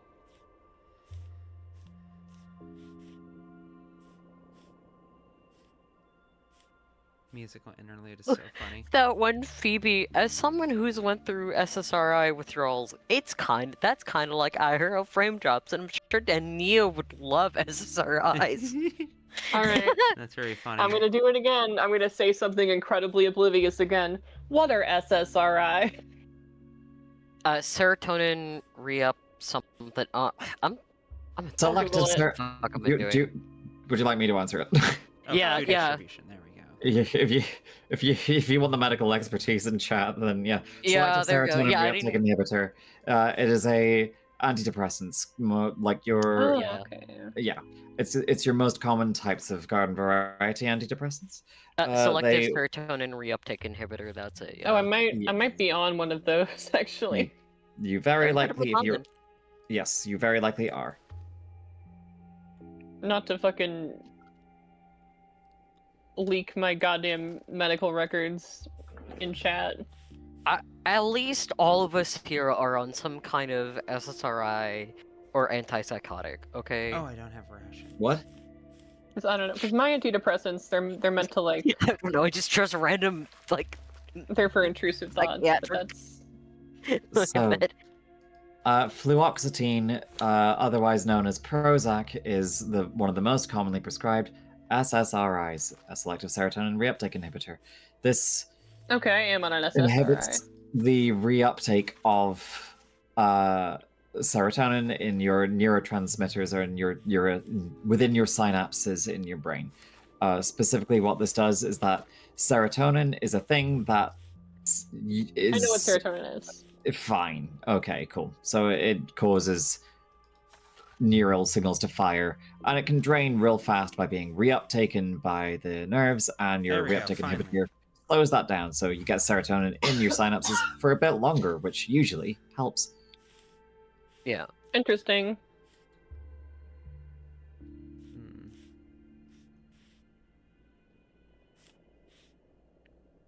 I'm raw dogging this shit.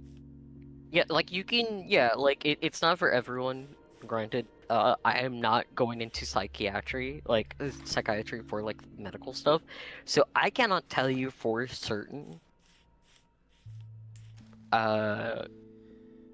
like whether you should or not. I'm just here to be like, hey. Okay. I'm just a little guy. I'm just some idiot on the internet. Back to day 8 we go. I hope I haven't, like, completely botched all of my credibility for not knowing about the history of Russia.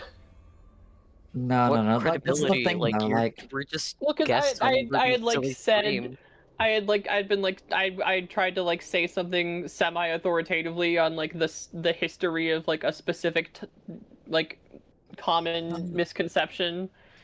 And so, I don't know. not at all. Like, it's that one XKCD comic, the whole, like, no one will know absolutely everything, and today, if you get a chance to learn something new, that's fucking cool. Well, that's what fucking Socrates said that, right? Where he was like, the wisest dumbass knows that he doesn't know shit. Yeah. That's what Socrates said. Quote me. Quote me. Yeah. Right, let me see. What did you just break? What node was that? The hum. I wasn't able to do it for one reason or another. Oh gosh. Yeah, fix that. That's Yeah. important. That's real important. Yeah, no, I just didn't get any progress flags on it. No, it didn't proc anything. What? Well, we'll see. Oh. Okay, where's the thing that leads to Lara? I believe you need to talk to the Stamatins about the weird hum.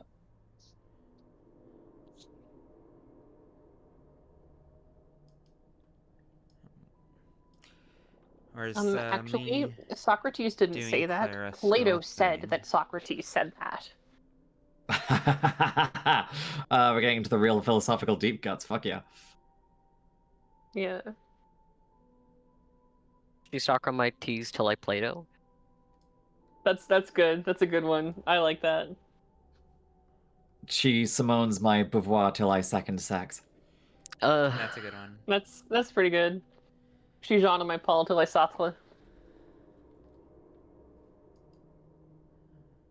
Okay. I think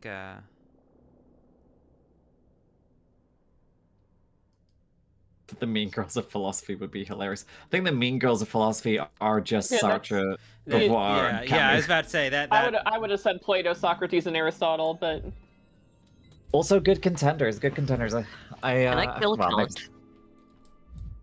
Yes. Well, it wouldn't be moral. It goes against the Oh my categorical God. imperative. Dude, when I actually read Kant for the first time, and I like read his response, because even when Kant was alive, the person was like, somebody responded to him and was like, what if you have to lie to protect someone from a murderer? And then like I read Kant's response to that thought experiment, and it's just like, and the way he responds is just like, oh, this is just an old man who's not willing to admit that he's wrong. This is a stubborn old man who's not willing to admit he's wrong, and he sounds like when you have it like, sorry, you go. A friend in words. No, I fully agree. These are all glass. Haley, can I take her? Oh, okay, sorry. Bakio looks sad. Tell me, does it hurt him when you take samples? I don't think so. All right. Yeah. I don't think so. How he handles the plague, though, I honestly can't tell. You think he's sad? Sluggish? I'm sorry, Eva, but the research must be carried out. I'm sorry, Eva, but the research must be carried through to the end. I don't think so.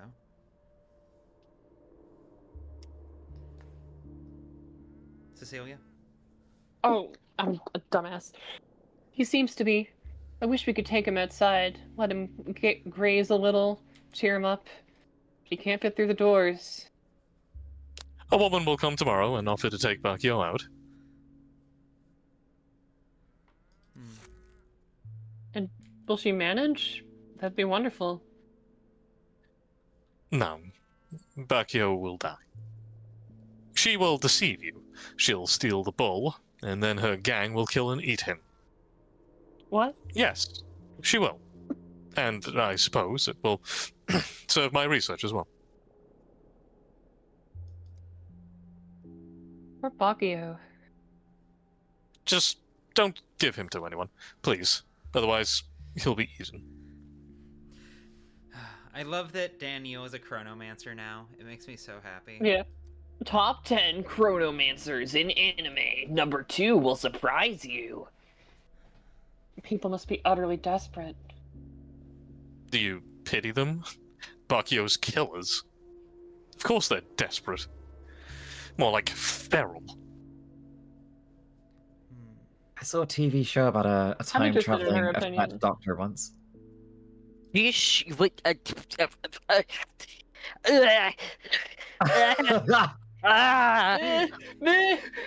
I'm let sorry, it be I don't mean known to that the only reason I'm trying to keep Bakio alive at all is because I know you guys care about him, and I care about what... I do my best to be kind. I do my best to be kind. That's a lie. And not inspire... I didn't say nice, I said kind. Oh, okay, you know what? Fair enough. Yeah. Yeah. I'm Canadian, No, so I'm a I know the huge difference. bitch. But I know it would make everyone really sad if I let the cow get eaten in front of me again. Wait. And I figure you guys deserve fucking something through all of this. Oh my god, Bakio is a cow. Yes. I didn't know he was a cow. He's the cow. Oh my god. Okay. You know, this So autumn that's smells yogurt. different. I couldn't understand why at first, and then I saw it. There's no apples at all. Not on the branches, not on the ground. Supply trains don't run anymore, and people have picked everything clean. Even the unripe and rotten ones. So now it seems there's time to gather other people's bulls. I've come up with a new decree. Did I Have think they were food eating a person? Yes. Have food distributed in the streets. It won't be anything special, but certainly better than rotten apples and stolen bulls. I'll think about it. To everyone in chat who wants me to let the bull get eaten and then just run human experiments from then on, the beautiful thing about this game is it contains multiple timelines, you see. So, in a sense, it's already happened. I'm sorry, they drank a guy? What in the fucking imperfect hell is this shit? That happened. Yeah. Sorry, that Wanna has see me drink will this guy? has will is going to happen in the past future. I'm being present too tense. nice to chat for a group of people who tricked me into drinking human blood. They didn't trick you. You deadass put out a poll, drink human blood, yay or nay, and everyone went yay. Look, it's just blood. If it's just blood, like the big, I don't know. I don't think drinking blood is that unethical. Like my biggest concern is like whether or not it has he was dead. No, it was like- blood from murdered person. Yeah, we're not talking also. like. And we were not warned. We were told it was bull blood. It was human blood. Yeah, okay, and so it's not on you at all. Anyway, we're not talking like sexy vampire me, style. the woman who knows nothing, weighing in on these moral dilemmas. That would be a kind deed, and kind deeds matter, not only because the people will be fed. They'll see kindness, and that carries weight now. I won't give Bakio to anyone, don't worry. And perhaps no one will come for him. There's food distribution. I must calculate whether the emergency command has enough resources for a kind deed. Thank you, Eva. I need this bull alive. Thank you, Eva. You know, I've grown fond of Bakio as well. I will say, if I were more emotionally invested in the ship between Daniel and Artemy, his relationship with Bacchial as like symbolism would drive me up a fucking wall. That would be that's some symbolism right there. That was just a gay to have cow-based symbolism. Yes, actually. Yes. Yes. Yeah. Do you have the food decree now? Yeah, I did place that down on day 9. Fuck you. Place it on day 8 as well for good measure. If I is have what the found. resources to, because it also I guess you could. It takes a lot of rations, and I don't have many rations left. I guess you could say to the people who are. I guess you could say to the people who wanted to eat. I guess you could say to the people who wanted to eat Bacchio. I guess you could tell them, "Don't have a cow, man." I'm sorry. That was a work of art. Thank you. Not funny. I was astounded. I was enthralled. Yeah, I could. Thank you. I'll be here all night. I probably won't. I do not think you need that many orderlies. You can take. Well, if like, I already removed a batch, but just put like 1 more food rations down. Like if you do it on 8 and 9, then you should be fine. Yeah. And again, Dankovsky and Artemy comparing fucking astrology notes. And he's a Taurus. Oh my god, he's a Taurus. That's the only one that I know. Well, that's not true. I know like some of them, but the only ones that I like know what they mean. And when I say what they mean, I mean like the personality types that people assign to them. I only know Taurus and Gemini. Because I'm a Gemini. And bull equals stubborn is like the most basic fucking animal symbolism, animal personality assignment known to man. Okay, I have... What the fuck am I doing here? Why can't I place this down? What do I not have enough of? This takes 300. Daniil would prefer. I feel like there's a 50-50 chance that Daniil would actually like really, really hate MBTI because there's like a chance that he would know that it's pseudoscience, whether or not he thinks it's real or if he thinks it's pseudoscience. He would either love it or hate it so much. No, he would know it's pseudoscience. Like, yeah, no, I'm betting for the hate. Yeah.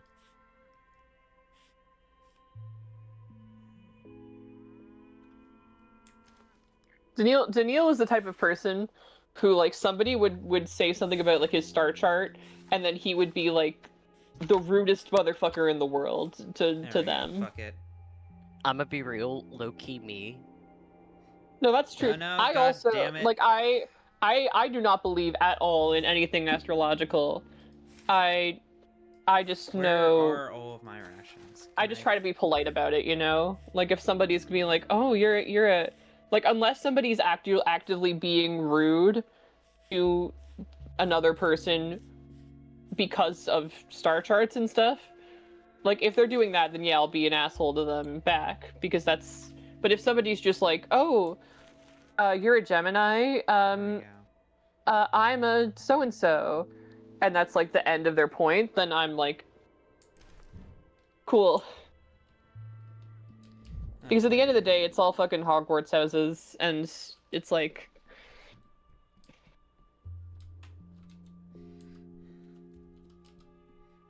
You know, people just like to have categories, I think. Yeah. I think for a lot of people, it's just like people like having labels for themselves. Yeah. We like having people taxonomies. love labels. People love taxonomies. People love to. Greetings, Dania. Lying, she is, but with my own, she's also this morning. Sorry. All right.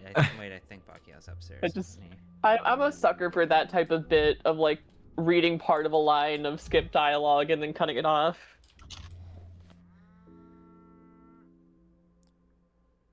Dude, people love labels. People always be loving labels. Me personally, I don't know. I'm not really a labels person myself. I'm not sure why it has a thing. Why it has a thing here? Because it seems like it wants me to talk to the bull, but I can't talk to the bull. So. You cannot talk to the bull. It's just telling you hello. that We saw me you're... yesterday. So, you did pass the decree to feed people in the streets after all. How good. I saw an apple fall outside my window. It managed to ripen before the hungry picked it. I can hardly issue a decree compelling apple trees to obey, so that one wasn't on me. I hope the ones who stole the bull are fed now. The apple tree thing, I was going to make a joke about the secret code 4th Sherlock episode, but I couldn't think of a compelling punchline. Of course trees won't heed decrees or orders, but the whole world is sensitive to intent, and if it approves, it answers. With apples, for instance. I don't believe in things like that. That would be nice. To me, those apples are no different from stories about the soul and a half's pets. Who has ever seen one? I don't believe things like that, said the time traveler. Yeah. Oh my god. Do you know what this reminds me Selflessly of? delight Ava. Anything for you as an achievement. Yay!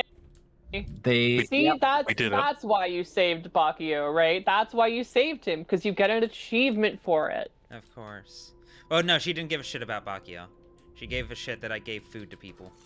The town. She cares about Bacchio. But the Bacchio is a. She wasn't that upset when fucking he got eaten. Okay, well, you know what? Yeah, but she's prepared. Munch, munch, munch, munch. You gotta that one fucking gif from the thing. Oh, I forget what it's called, but I love that gif so much. I need to load this bullet.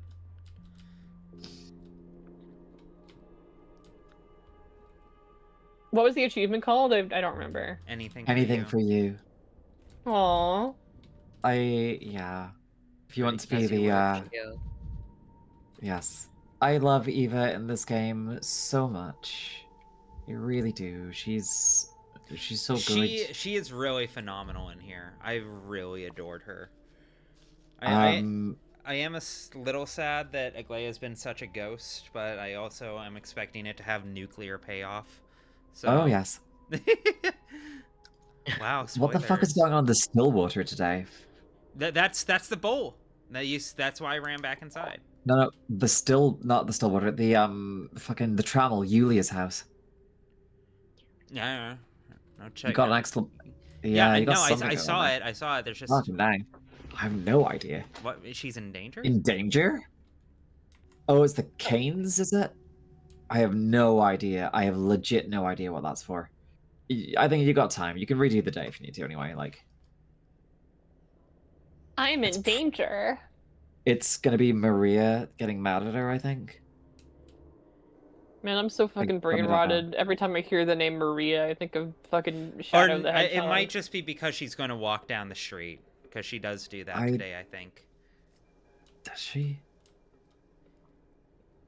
Yeah, because you meet her on day 8 or day 9 and she's all fucked up.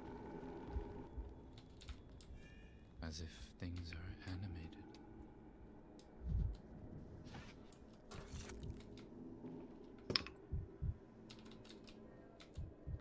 I can get through this without wasting charge. I don't need to waste resources. Never waste resources.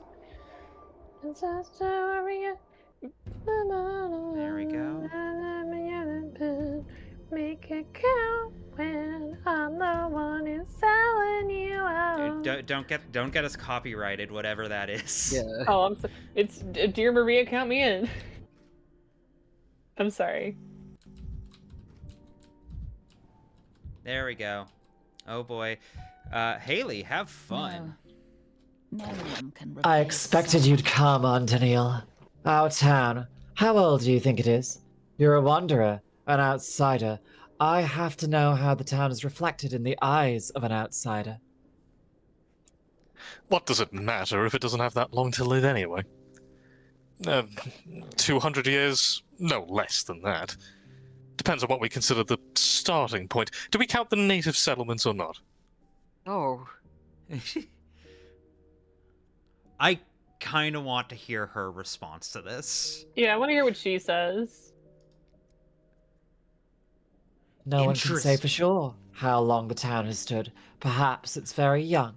Or perhaps If we include the kin settlements in this naive arithmetic, we can trace the roots all the way to the time of creation. That is why it shall endure. The plague shall not kill it. Something that much greater than us cannot be killed. Anything can be killed. As for towns, they vanish from the maps quicker than people can blink. You're right. Some things are invincible. Alright, Alright, I say we're done talking about lofty matters. What are you doing here, Maria? Where's Yulia... Jesus Christ. Lyracheva. L-Y... Lyracheva. Where's Yulia Lyracheva?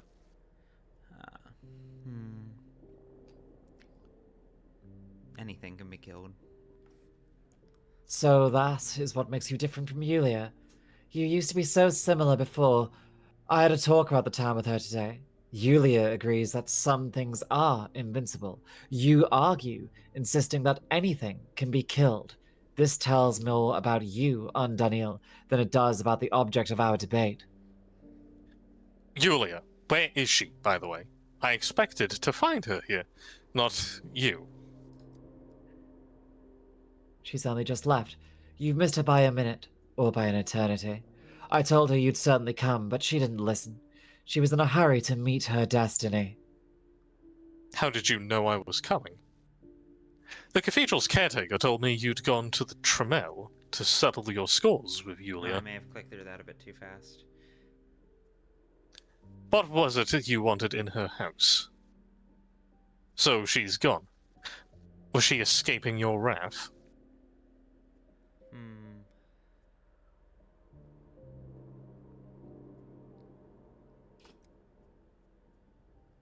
Yulia herself, of course.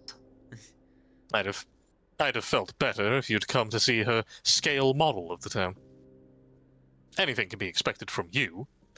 You know, Maria, sometimes I can't understand your motives. Well, that's a fun typo. Please tell me already, what's happened? I love that his first impulse is to be smarmy. All I did was talk to Yulia, just like I'm talking to you now. Are you afraid of talks, Undaniel? What will happen to me after these talks of yours? Will I also rush out of here to meet my destiny, as you say? So what was it you were talking about?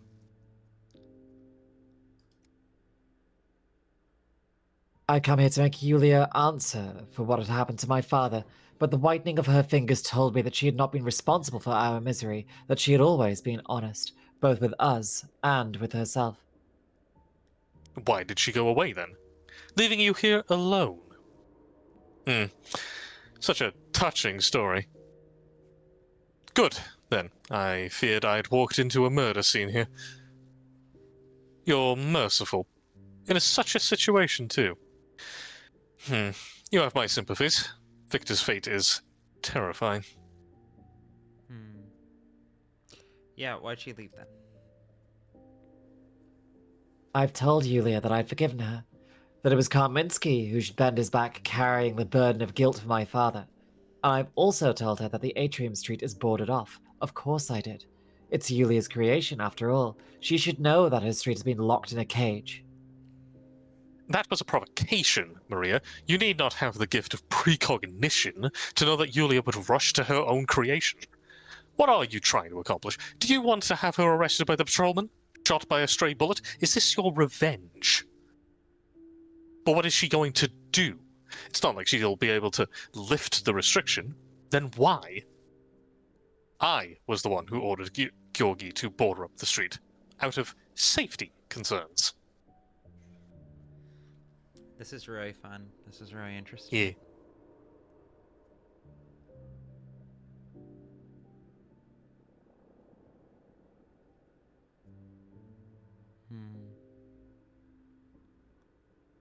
I'm just gonna go use the washroom. I'll be back in a minute. Have fun.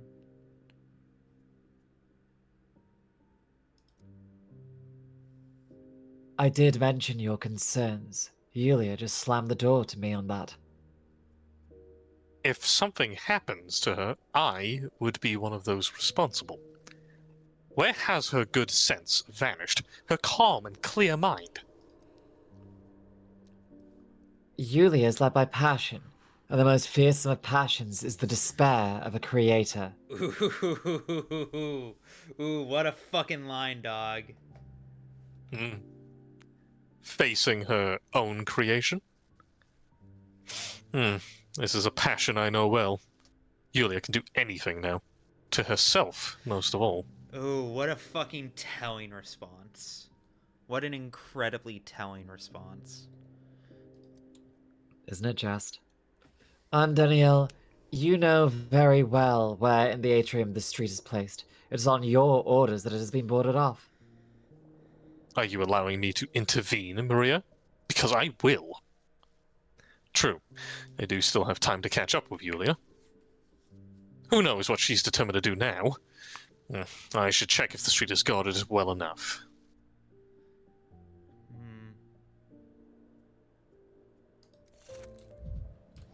Son of a bitch.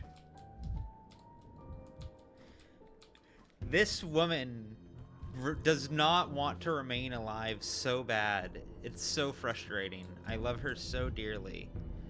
Everything is wrong with her. Yulia and Ruben are kind of two sides of the same coin. Transmask and transfemme solidarity. Transmask and transfemme suicidal solidarity. Fucking hell. That was the unstated part, yes. So that I'm following, because Sky Small Brain. We're talking about the street that got sanctioned off because it was like, oh no, this fucks time up. And the... Oh, it's the street that makes you old. It's the street that makes you old. More accurately, it's the street that forces you into the bad end. Like, quite literally, in every sense.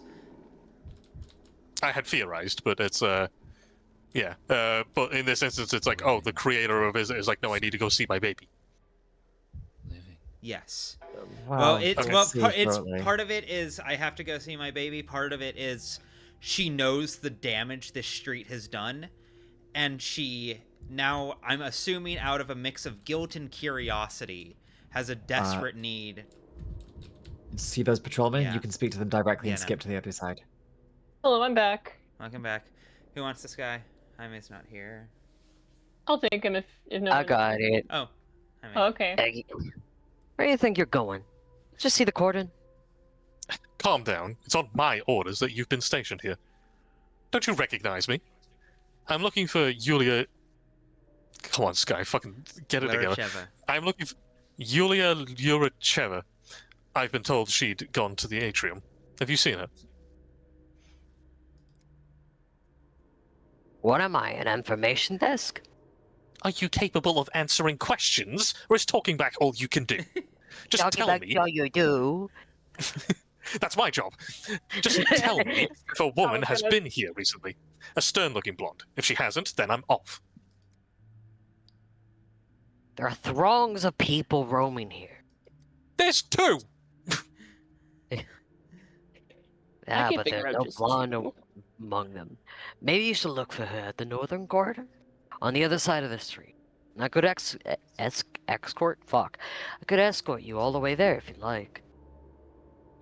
No, thank you. I'll make it there myself, somehow. The northern corner, then. You could. Please do, so I don't get lost in these backyards.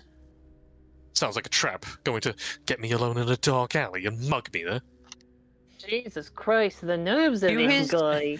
To his credit, the last time he did go with two guys, he did get shot in the head. I believe in the good of humanity. I believe in the quintessential kindness of people. I trust him. Especially a guy who looks like that. See, it's fine. People are good. See, it's fine. Here is the driven Sometimes snow. you do get to fast travel.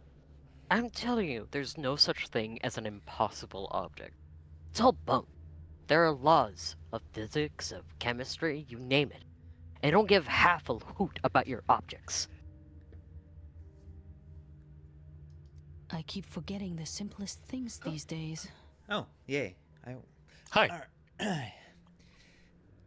You can see the polyhedron from here, right? What do you think keeps it standing? What law of physics? Whatever, some law. Stop with the brain rot already. Why do you all have to make up a bunch of bunk and keep going on about it? Yulia, what are you doing here? A dispute on impossible objects was the last thing I expected to see here. I regret to inform the academic panel that I must also bow out for the moment. It has been wonderful being with you guys. Goodbye. Right. Thank you. Bye. Oh, for sure. Bye. Goodbye. Let me reorganize some stuff real fast.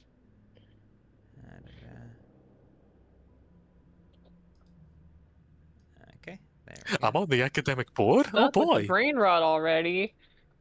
6'7" Among Us Chungus, a big meme. I don't know what else. What else do people say? What else did the kids say? Everything. Yeah. The kids are saying words these days. It's not fair. Big fan of words. I don't know. I'm quite partial to silence myself.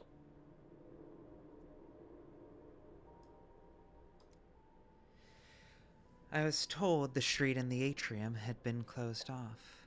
I came to see for myself, and there were these sentries. Now we're sitting here discussing the nature of impossible objects. Having a debate. A debate? That's not what we're having. I'm doing my job here, and she's asking for trouble. I've walked this street like 200 times, and never once saw anything impossible. And now I'm supposed to buy that this isn't a street, but a freaking object? Yeah, right. He said to the time traveler. What do you think, Dankovsky? Do impossible objects exist? Or is this simply a case of mass insanity, as my esteemed opponent here is saying? My first-hand experience has convinced me they do exist. That was the exact reason I ordered the street closed off. Good thing this cordon's here, Yulia. I was worried you might do something rash. Of course it's mass insanity. Everything that goes on in this town is. All three so deliciously denial. Yes, very, very.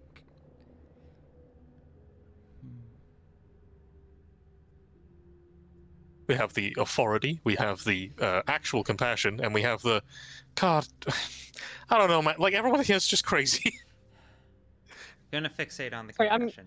I'm apparently my mic is not working right now. I'm gonna try leaving the call and like rejoining if that's okay. I can hear you. Yeah.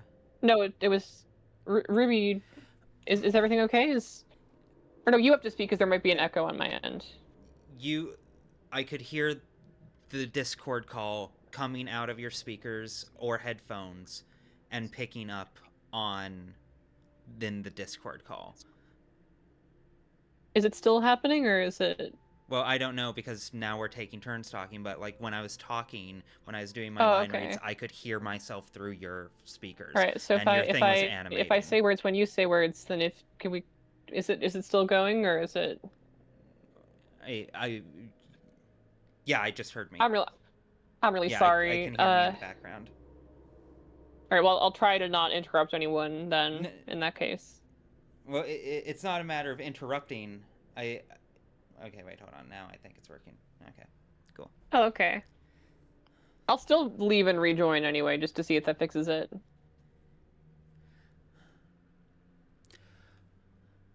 Such as walking a street I designed myself? It's for your own good, Yulia. Trust me, you don't want to know what that street will show you. Yes. Frankly, I'm still astonished since learning yesterday that you never walked your own street before. But perhaps it's for the better. That's exactly what I'm here to do. I want to walk the street today. I want to do it right now and prove to everyone that the street is working as intended. I want to put an end to all the inane speculation concerning my work. Your dreams. That ain't happening. It's an impossibility. A very real one, unlike that object of yours.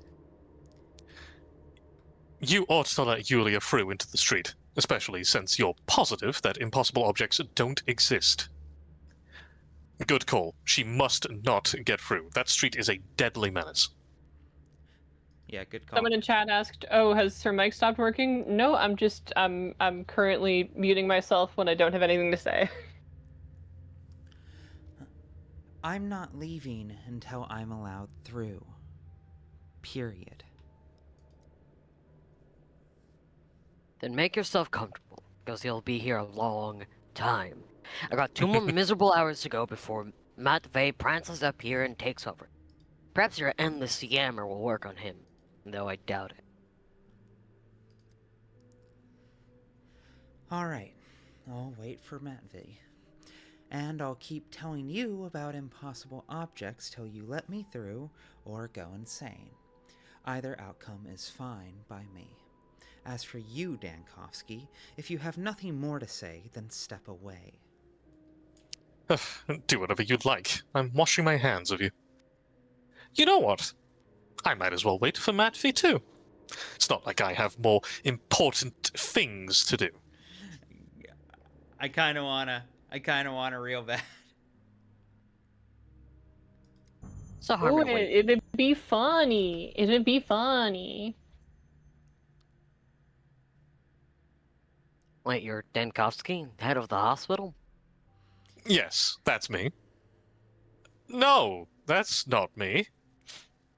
Any particular reason you need to know? Before I answer that, tell me, are you carrying weapons? Oh my god. I like how functionally your questions are yes, no, yes, and yes. Idiot me, I haven't recognized you. Allow me to shake your hand. It's been a great honor. Oh, He we stabs stay you. winning, boys. Hell yeah. Yo, #1 Dankovsky fan, let's go. Really, Marat? Oh, This guy? Marat. Yeah, really. This man here is the town's last hope. He's the only reason you and I are still alive, Gazim. We're sorry for the misunderstanding, Mr. Dankovsky. Well, #1 Dankovsky, enjoy your let's go. Let's go. yeah, it's nice to meet a sensible person among the ranks of the patrolmen. It's all right. I've never seen you before either. Was that sarcasm? I love Please don't this say guy. psych. I love this fucking guy. And I Daniel love is this guy so as well. socially traumatized, dude. His soul I is love how wounded. it's like it could be sarcasm, but it could not, and because this line isn't actually voiced, we don't know. Although based on the way he responded to the other guy, I doubt it's sarcasm. Like he wouldn't say yeah really if it was sarcasm, I don't think.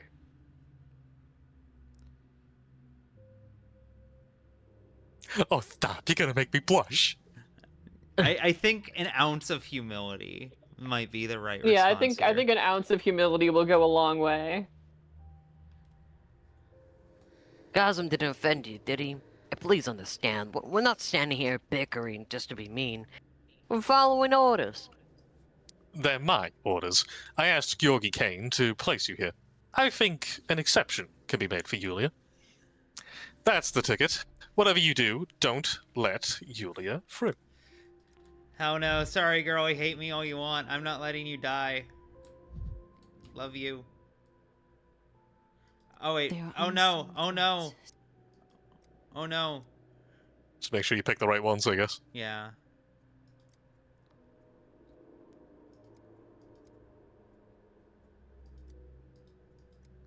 Whoops.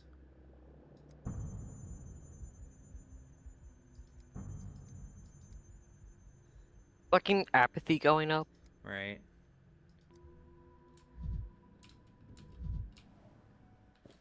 Oh, is it just is it just because the two of them are selectable, so it doesn't know which one you're gonna pick? Yeah, that's likely Weird. the case. Yeah, slightly peculiar. but not the end of the world. Oh hey, my decision echoes in the future. Let's Many go! such I cases. love echoing in the future. I always be echoing in the future. Dude, this is literally me when the thread of prophecy is severed. Alright, I gotta hop off because I had to go eat dinner. Okay. For sure. I shall catch you Enjoy your later. dinner. Enjoy your dinner. Have a good Bye. meal. Bye. Anterior costal margin. I will rock the Distal rest of the day, and of I think, for course, this, and then I'll probably have the to wing scoot. Of course, by all means. This is egotistical of me. Can I ask to be Mark? Yes, by all means, by all means. What? I was Mark is gonna like. ask to be Mark, but that's okay. Oh no. Okay. No. If you want to, that's all right. But I was just like, wait, I haven't It's been just- anyone other than Bachelor. I mean, you do a really good bachelor. I do. But I think, But at the same time, that also gives you like a lot of lines. I'm gonna Well, rock it. I could read the Bachelor lines for if need be. Okay, we'll trade hats. Here you go. Okay. Bachelor, you know, I am aware why you're here. Am I that predictable?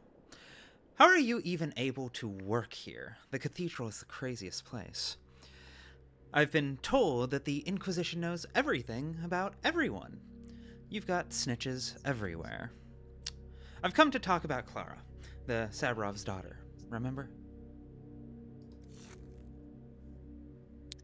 If my memory serves me, Alexander Saburov has renounced her at this exact spot just yesterday, which makes her their former daughter, if you can say that.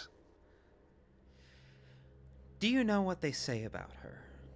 I was meaning to seek your advice, esteemed Inquisitor.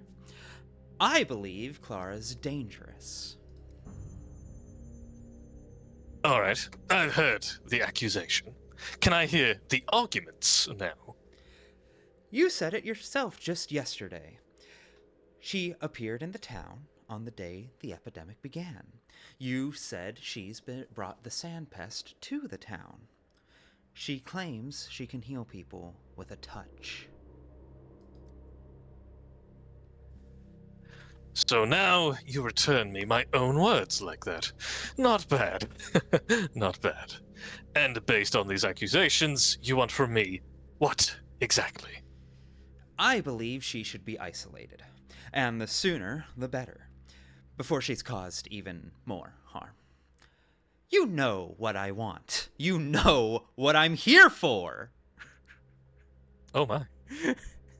I do That's really a like really your funny line. your like exasperated like like the way that you like read these lines, and also it's like the same way that you would like voice your own like what you were thinking when you were the player. Yeah. I remember that being a really good I don't remember any of the specific things you said from the Patho videos, but I remember that like I don't know. You do good acting. Thank you. No, Thank for sure, you. for sure. Yeah, no, it's well. This is a game about like wildly oscillating between apathy and mania, and that is also very fortunately very fun to play. And I spent a lot of time playing in that space with those videos. Let's go bipolar disorder. Can I get a bipolar? My bipolar girlies in chat. What I want.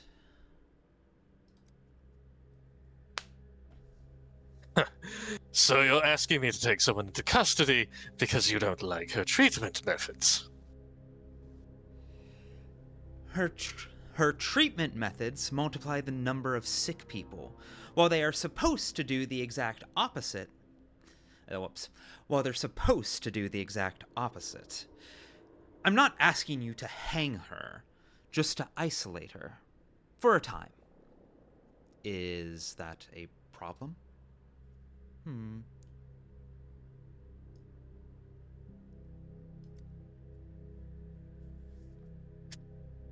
You're hiding something. I can see it. There are obviously some variables in this equation that you've forgotten to mention.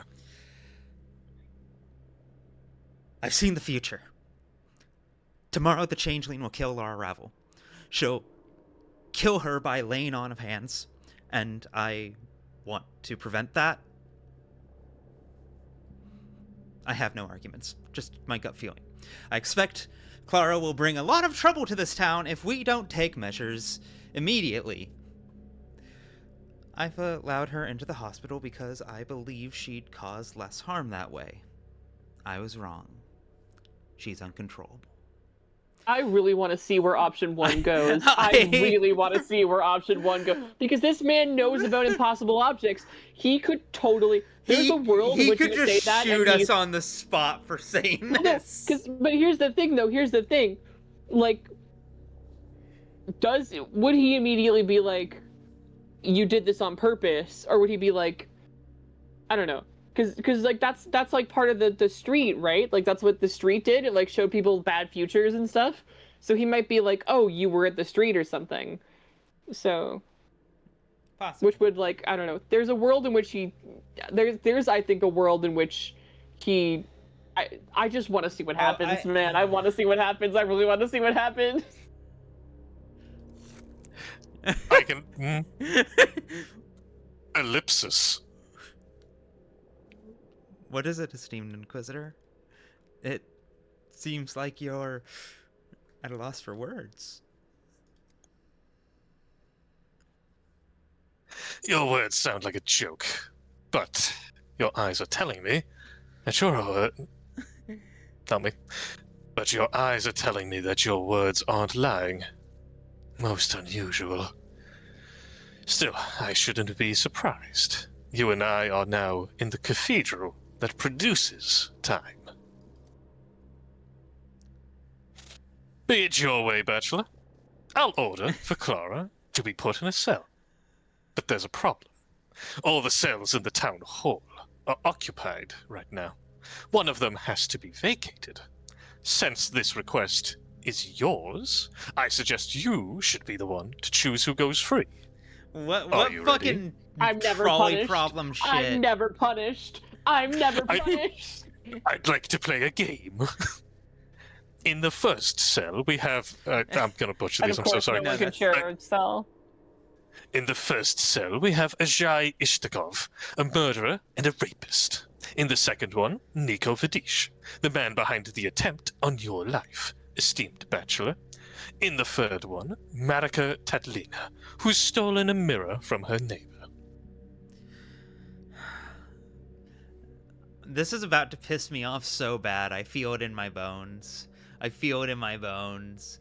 If I let Niko out, he's gonna hunt me for sport, dog. He's gonna fucking kill me. There's a chance that you survive. And wouldn't that be funny? Give me one moment. Okay. That is true, actually.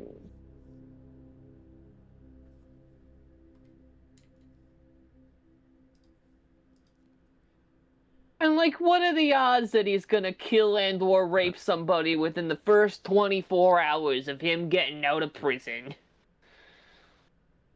Just want to shout out, thank you for the person that said you're particularly talented at playing hateable characters.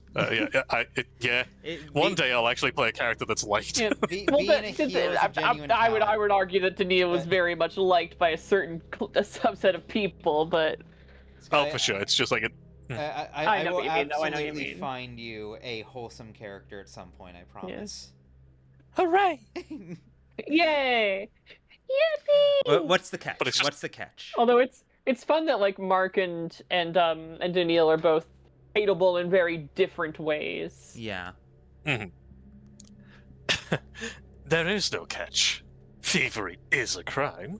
She stolen a mirror yesterday. Who knows what she'll steal tomorrow? Let her out then. I feel like there's a decent chance that you do this and then she fucks everything up and everything goes to shit. I don't believe you. There's always a catch. Then choose someone else, or Marika will remain in her cage. This is gonna piss me off so bad, dude.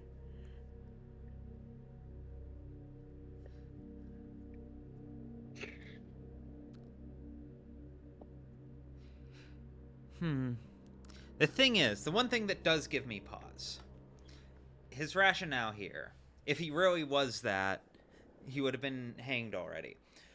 That is true. Well, because the thing is, in Pathologic 1, this is literally something that happens, is you need to get some people out of jail, who, very specifically, it's insisted that if there had been a shred of evidence, they would have already been executed on the spot. The fact that they are in jail in the first place is indicative of their innocence. Interesting.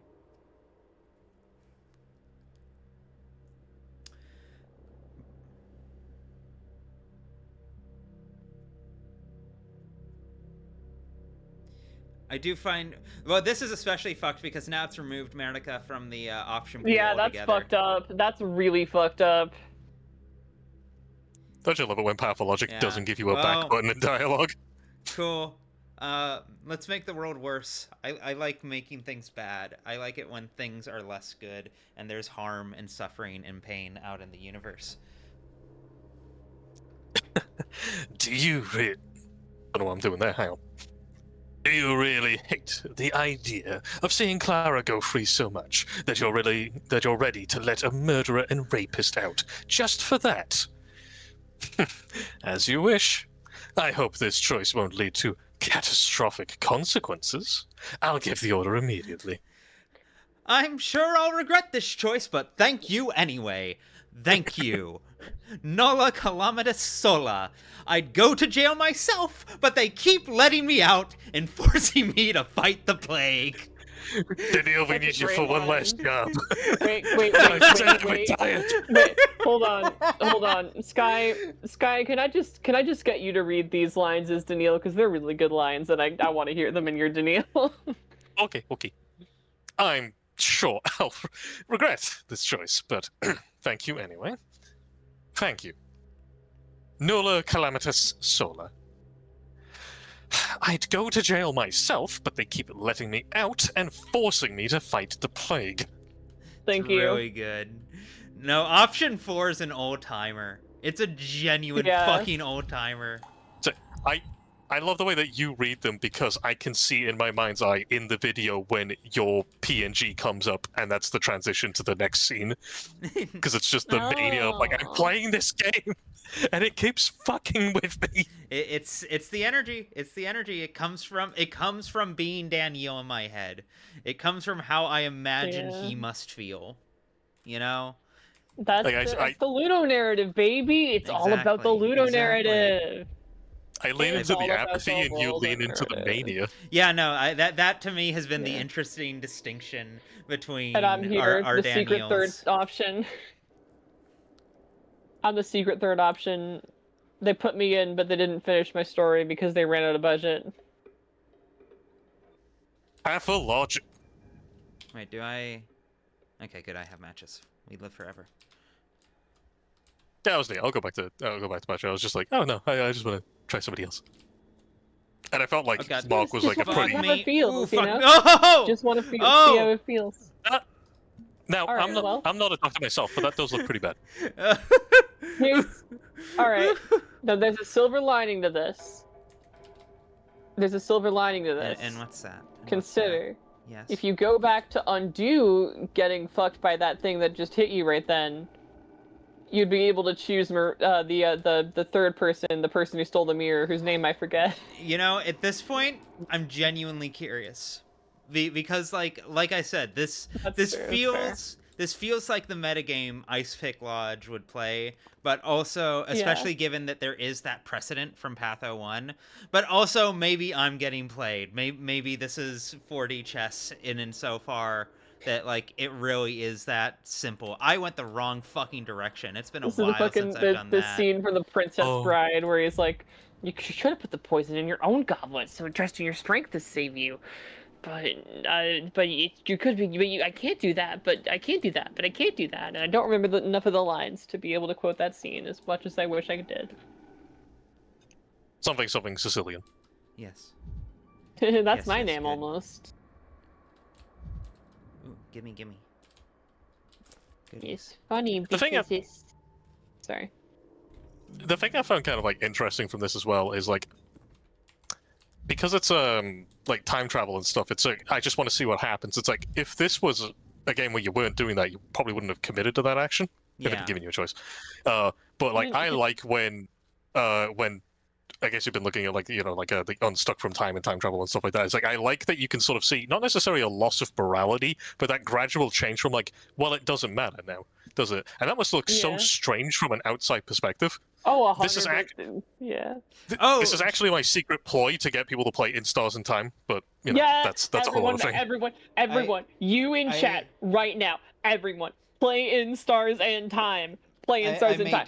Do a stream thing for that because that does sound fun. Wait, Ruby, have you not played In Stars and Time yet? I have it, and I started it up, but I didn't get very goodness. far before I got distracted. See, here's the thing. Here's the thing, Ruby. I'm actually excited because that means I get to see you play In Stars and Time. It's gonna be an experience. I have no doubt. All the Ruby. Right. Also, fucking chat. I'm losing my shit right now. I hadn't even thought about the fact that she stole mirrors. I feel like I dodged the world's biggest bullet. Fucking, yeah, no, holy shit, holy fuck. That would. God, was that the winning move? Is that what we're about to find out? Wait, I'm sorry, I got distracted. What did you just say? What happened in the past, like, 2 minutes? What was it? Fucking, the woman who we were thinking about letting go, she steals mirrors. Breaking mirrors is how I get amalgam, and amalgam is how I time travel. Oh, I see. Yeah. It's funny because it's like, as far as I can tell, Bach wasn't actually trying to screw you in that situation. Yeah. It's just by virtue of the mirror thing. Sorry. Yeah, go ahead. Oh, yeah. How may I be of service? Pour you some tea, take your coat. How long have you worked for the Oglimskis? There are rumors the Oglimsky house was robbed the other day. Is that true? Have you heard anything about Isidore Baroque's archives of the first outbreak? They say your master has them.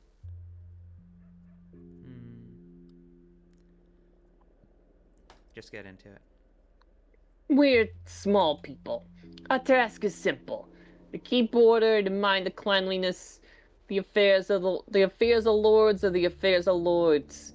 We don't poke our noses into them. Does Big Vlad treat you well? What sort of man is he, in your view? There are rumors Big Vlad. No, you don't. There are rumors the Oglimsky house was robbed the other day. Is that? Oh shit, I already said that. Well, I'm still curious.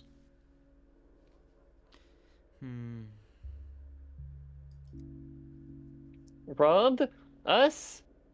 I don't know. I'm sure so much as one thing was moved out of place, I'd have known first. Near that a stop. They say something was stolen from us.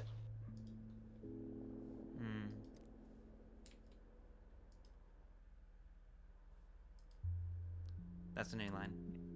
I'm sorry, I didn't... The, like, shape of the paragraph looked similar. If anything happened at all, it'll be ants stealing sugar from the bowl. Now I've been on shift for a whole week and I've seen nothing of the sort. No, it can't be. Rumors and gossip. Besides... Oh, I'm sorry. Besides, who in their right... Sorry. Besides, who in their right mind would rob the booze? Booze? Who in their right mind would rob the booze? There isn't a fool like that in the town. Other than you, of course. Hey. But if there was no robbery, then Isidore's archives must still be in the house, mustn't they? The notes he kept on the plague, written 5 years ago.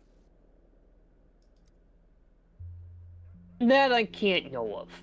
I'm responsible for cleanliness and order, and I'm getting more and more New Yorker Brooklyn as I progress in my dialogue.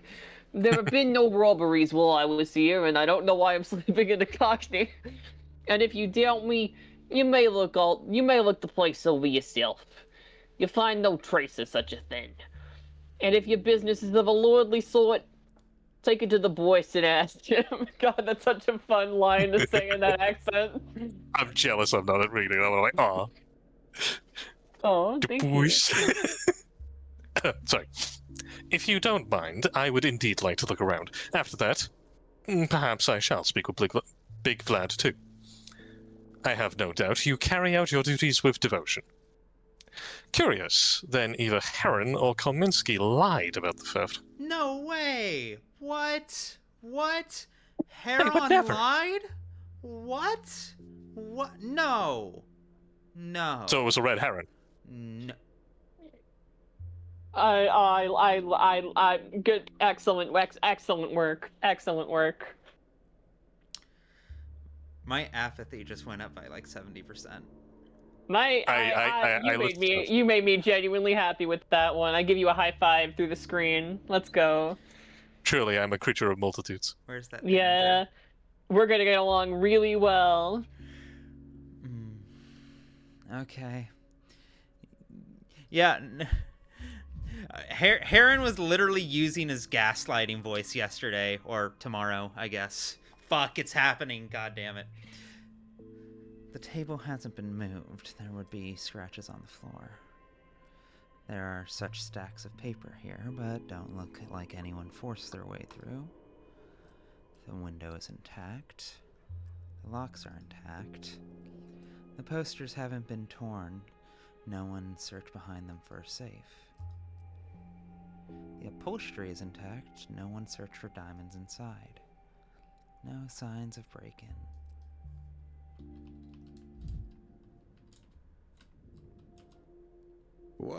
Fur_RA makes a really good point.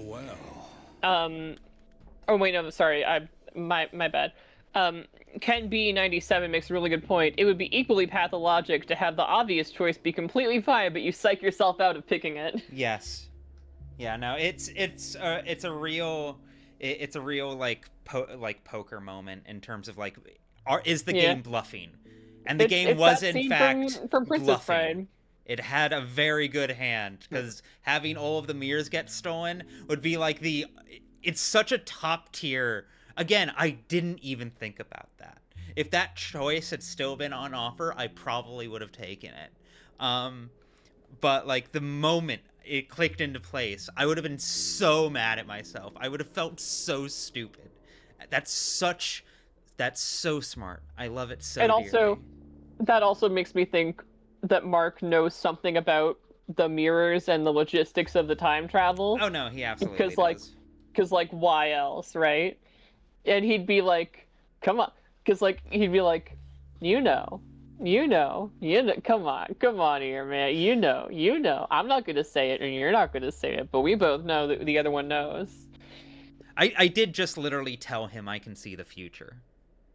That is true, but it's like, it's the like guilt in or like the like, if you, because you told him that you could see the future. You did not tell him that you could time travel. That's a whole other ball game. All right. What do you want, Bachelor? I wished to ask you about the robbery. I'm interested in the archives of the first outbreak. They're kept here, aren't they?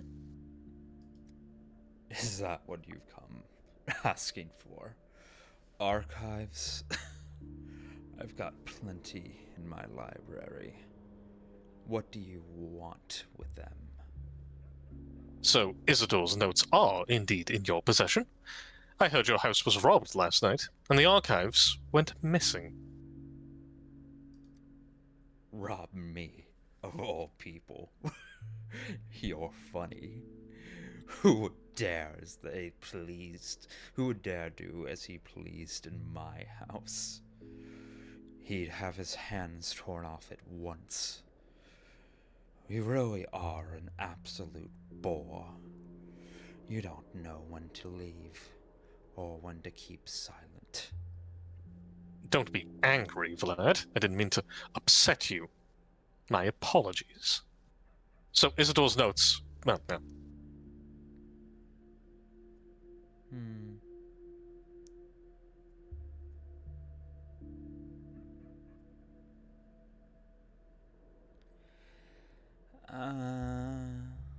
Take a swing. Bachelor, This is neither the time nor the place. We've got family matters. Family grief. Leave. Yes? Cecilia? Oh, go. Please, leave us. Can't you see our father is unwell? I don't understand. One tells me the archives are gone, another says nothing happened. Who's telling the truth? Well, you see I one can guard. I was thinking the exact same thing. Yeah. I can see he's unwell, and I can also see that you're both hiding something. You're both reasonable people. Must I truly spell out for you the importance of Isidore's notes on the plague? Yeah, that feels like the right tact. Why are you clinging to me like a tick? Honestly, haven't you got anything better to do than shake me down for your papers? Even if I did have them, I've told you plain enough. You're not welcome here right now. What part of that don't you understand? What I don't understand is why you're behaving so suspiciously. As for the rest, it's perfectly clear. My apologies for troubling you. In utilis quaestro solvitur silentio. See, I know I got that wrong, but it's Daniil, so like, it's funnier if he did.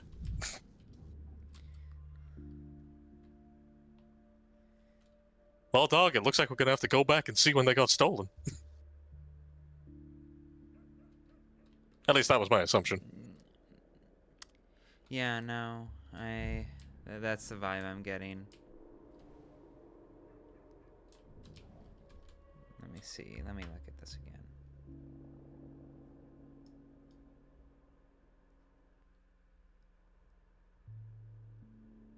I took a introduction to logic course last semester, and one of the questions on the final exam genuinely was the two guards, one only tells the truth, one only tells lies. But it was like a slightly more complicated version of that.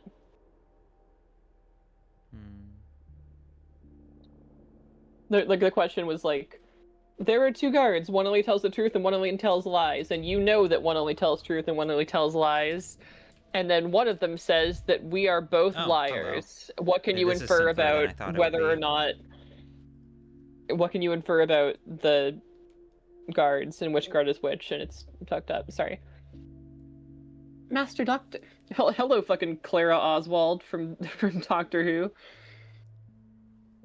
Master Doctor, I couldn't tell you earlier, as I was afraid someone might hear. Here's the key to the young mistress's wing. Side annex. Entrance from the street around the corner. You ought to take a look. Take a look at what? You seem frightened. The key to Capella's wing? And what am I meant to find there? Is this where they keep the archives for the first outbreak? GQ. Oh, sorry, it's my line. You'll see for yourself. I mustn't whisper with you any longer. If they notice... I forget how that word is pronounced because I was pronouncing it Boos? Yes. The Boos will be angry. And I don't want... What is it that I'll find there? All of this is rather suspicious. I only hope it isn't some kind of trap. Again. My thanks. Would I do that? Would I put a trap? Would I leave you in a little trap? Look at me. Look into my eyes. Can't you see that I'm so trustworthy? Shout out to Hazel Eyes. They look rad. True. That is true. Really, all eyes can look beautiful in the right context. This is shady as You're fuck, so real, but I'm so fucking curious. I'm willing to die to find out what's in there. I was gonna go to bed, but I really do want to know what's in the annex now. You go in there and it just immediately hits you with the plague. It's 5 guys charging you with a knife, and I'm like, oh, this again. It's you like, shouldn't have. It's like the familiar kiss of a toxic ex-lover.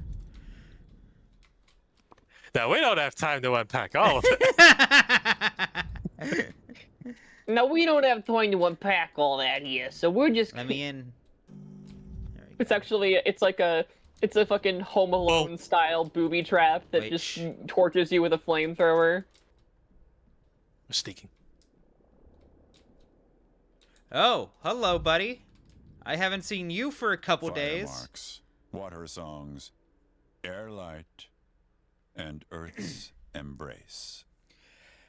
I remember you. I remember you. The man with the clasp at his neck. You should not be here. I remember you as well, Foreman Oyun. And once again, I find you in a locked room. Does Capella know you have entered her chambers? I am tired of repeating myself. It is not a clasp. It is a brooch.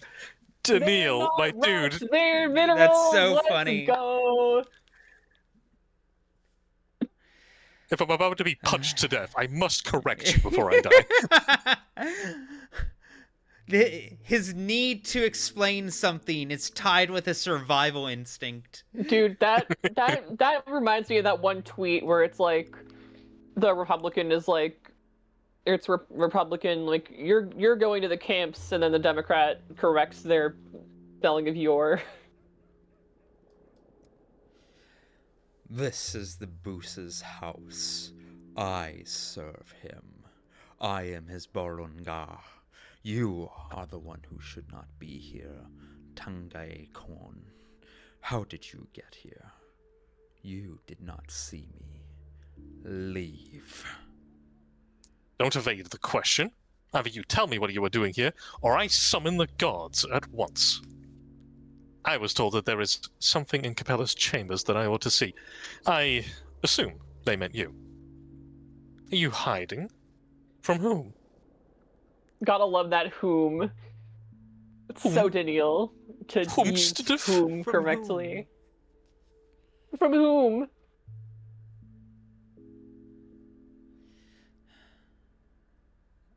I feel like this yields best result. Yeah. Your neck is thin, Kun. Raise your voice and it will break, time by Ka. I said it plainly. This is the Boose's house. I was ordered to sit here and keep silent. I am silent. This actually... This is some misunderstanding. I only need Isidore's older notes on the previous epidemic. That is all. And here you are, playing at espionage. About Isidore's notes, I will also remain silent. Splendid. Perhaps you could at least say a few words about the robbery at the old Glimsky house last night?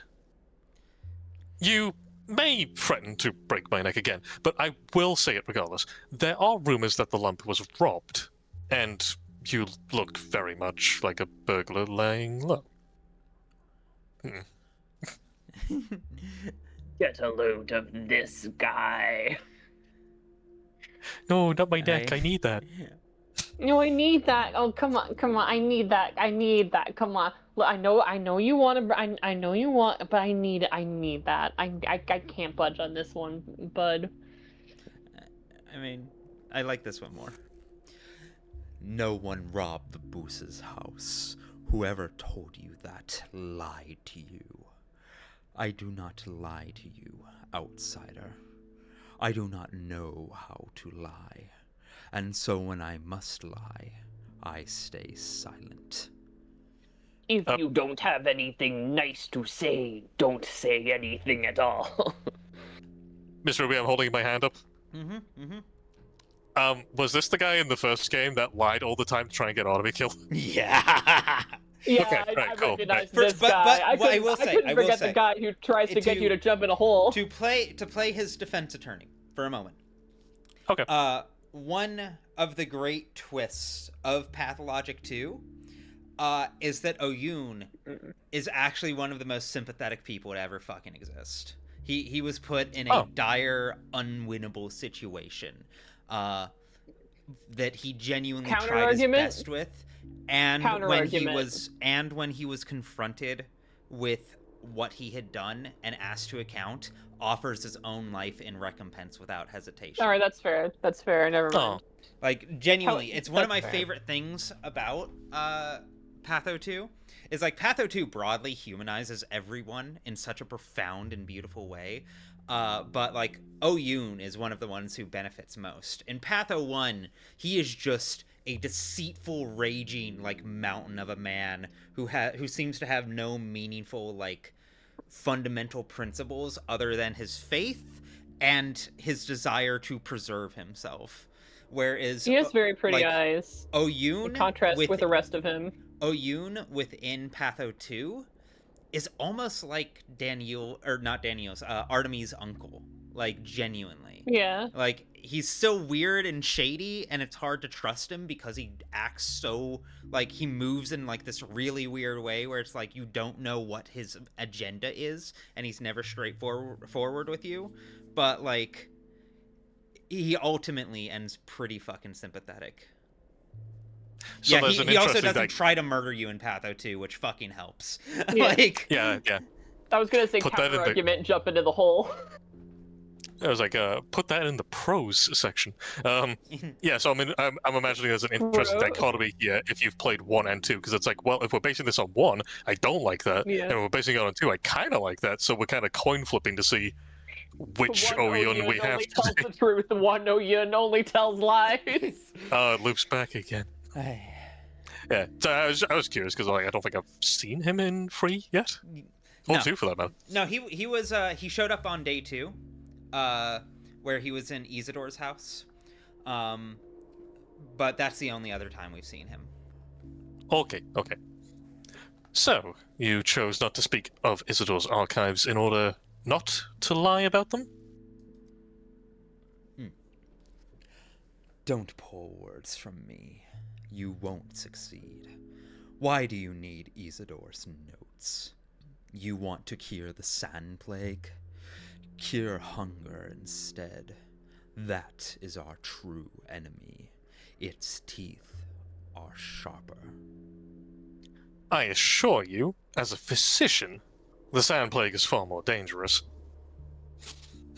On that point, you are right. The shortage of food is becoming an ever more serious problem. I will decide for myself what must be done. Do you mean something specific, or merely the general state of the town? Oh, I find this interesting, given how laying down the food thing seems to be quite rewarded by the game. Yeah. Do you mean something specific? People are starving. They have nothing to eat. And when there is nothing to eat, hunger eats you. I returned from the steppe today. I was searching for bowls, both common and sacred ones, the aurochs. The kin need them for the ritual. I walked for days and found not a single bull on the steppe pastures. All were slaughtered out of hunger, and the aurochs are gone. Is that so? To be honest, I had hoped the steppe would feed the town while the quarantine lasts. I'm aware that soon there will be nothing left to feed the people. Your approaches will change nothing. Sorry, I have this idea in my head, and I like had to like prevent myself from laughing out loud. In Soviet Russia, hunger eats you. Yeah. Not funny, but it truly, yeah. It's not funny, but it made me laugh. The woman who as established, knows fuck all about Soviet Russia. Let me see. Do you know what the herders told me? When the plague came, people from the town slaughtered every bull they could find and hid the meat away. Greedy, Karach. And the meat they hastily prepared rotted in their houses over days. So people feared hunger and Yabyad. It themselves called it forth with their own hands. I'm sorry, y'all, I don't know how to read Cyrillic. I'm doing fucking nightmarish things right now. You're trying your best, and that's what matters. I'm doing my best. I'm doing my best. Someone in chat, I can't believe you have a famous Russian historian on the guest lineup. Be nice to me. It's okay, don't worry about it. Right. I should have issued a decree to requisition food in the very first days. I could have saved part of the stores this way. It would not have rotted.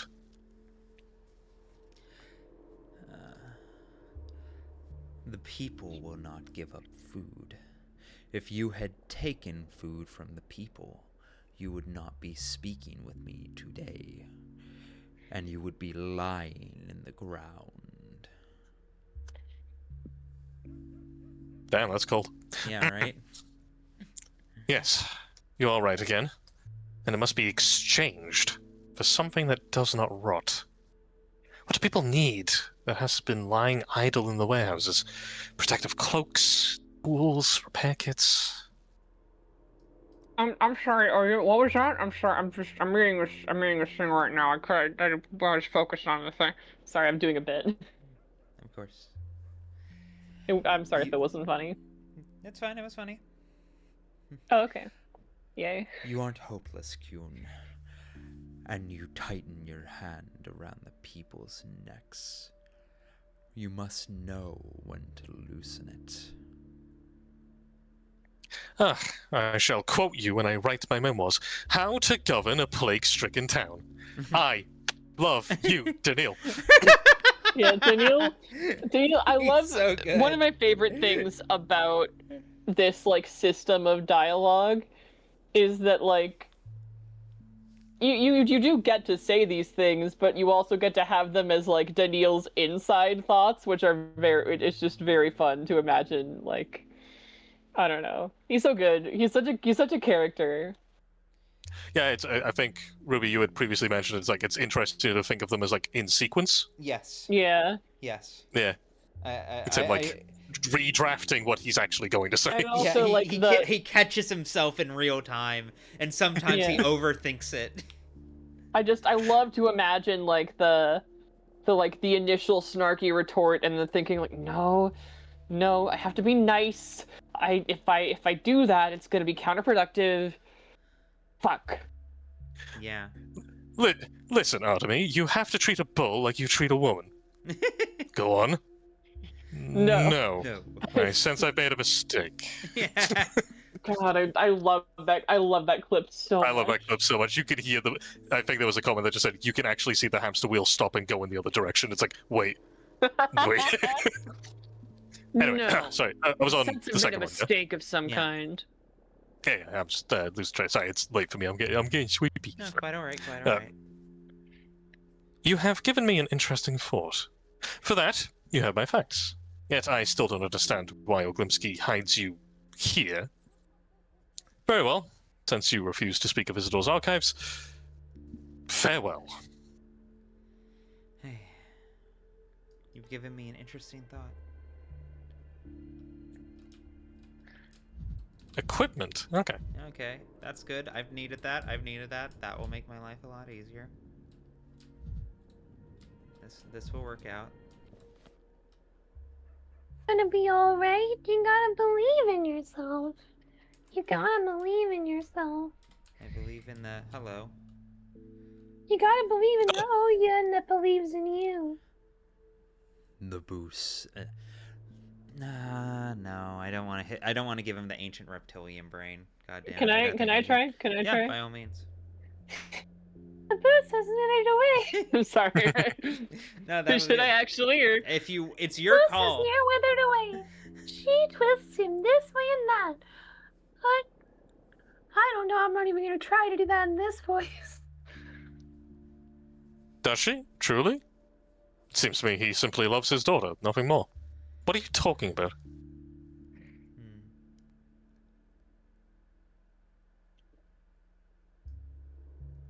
A worm? Yeah. A worm. Daughter, I'm not speaking of the daughter, you should see him, Emshin. How he loves when she comes. Hardy, tame as any cow, properly broken. Big Vlad in love. Oh, now that would be something. Who comes? Who is that woman you speak of? Wicked woman. Very bad. Ecology. Even the puss feels like she'll slit his throat. You must rest a while after seeing the eyes of such a wicked woman. Who the burns they leave behind. A little mistress let us in so that by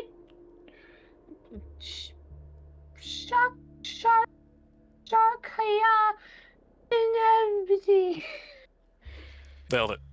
Perfect. I have no idea either. More tales of the wicked woman. This isn't the first time I hear of her. What is her name? She is Shabnak a deer. No, she is worse than Shabnak. Beautiful she is, and seeming wholly alive. But evil churns in her like poison. Whoever meets her gates is already injured, and whoever has seen her may tell the tale, as I am telling you. Why did she come? It's the Shabnak deer! This is one of the few things I remember from the Patho videos. Let's go! Yeah, the Shabnaks are what's been hunting me in the Plague District. Oh, I've been waiting for Shabnak deer. They hanging out. Why did she come? What does she want with Big Vlad? Whatever she demands, the boss gives, Emshen. Today he handed her over the handwritten books of Warden Barak. Fuck. So, my voice is starting to crack. I don't know how much longer I can keep this up. This is... Damn it. God. Damn it. Yeah. God. I haven't even... Fucking damn it. I'm still operating on like 30% of knowledge of the narrative, and even I'm like, that doesn't sound good. That's pretty fucking bad. Awful. No, we ain't getting that I'm shit excited. back. I'm excited. I'm excited to see where this goes. Is dire. This is fucking dire. I'm having a great time. I don't know about you, but I'm having a great time. So that is who stole the your archives. Suffering, your suffering engages me. I don't know. Amuses. That's the word I was looking for. Sorry. So that is who stole the archives. No wonder no one here will admit what happened. Did she say what she wanted, why she wanted those manuscripts? Is she local or from outside?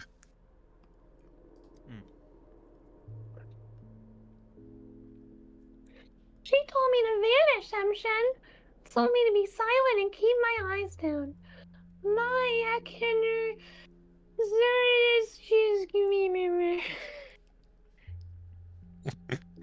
Where did she go after the lump? Do you know where she lives? Where she might be found? So you want to know the funny part about all this, about me not being able to pronounce these words? Is that my in real life last name is Slavic.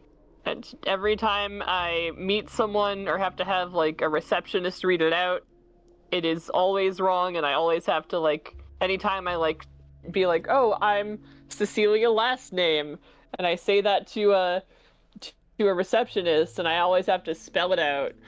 And this is my punishment.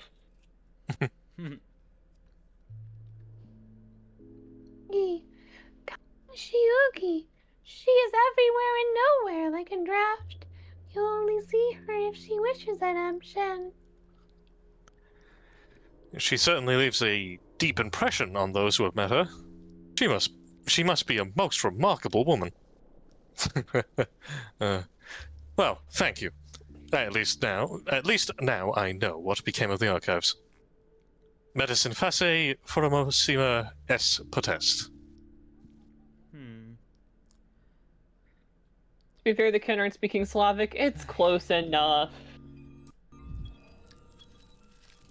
A new mistress. What is this thought?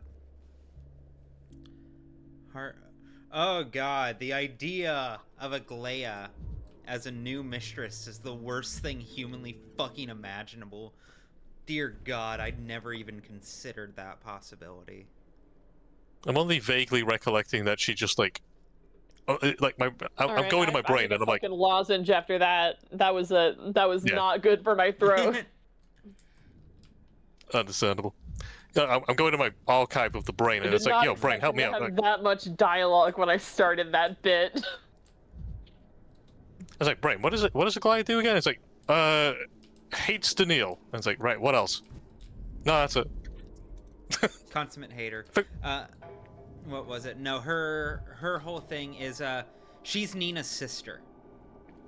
And within this timeline, it's very implied that Nina was the special one and Aglaia was the air quotes normal one. And that sowed a very deep division and resentment between the two of them. But also, we've spoken to her once so far, and that was in a flashback where Daniel was remembering Thanatica. But also notably, that first meeting in Thanatica, her dialogue was literally the exact same dialogue that she has. The exact same dialogue she has when you first meet her in Patho 1. Like, word for word, letter for letter. Man, yes, learning. Oh, sorry. This does sound like what many would call a troubling development, and what others would call real fucking bad news. Yeah. And I would call it hilarious and intriguing. Experts Your misery delights me. Experts are, in fact, calling it fucked up. Yeah. Okay, let me Yeah, learning philosophy has, like, fucking turned the word resentment into, like, I hear the word resentment and I see red because all I can think of is fucking Nietzsche being like, actually, it's not resentment. Don't call it resentment. It's actually ressentiment, which is and it's like, well, how is that meaningfully different than just if you just use the word resentment to refer to it in like a Nietzschean sense? And they're just like, it's actually not different, but you have to use the correct one, because if you don't, I'll give you a bad grade. Oh, let's not forget, because I meant to loop back to this a little bit. Because Cockney got mentioned. Because Cockney got mentioned is like, yeah. So my voice, well, I'm English in case that my punchable voice was not immediately apparent. But I specifically am a mixture of Northern England and Southern England, which the Northern specifically is Geordie. If anyone's played Final Fantasy 16, oh hi Mark. If anyone's played Final Fantasy 16, Gav, oh, hi, I think Gav is like Mark. Geordie. It's not He's true. Great. And yeah, so like Gav in Final Fantasy 16 is like well Geordie. He's like, hi Dean Clive, that sort of stuff. I'm doing a terrible impression of my own accent. It's very strange. And Cockney is like Doghead. I love Doghead. Let's go. And Cockney is like the accent that was mentioned earlier. So it's very strange because I have like both of them, but they just mix together to sound like Oxford English. So I just have like a very strange. I sound posh as far as I'm aware. Well, at least when I'm voicing stuff, I sound posh. I wouldn't say you sound posh, but you sound. I like your voice. You sound like, nice. You sound posh when you want to sell posh. You have an incredible capacity to sell posh, but like. Oh, for sure. I haven't really seen you do when posh. I'm talking to you casually, like, there can of course be those flourishes, but I just see theater kid impulse in those moments more than anything. Oh yeah. It's like relative to my area. It's like my voice sticks out. The funny thing is that I'm told that when I get sort of like in the moment and like emotional about something, the native Geordie accent kind of like kicks in again, which is kind of funny. So I'll be like, yes, hello, how are we doing? And it's like, oh, get in, let's go down the tuna hunts and proper all right, sorry, what were we saying? It's really good. It's really good. Yeah. Or it's like, I totally get what you're saying about like standing out in the like place that you live, because like I'm from Toronto, but like I will call it Toronto because when I was a kid I was fucking all Daniil Dankovsky stickler for pronunciation. And then now as an adult I'm like, well, that's Toronto is how I say it, but if I say I'm from Toronto, nobody's going to fucking believe me. Yeah, it's wild because it's like if you don't live in an area, you don't like really know like regional dialects. Because I'm just like my brain just files it all under like American, and there'll probably be like a little subsection for like Texan because I guess that's very distinct compared to the others. But like, that's kind of it. But people will be like, no, each Canadian state. who was just talking about a Canadian city, that hurt a lot. Yeah, you know what I mean. It's like obviously that's not correct. No, Like, I know, somebody, I know you each weren't state talking is about gonna me specifically, but it's funny. But like each state will probably like there'll be a lot of them, and in the same way it's like, oh well, English is just one accent. I'm like, Yorkshire sounds way different There's from also like New York and like Brooklyn, and I'll say it. I'm gonna say it. The Brooklyn, New York accent, that's the Cockney of America. You're not wrong. Not wrong. Yeah, no, that's pretty on point. Can I have a shot at Georgie or? Yeah, Gorgie. Yeah. Gorgie. Yeah. With each passing hour, our tragedies are more and more. What are you talking about? Has something else happened? Indeed. Abyssum invocat. Have you heard about the polyhedron? I have. The question is, what have you heard? Tell me, Bachelor. Will or fate? What do you believe in, Mr. Time Traveler? I don't believe in fate. It's our deeds that define us. Only a fool would defy fate. Looks into the camera. Do I have to choose? Fate and will can very much coexist.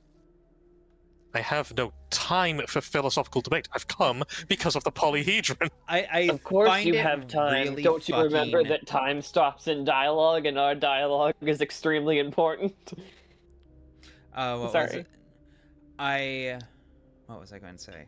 I find it really funny how consistent the through line is of Daniel actually low-key fucking hating philosophy. Oh, yeah. Like, he canonically does not like philosophy, but he keeps getting pulled into these goddamn discussions. Well, because here's the thing, though. I don't know if he hates philosophy or if he just thinks, like, because I feel like he would enjoy it if everything wasn't going to shit right now, you know? Like, I feel like if he was, like, on an uneventful Tuesday 2 months ago, and he was like, I feel like he could really enjoy a discussion like this, but I feel like now, here and now, he's like, I don't have time for this. No, I don't want to think about this. He hates philosophy. Oh, okay. He Well, said maybe he then slept I through must be his wrong. philosophy classes in college. Oh, he did say that. I remember Yeah. that. I remember him saying that. I mean, to make it quick, it's like I always read it as just like, well, he probably doesn't like it because it's not something you solve. Yeah, philosophy is something exactly. That's true. It's abstract. It's not material. It's not something you can measure. It doesn't have a binary win state. It's an abstract, nebulous like form of ideas, and that doesn't do anything for him. He wants fucking results. Yeah. To be honest, that's kind of why I stopped taking philosophy courses, because I love like being in the class and learning about philosophy, but I fucking hate writing essays. I hate writing essays so much. It makes my skin crawl. Meanwhile, I go to my major, which is math, and I'm like, oh, I love this. I love it. I'm mathing so hard. And it's like, I don't know. It's that like. Yeah. It's what you were getting at with the correct or incorrect. I've fallen more and more into reading philosophy the longer and longer I've been writing essay stuff. Like, I was always into it, of course. I was always really into it. But, like, wanting to make sure I was pulling from a good, like, set of knowledge when I talk about this shit was definitely strong motivation. Let me see.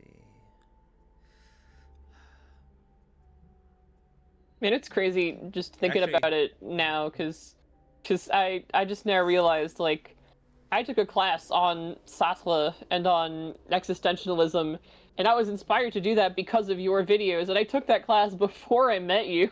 And now we're friends. Man, it's crazy how life works. I hope you enjoyed the class. Oh, I did. It was great. It was awesome. I love the professor. It was awesome. Oh yeah. Line's yours. Oh, right. Exactly. Simon said the same thing. We build this town at the junction of fate and will, and every miracle in it is a spark created by will crashing into fate. That's a good line. One of those sparks is the polyhedron, isn't it? I've actually come here because of it. Sparks have a nasty tendency to cause fires. Oh, and that's a good line, too. This game's writing is great. It's very sharp. It's very sharp. I appreciate it. Yeah. They do. But a fire is not necessarily a tragedy. A fire can be a symbol of rebirth, too. This metaphor has gone too far. You've lost me there. This writing is so The word good. necessarily is the operative word in that sentence. The fact that we went from a good, solid, like, philosophically sharp line into, okay, never mind, I hate this metaphor. Can we back out of this? Yeah, Just immediate disown it. It really like gives the vibe of an actual conversation, you know? Innocent people die in fires too. Again, I said necessarily. I never liked that expression. People die. Does it matter whether they were innocent or not? As a judge, I can assure you, innocence is overrated. I like our philosophical debate, but I'm not here for that. See, what did I say? He likes philosophical debate. I'm kidding. No. This specific one, yeah.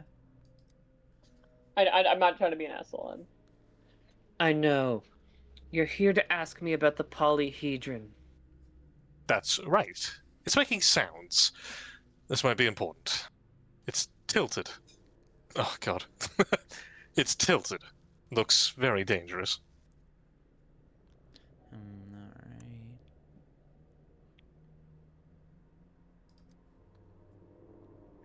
Really? And what do you hear? What kind of sounds does it make, in your opinion? What do you mean, in your opinion? Do you believe I'm hallucinating, Judge? I'm not the only one hearing the sounds. Oh, tilted. I didn't get the joke, and then I saw people in chat. Tilted tower. I get so tilted at the towers. I said that at the exact same fucking time that I see Alice type into the chat. God damn it. Voices. Voices, mostly. Speaking in different languages. And something like music as well. I'm not sure. Are you getting tilted at the tower, Dankovsky? Voices. What do you think that should mean, Bachelor? I've come to ask you that. The polyhedron is your creation too. What is its purpose? The polyhedron is dangerous. If we don't take the necessary measures, it will fall, and hundreds will die. Sorry, I just want to read this line in my Kane voice. Not many women come in here because I get friend-zoned so frequently. Let me see. I had to. I'm sorry. Every time I see somebody in chat quote another thing from that scene, it breaks me every time, and I have to like not. I have to prevent myself from laughing. Good. I agree. It is a good bit. It's not our bit. It's a different bit. It's a different bit entirely. Someone else's bit.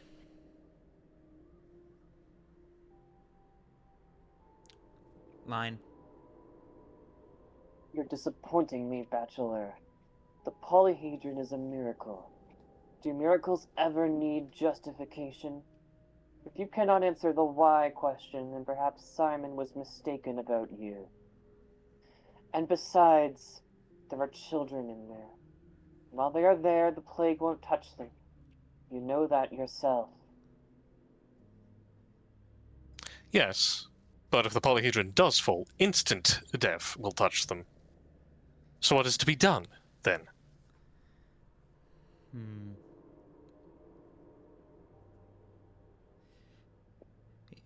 What if fantasies are too wild and utopian and actually might crash down and fuck everything up instead?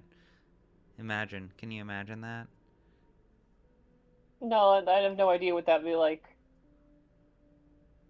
So we're choosing between two kinds of death. If it were up to you, what fate would you grant the polyhedron children? Of two evils, I'd prefer not to choose at all. Wouldn't that I be believe nice? the children. Sorry. I believe the children should be evacuated to a safe place. If I knew more about the polyhedron's inner workings, perhaps I could avert its falling. Let's try and do things for our personal curiosity. All I can do is wish you the best of luck. I'm afraid you might be mistaking the polyhedron for a windmill.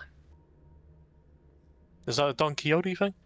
I was gonna make the Don Quixote joke, god damn it! Yeah. No, I was just like genuinely asking if that's. Yeah, no, I think I'm it is. assuming that. I'm pretty sure it is. Legit, cool. I've read honestly, Abel. I didn't get the Don Quixote vibe from that sentence. To me, it was just like, you've mistaken this miracle for a common building that has a diagram and has rules that make sense and can be fixed. But it could, you know what? It can be both. It could totally be both. That's not true. I've left my barber's basin in the capital. Perhaps, but I'm convinced that it's better to do and regret it than to regret doing nothing. Kinda real. Pathologic. Don Quixote is such a, like, once you like start seeing fucking allusions to Don Quixote, you start seeing them everywhere, and it's like, what the fuck? Yeah, there's an illusion in One Piece.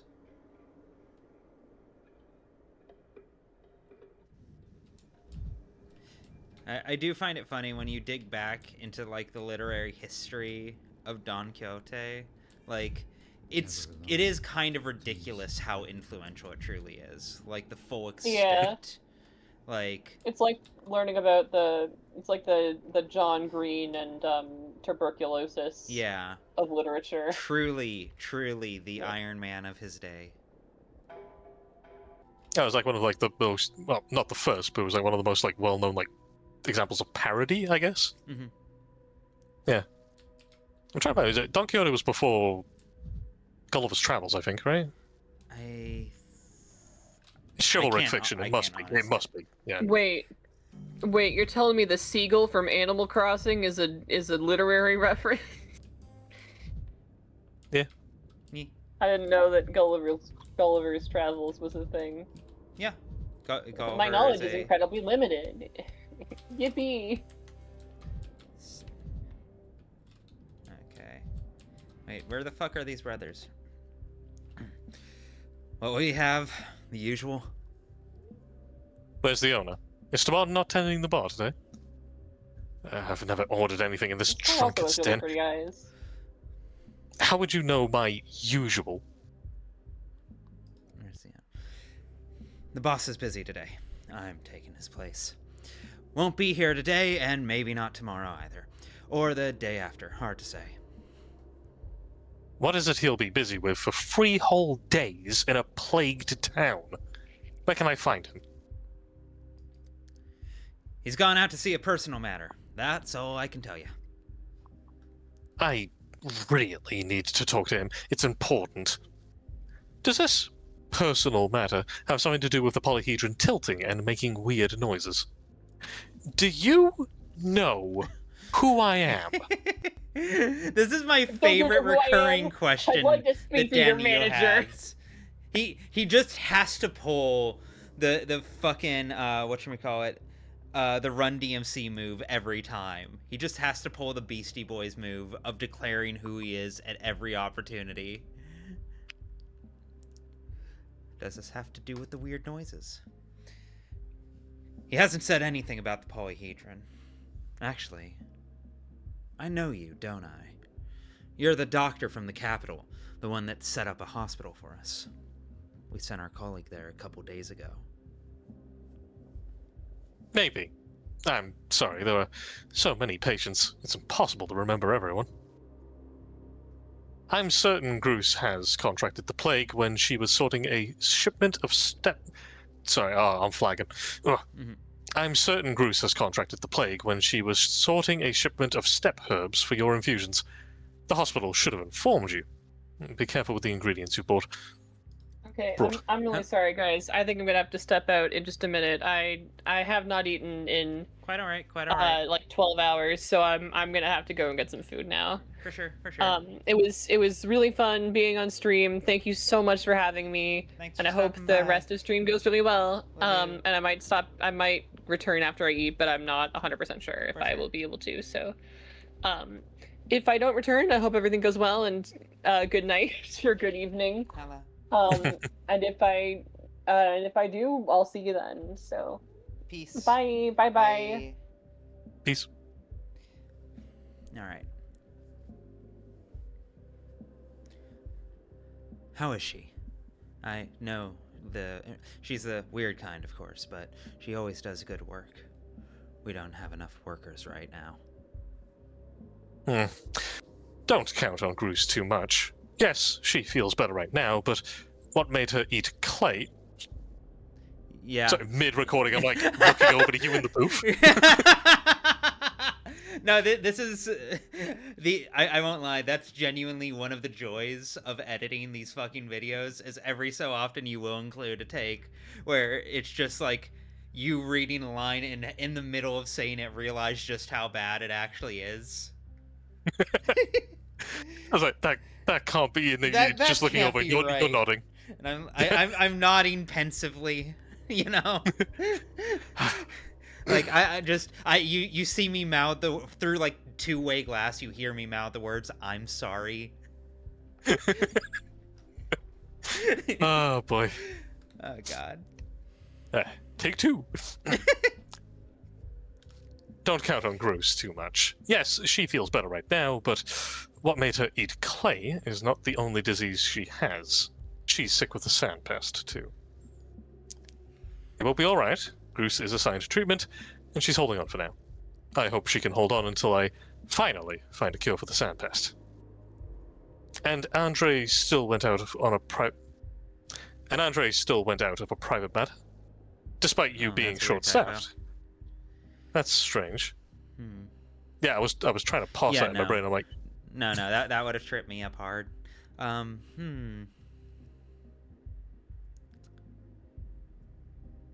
Oh, went out on a private matter. Right, okay, I see it now.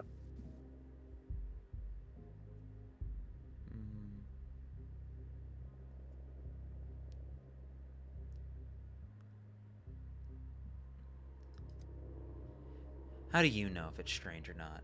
Oh yes, you know each other well enough. Andre told us you used to be buddies back at the Capitol. Really? So what did he tell you? So you know we're friends then? Doesn't that mean you can tell me where he is? What did he tell you? Oh, Dish girl, Dish! Yeah. Ooh, what are people saying about me? I want to know what people say about me, and it better all be good or I'll cry right now! He saw me for real. Said you were like an artist in your studies, too. Had certain flight of fancy. Praised your sense of humor, too. Typical Andre. Always lying. There's so much to pick apart with that one. I love it. Oh, he holds a high opinion of me. He is a chronic liar, so that does make sense. Yeah. I'm not sure about the rest, but he's right about my sense of humor. Do you want me to tell a joke? You gotta. No thanks, I'd better not. You'll like it, I promise. Isn't it the bartender's job to listen to his client? You are holding this dude hostage. You will hear my stand-up routine.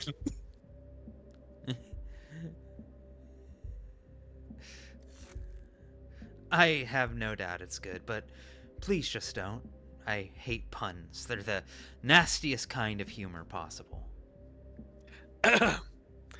What do you call a belt made of watches?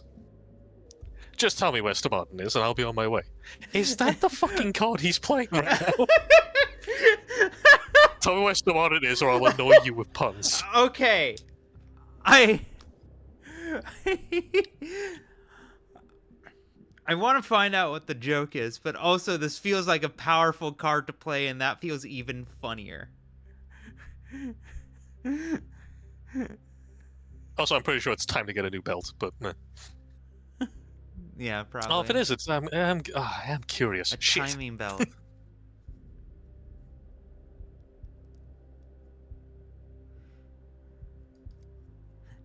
To hell with it. He's gone off to rescue his brother. The Inquisitor ordered to place Peter Stomatin under house arrest. He might be the noose for him. Andre won't allow that. He knows exactly what he's going to do. I really don't know. Andre's a daredevil, always figuring it out on the fly. I looked it up. Do you want to know what the pun actually was? What was it? A waste of time. I'm convinced this man would have reached across the bar and beat you to death. Just an instant game over. Just detonates a landmine beneath your feet. it immediately plays out the exact same cinematic of when fucking Daniel's let out and shot against the wall. See? Not that hard at all. Couldn't you have started with that? Thank you. I'm sorry. I can't tip you. I don't have any money. Andre is rescuing Peter. I should have guessed.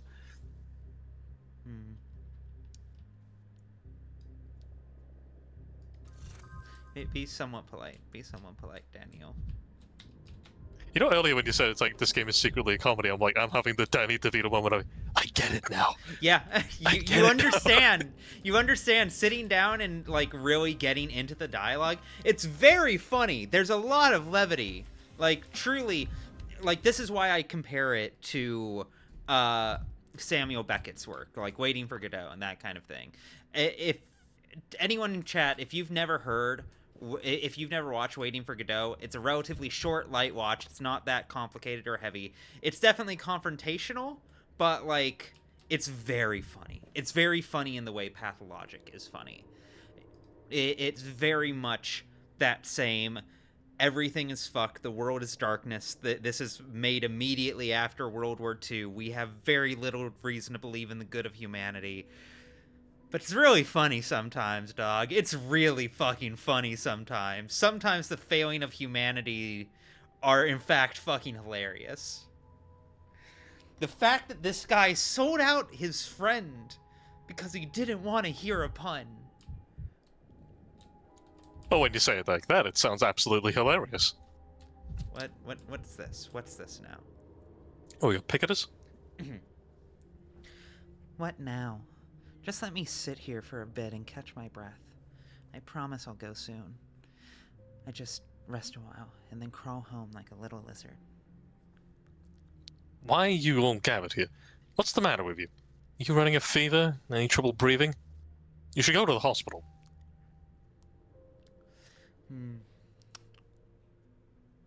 Why are you all here? They're handing out food. Oh! This is the consequence of the thing I instituted. Cool.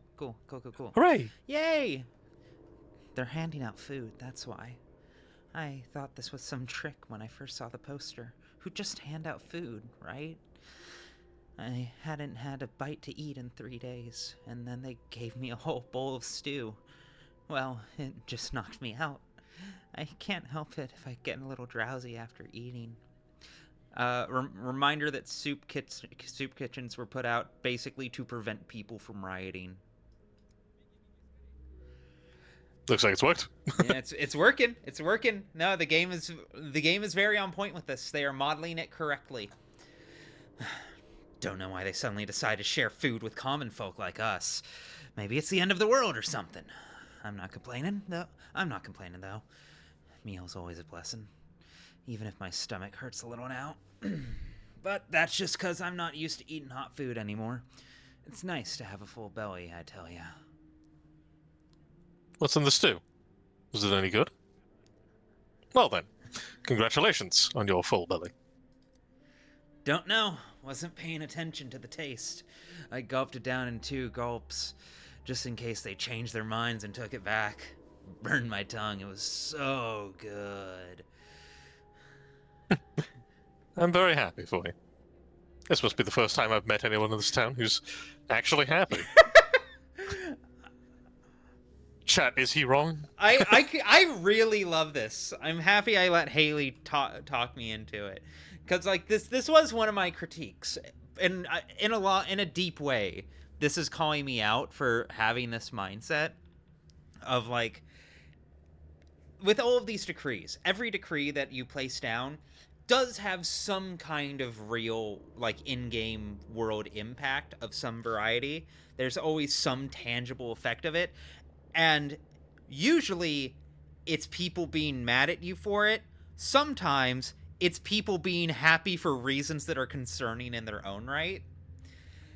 But like, this is the first time we put down a decree and the response has just been, yeah, good, thank you, yes, yes, yes, please again.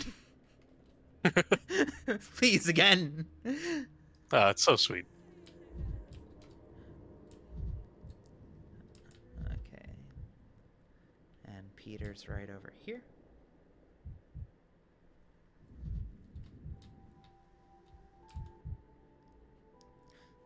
Stop right there.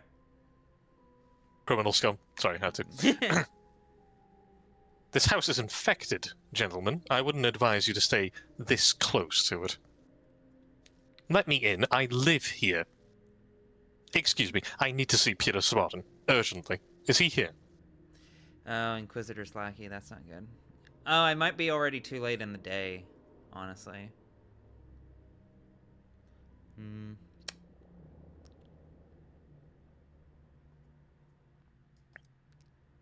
Peter Stomatin is kept in custody in his own apartment.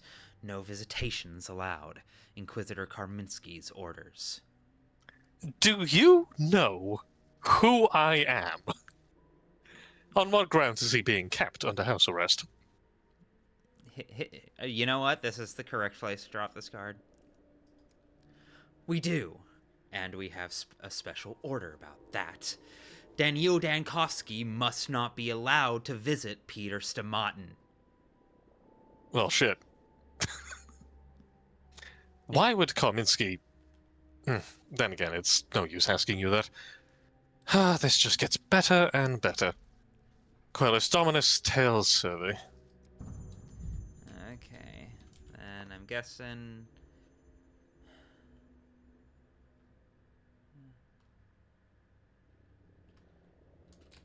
Can I sneak in? That's a good question. Let's try by asking that first.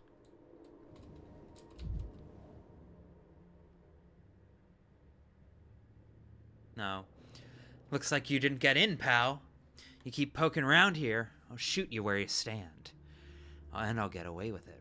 All right. Get lost, will you? Asking you nicely. Do they teach you anything in your line of duty besides threatening people with reprisal? I'm just having a stroll. Calm down.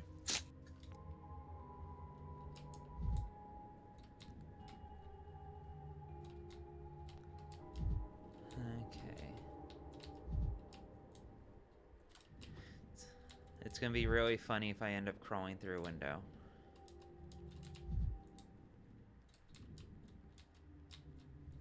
Oh?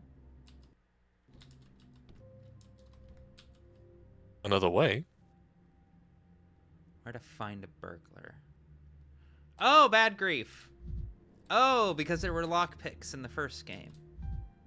Most likely. Although this dude looks very talkable. My sweet little sisters, leaves on the ground, ye owe much to God, your Creator, and yet he ought to sing his praises at all times and all places, because he has given you liberty to fly free from your branches. Ye little leaves are the heralds of new lives and new beauty. Why are you sweeping here? This place is clean. Have you been working here long? I don't understand. Are you preaching to the fallen leaves? Sometimes I feel down, and when I talk to the leaves. What's wrong with that? Even leaves deserve a word of comfort before death. If something's fallen to the ground, that doesn't mean it's rubbish, that no one needs it anymore. I'm sorry. Didn't mean to embarrass you. You're right, of course. Even leaves deserve a kind word. There's a door behind the fence, hidden by the bushes. Pretty unremarkable. Do you know where it leads, perhaps? It's the spare door to the Stomatin's loft, that one. Lets no one in, he does. Gives the key to no one. That's the kind of man he is. Bit of rot in his core. I see. So, no one else has the keys, besides the owner? Why don't you just knock? No use trying to break through a locked door, especially this one. No one opened it since the last outbreak, I think. It's rusted over. Could always try poking it with a lockpick, of course, but I don't know how to do that. A lockpick? I think I know someone who does. Thank you. I'll leave you to your sermons for your flock of fallen leaves. Good night, Estro. Good night. Finis sanctificat.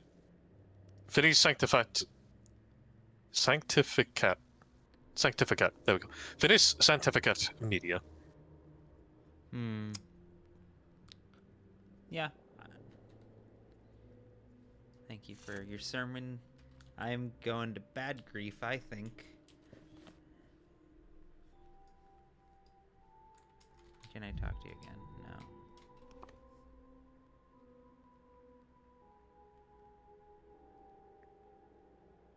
No.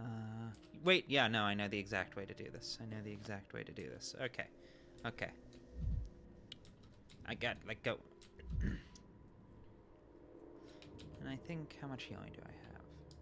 Oh, I have a shit ton of healing. I'd rather not hear this.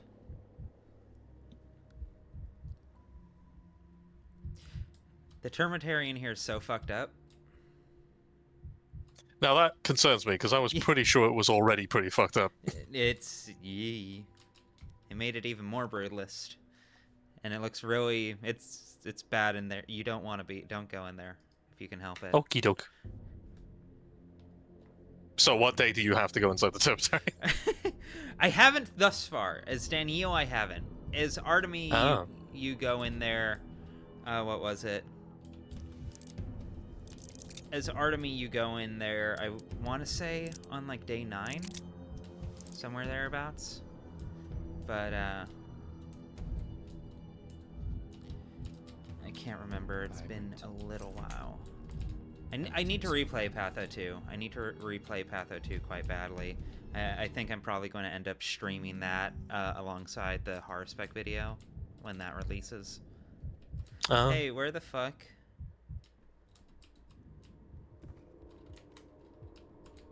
Oh, wait. True to Kaiser.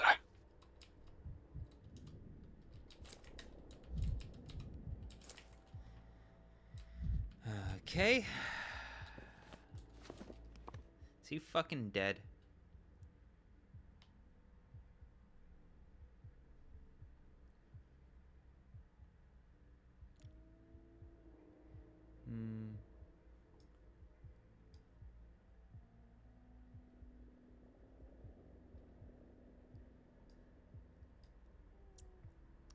Oh right, he's in a house. Is he in Isidor's house? Is that what I'm remembering? I think he's in Isidor's house. I remember now. I remember what day this is. I do, in fact, have some amount of long-term memory. I am not a goldfish. These are the daily affirmations I say to myself in the mirror. I can remember my passwords to log into social media. I can. I am a regular guy. I can enter a room. I am a regular guy. I watched the clip of Dolphin Lion playing was it Sisyphus Simulator or whatever it is, and like lock in, get it twisted has entered my vocabulary much more than I initially thought it. No, like, it's a cognito hazard, or I guess the opposite of a cognito hazard, because it's a good thing. And yeah, just waking up and it's like 6 a.m. still or something like that. I'm like, do I have to? And it's like, lock in, get it twisted. I'm like, all right, I'll lock in and get it twisted. No, it's absolutely. Oh god damn it! I ADHD'd. I fucking. Grief, man. Right. Lockpick, come back. Yes, I need grief. Yes. I'm in the middle of fucking praising myself for having memory, forgetting in real time where the fuck I'm supposed to be going. I'm not gonna make it, dog. I'm not gonna make it. You simultaneously have all the time in the world and none at all. Just like real life. It's fine. I'll just make that webcomic like tomorrow, probably. Maybe. Yeah. Same. And that novel. Same. Yeah. No rush. And when I animate the AMV that's in my head, it's gonna be amazing. Oh, it's gonna be so good. It's gonna be so good. I forgot that there's so much of the world.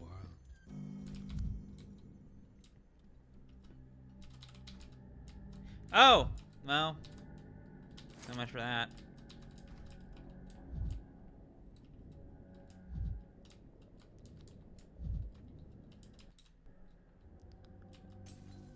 Optics, vision. Their answer is in mirrors.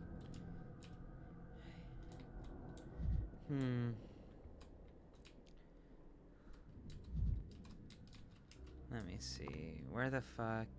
Am I? Yeah, I could have sworn he was fucking in Isidor's place. Isn't it under perhaps people or casebook? I don't think it gets that granular. Okay. Like, yeah. That tells you where they've been. Maybe. It'd be very sexy if it did. I'm gonna praise this game if it does.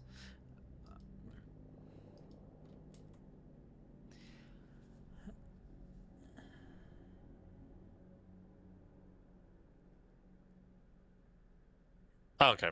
Not necessarily where they are now, but it does at least remind you what you've done with them, which I guess is good for keeping track of stuff. Yeah.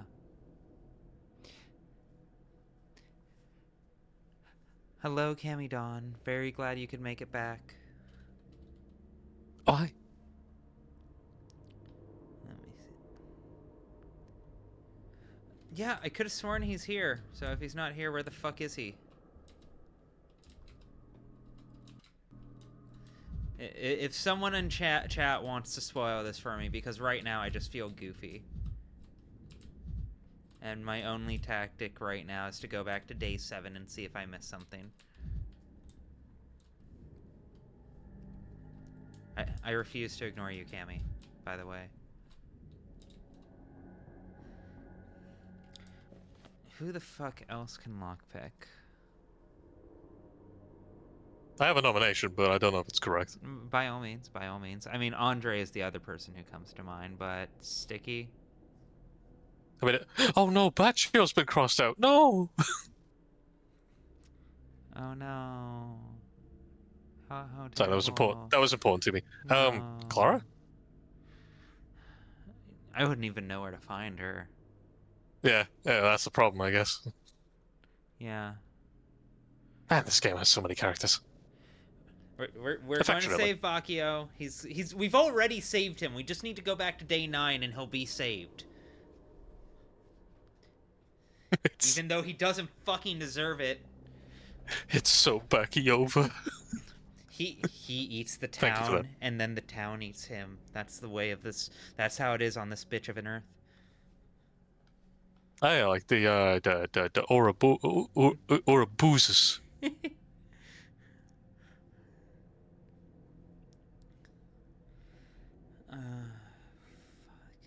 Genuinely. Oh, Notkin. Of course it's fucking Notkin. I was in the right direction. I was in the right direction.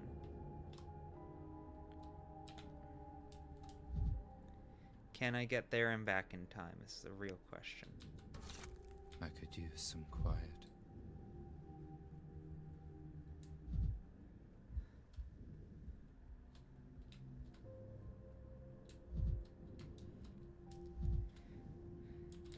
I do appreciate how much more detail there is in the world now.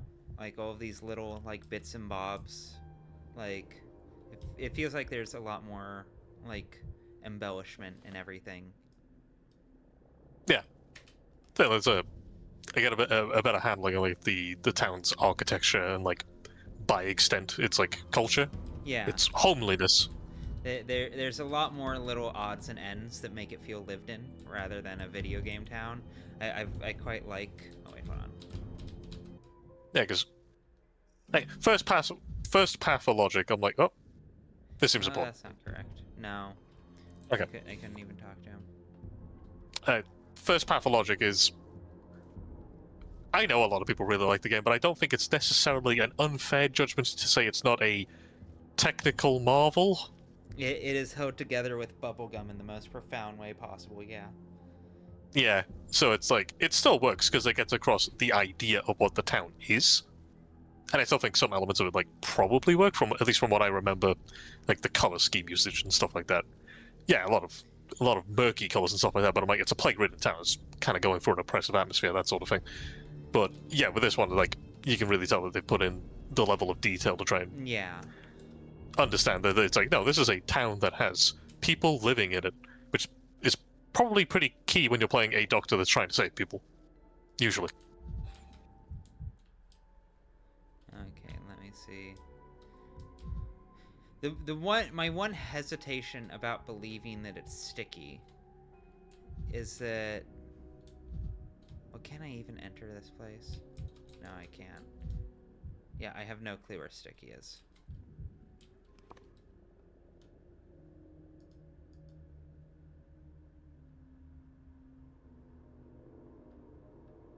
I'm trying to figure out who could fucking lockpick.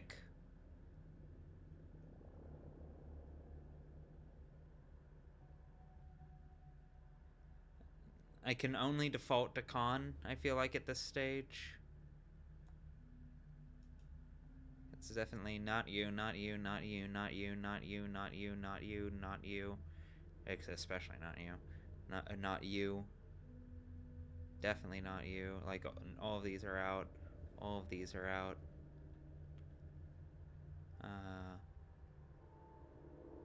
Maybe Catchfly, but also...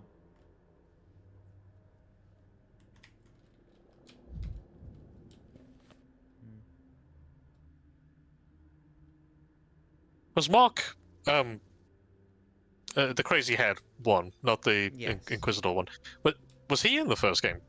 Oh, yes. But he took a very different form. He actually... I kind of don't like him in the first game, which is funny, given that he's basically the theatrical grounding. But he feels like a very underdeveloped character. He doesn't really play a meaningful role in any of the storylines. Like, he definitely is like the director of the theater, and that gets alluded to a couple times, but he doesn't have many lines in any route or play any substantial role, and his design is kind of boring and nothing.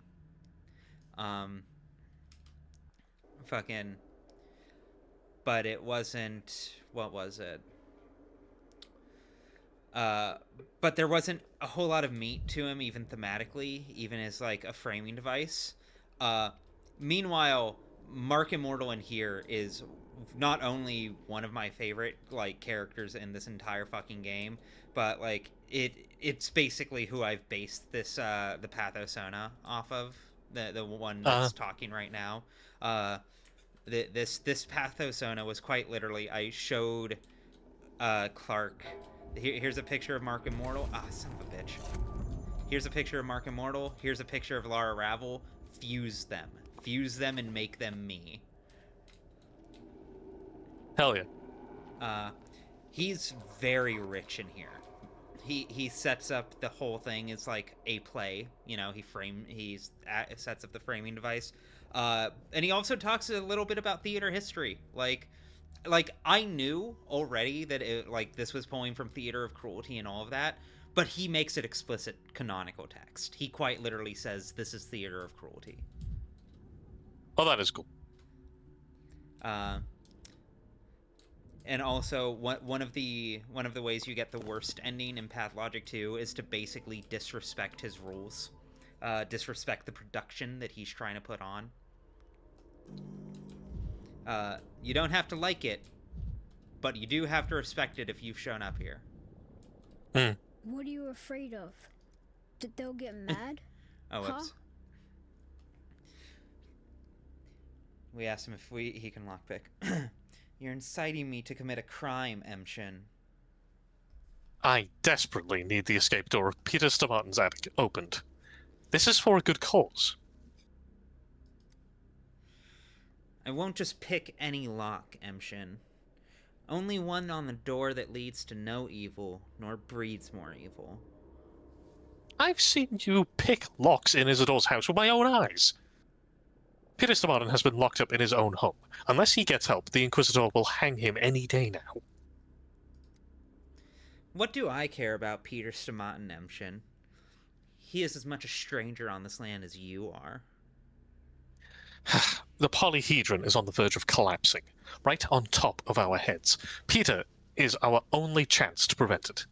It's in your power to save a man from the gallows, and you prefer to do nothing.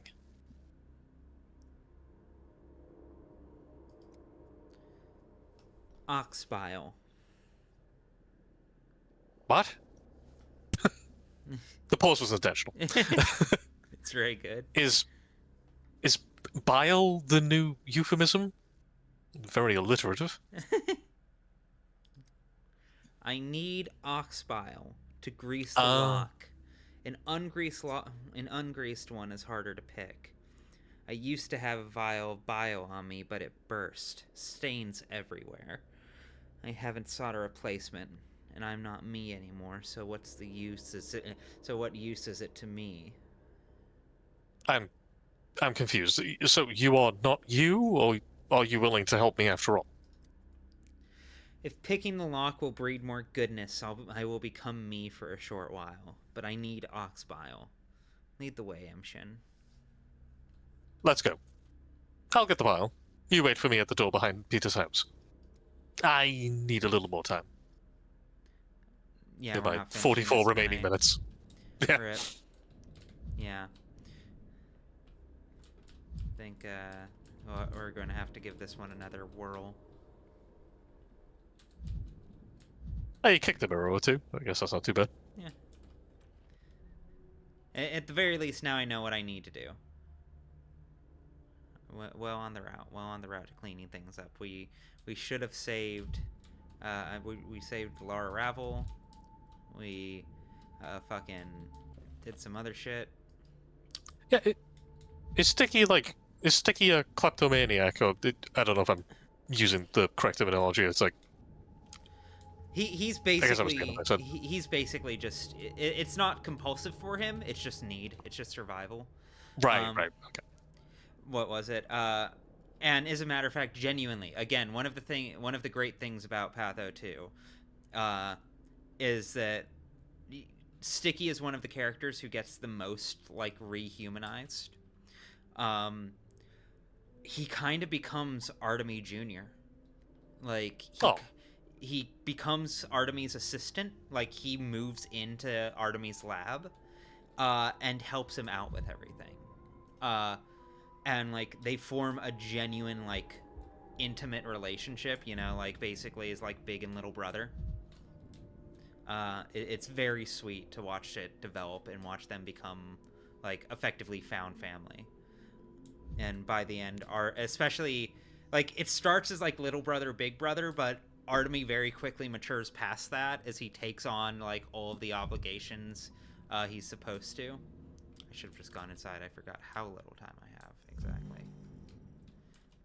Accused of the most terrible of crimes, Gnostical turpitude. So rare and so unutterable that it was necessary to use circumlocutions like impenetrability, opacity, occlusion. Bro is yapping. I didn't catch any of that. No, I went to I wanted to search that, but then it just kept happening, and I was just like, I know this is meant to disorient me, but fuck, that's disorienting. would you like Mark, or should I take Mark? I'll stick with this. It's all right. All right.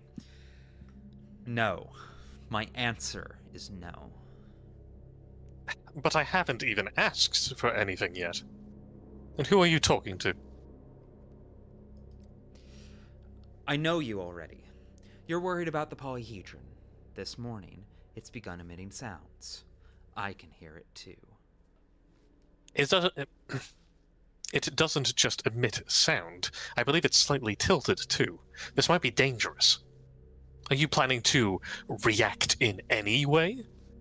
I need to talk to Peter Stamartin about that.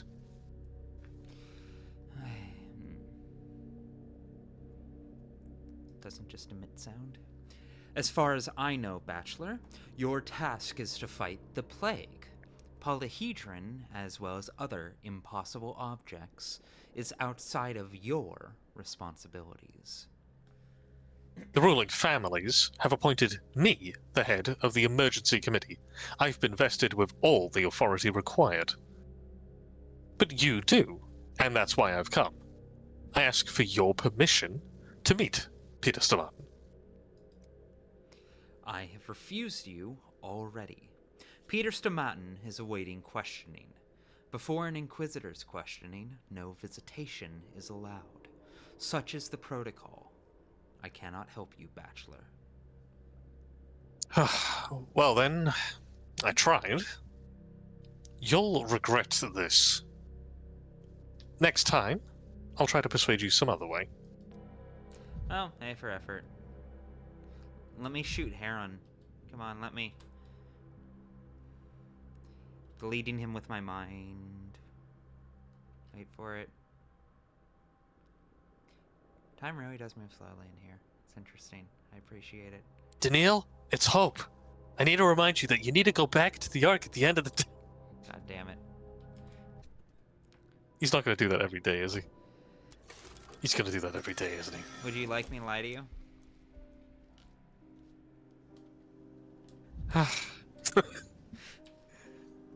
For what it's worth. Scene time. Oh yes, I forgot about this one. Right. Where are we? Act -1, Scene 9. Exposition. Simon and Isidore on stage. Two men have agreed that 5 years ago they made a mistake. We'll bury the specifics, keep them unspoken. Let us not drag dirty linen into the spotlight. Instead, this scene is the realization that today marks the beginning of a new chronology. Are the instructions clear? Okay. Interesting. Basically saying that this story is meant to be the same, but also is decidedly different. And the fact that it's showing, I'm pretty sure that was Isidore and Oyun behind the curtain.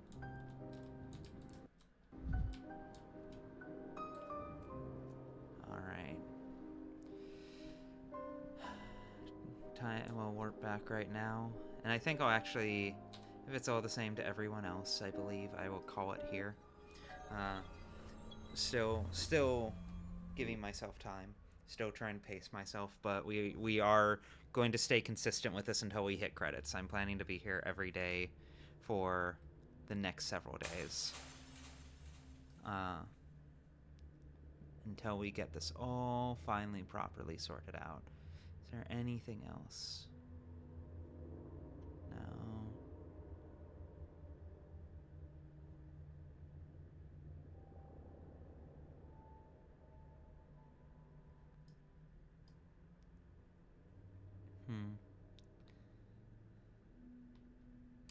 Okay, there we go. And with that taken care of, yeah, I think that's going to be good. Call it there. All right. Yes. 12 p.m. Pacific Standard Time tomorrow, and we'll be back to doing this until we finally get all the way through it. Very much looking forward to it. This day turned into a lot of cleanup, but I'm really expecting and hoping that next time we'll hit day 10. Thank you all for hanging out. Sky, thank you for being here basically the entire time. I very, very much appreciate it, and it's been a delight. I get the gold medal. I did the best. I'm the winner. You get pure platinum. Pure platinum. Yes. We stay winning. We stay winning. No, but for real, this was very fun. Yeah, I've had a lot of fun hanging out. Likewise. An absolute joy to have you. Anyways, is there anything you would like to plug, or anything you would like to shout out, say? There's a codex entry thing. I think that's pretty cool to check out. Yeah. Play Crosscode. That's about it. Play Crosscode. All right. I will see you all tomorrow. Thanks for hanging out. Peace. Peace.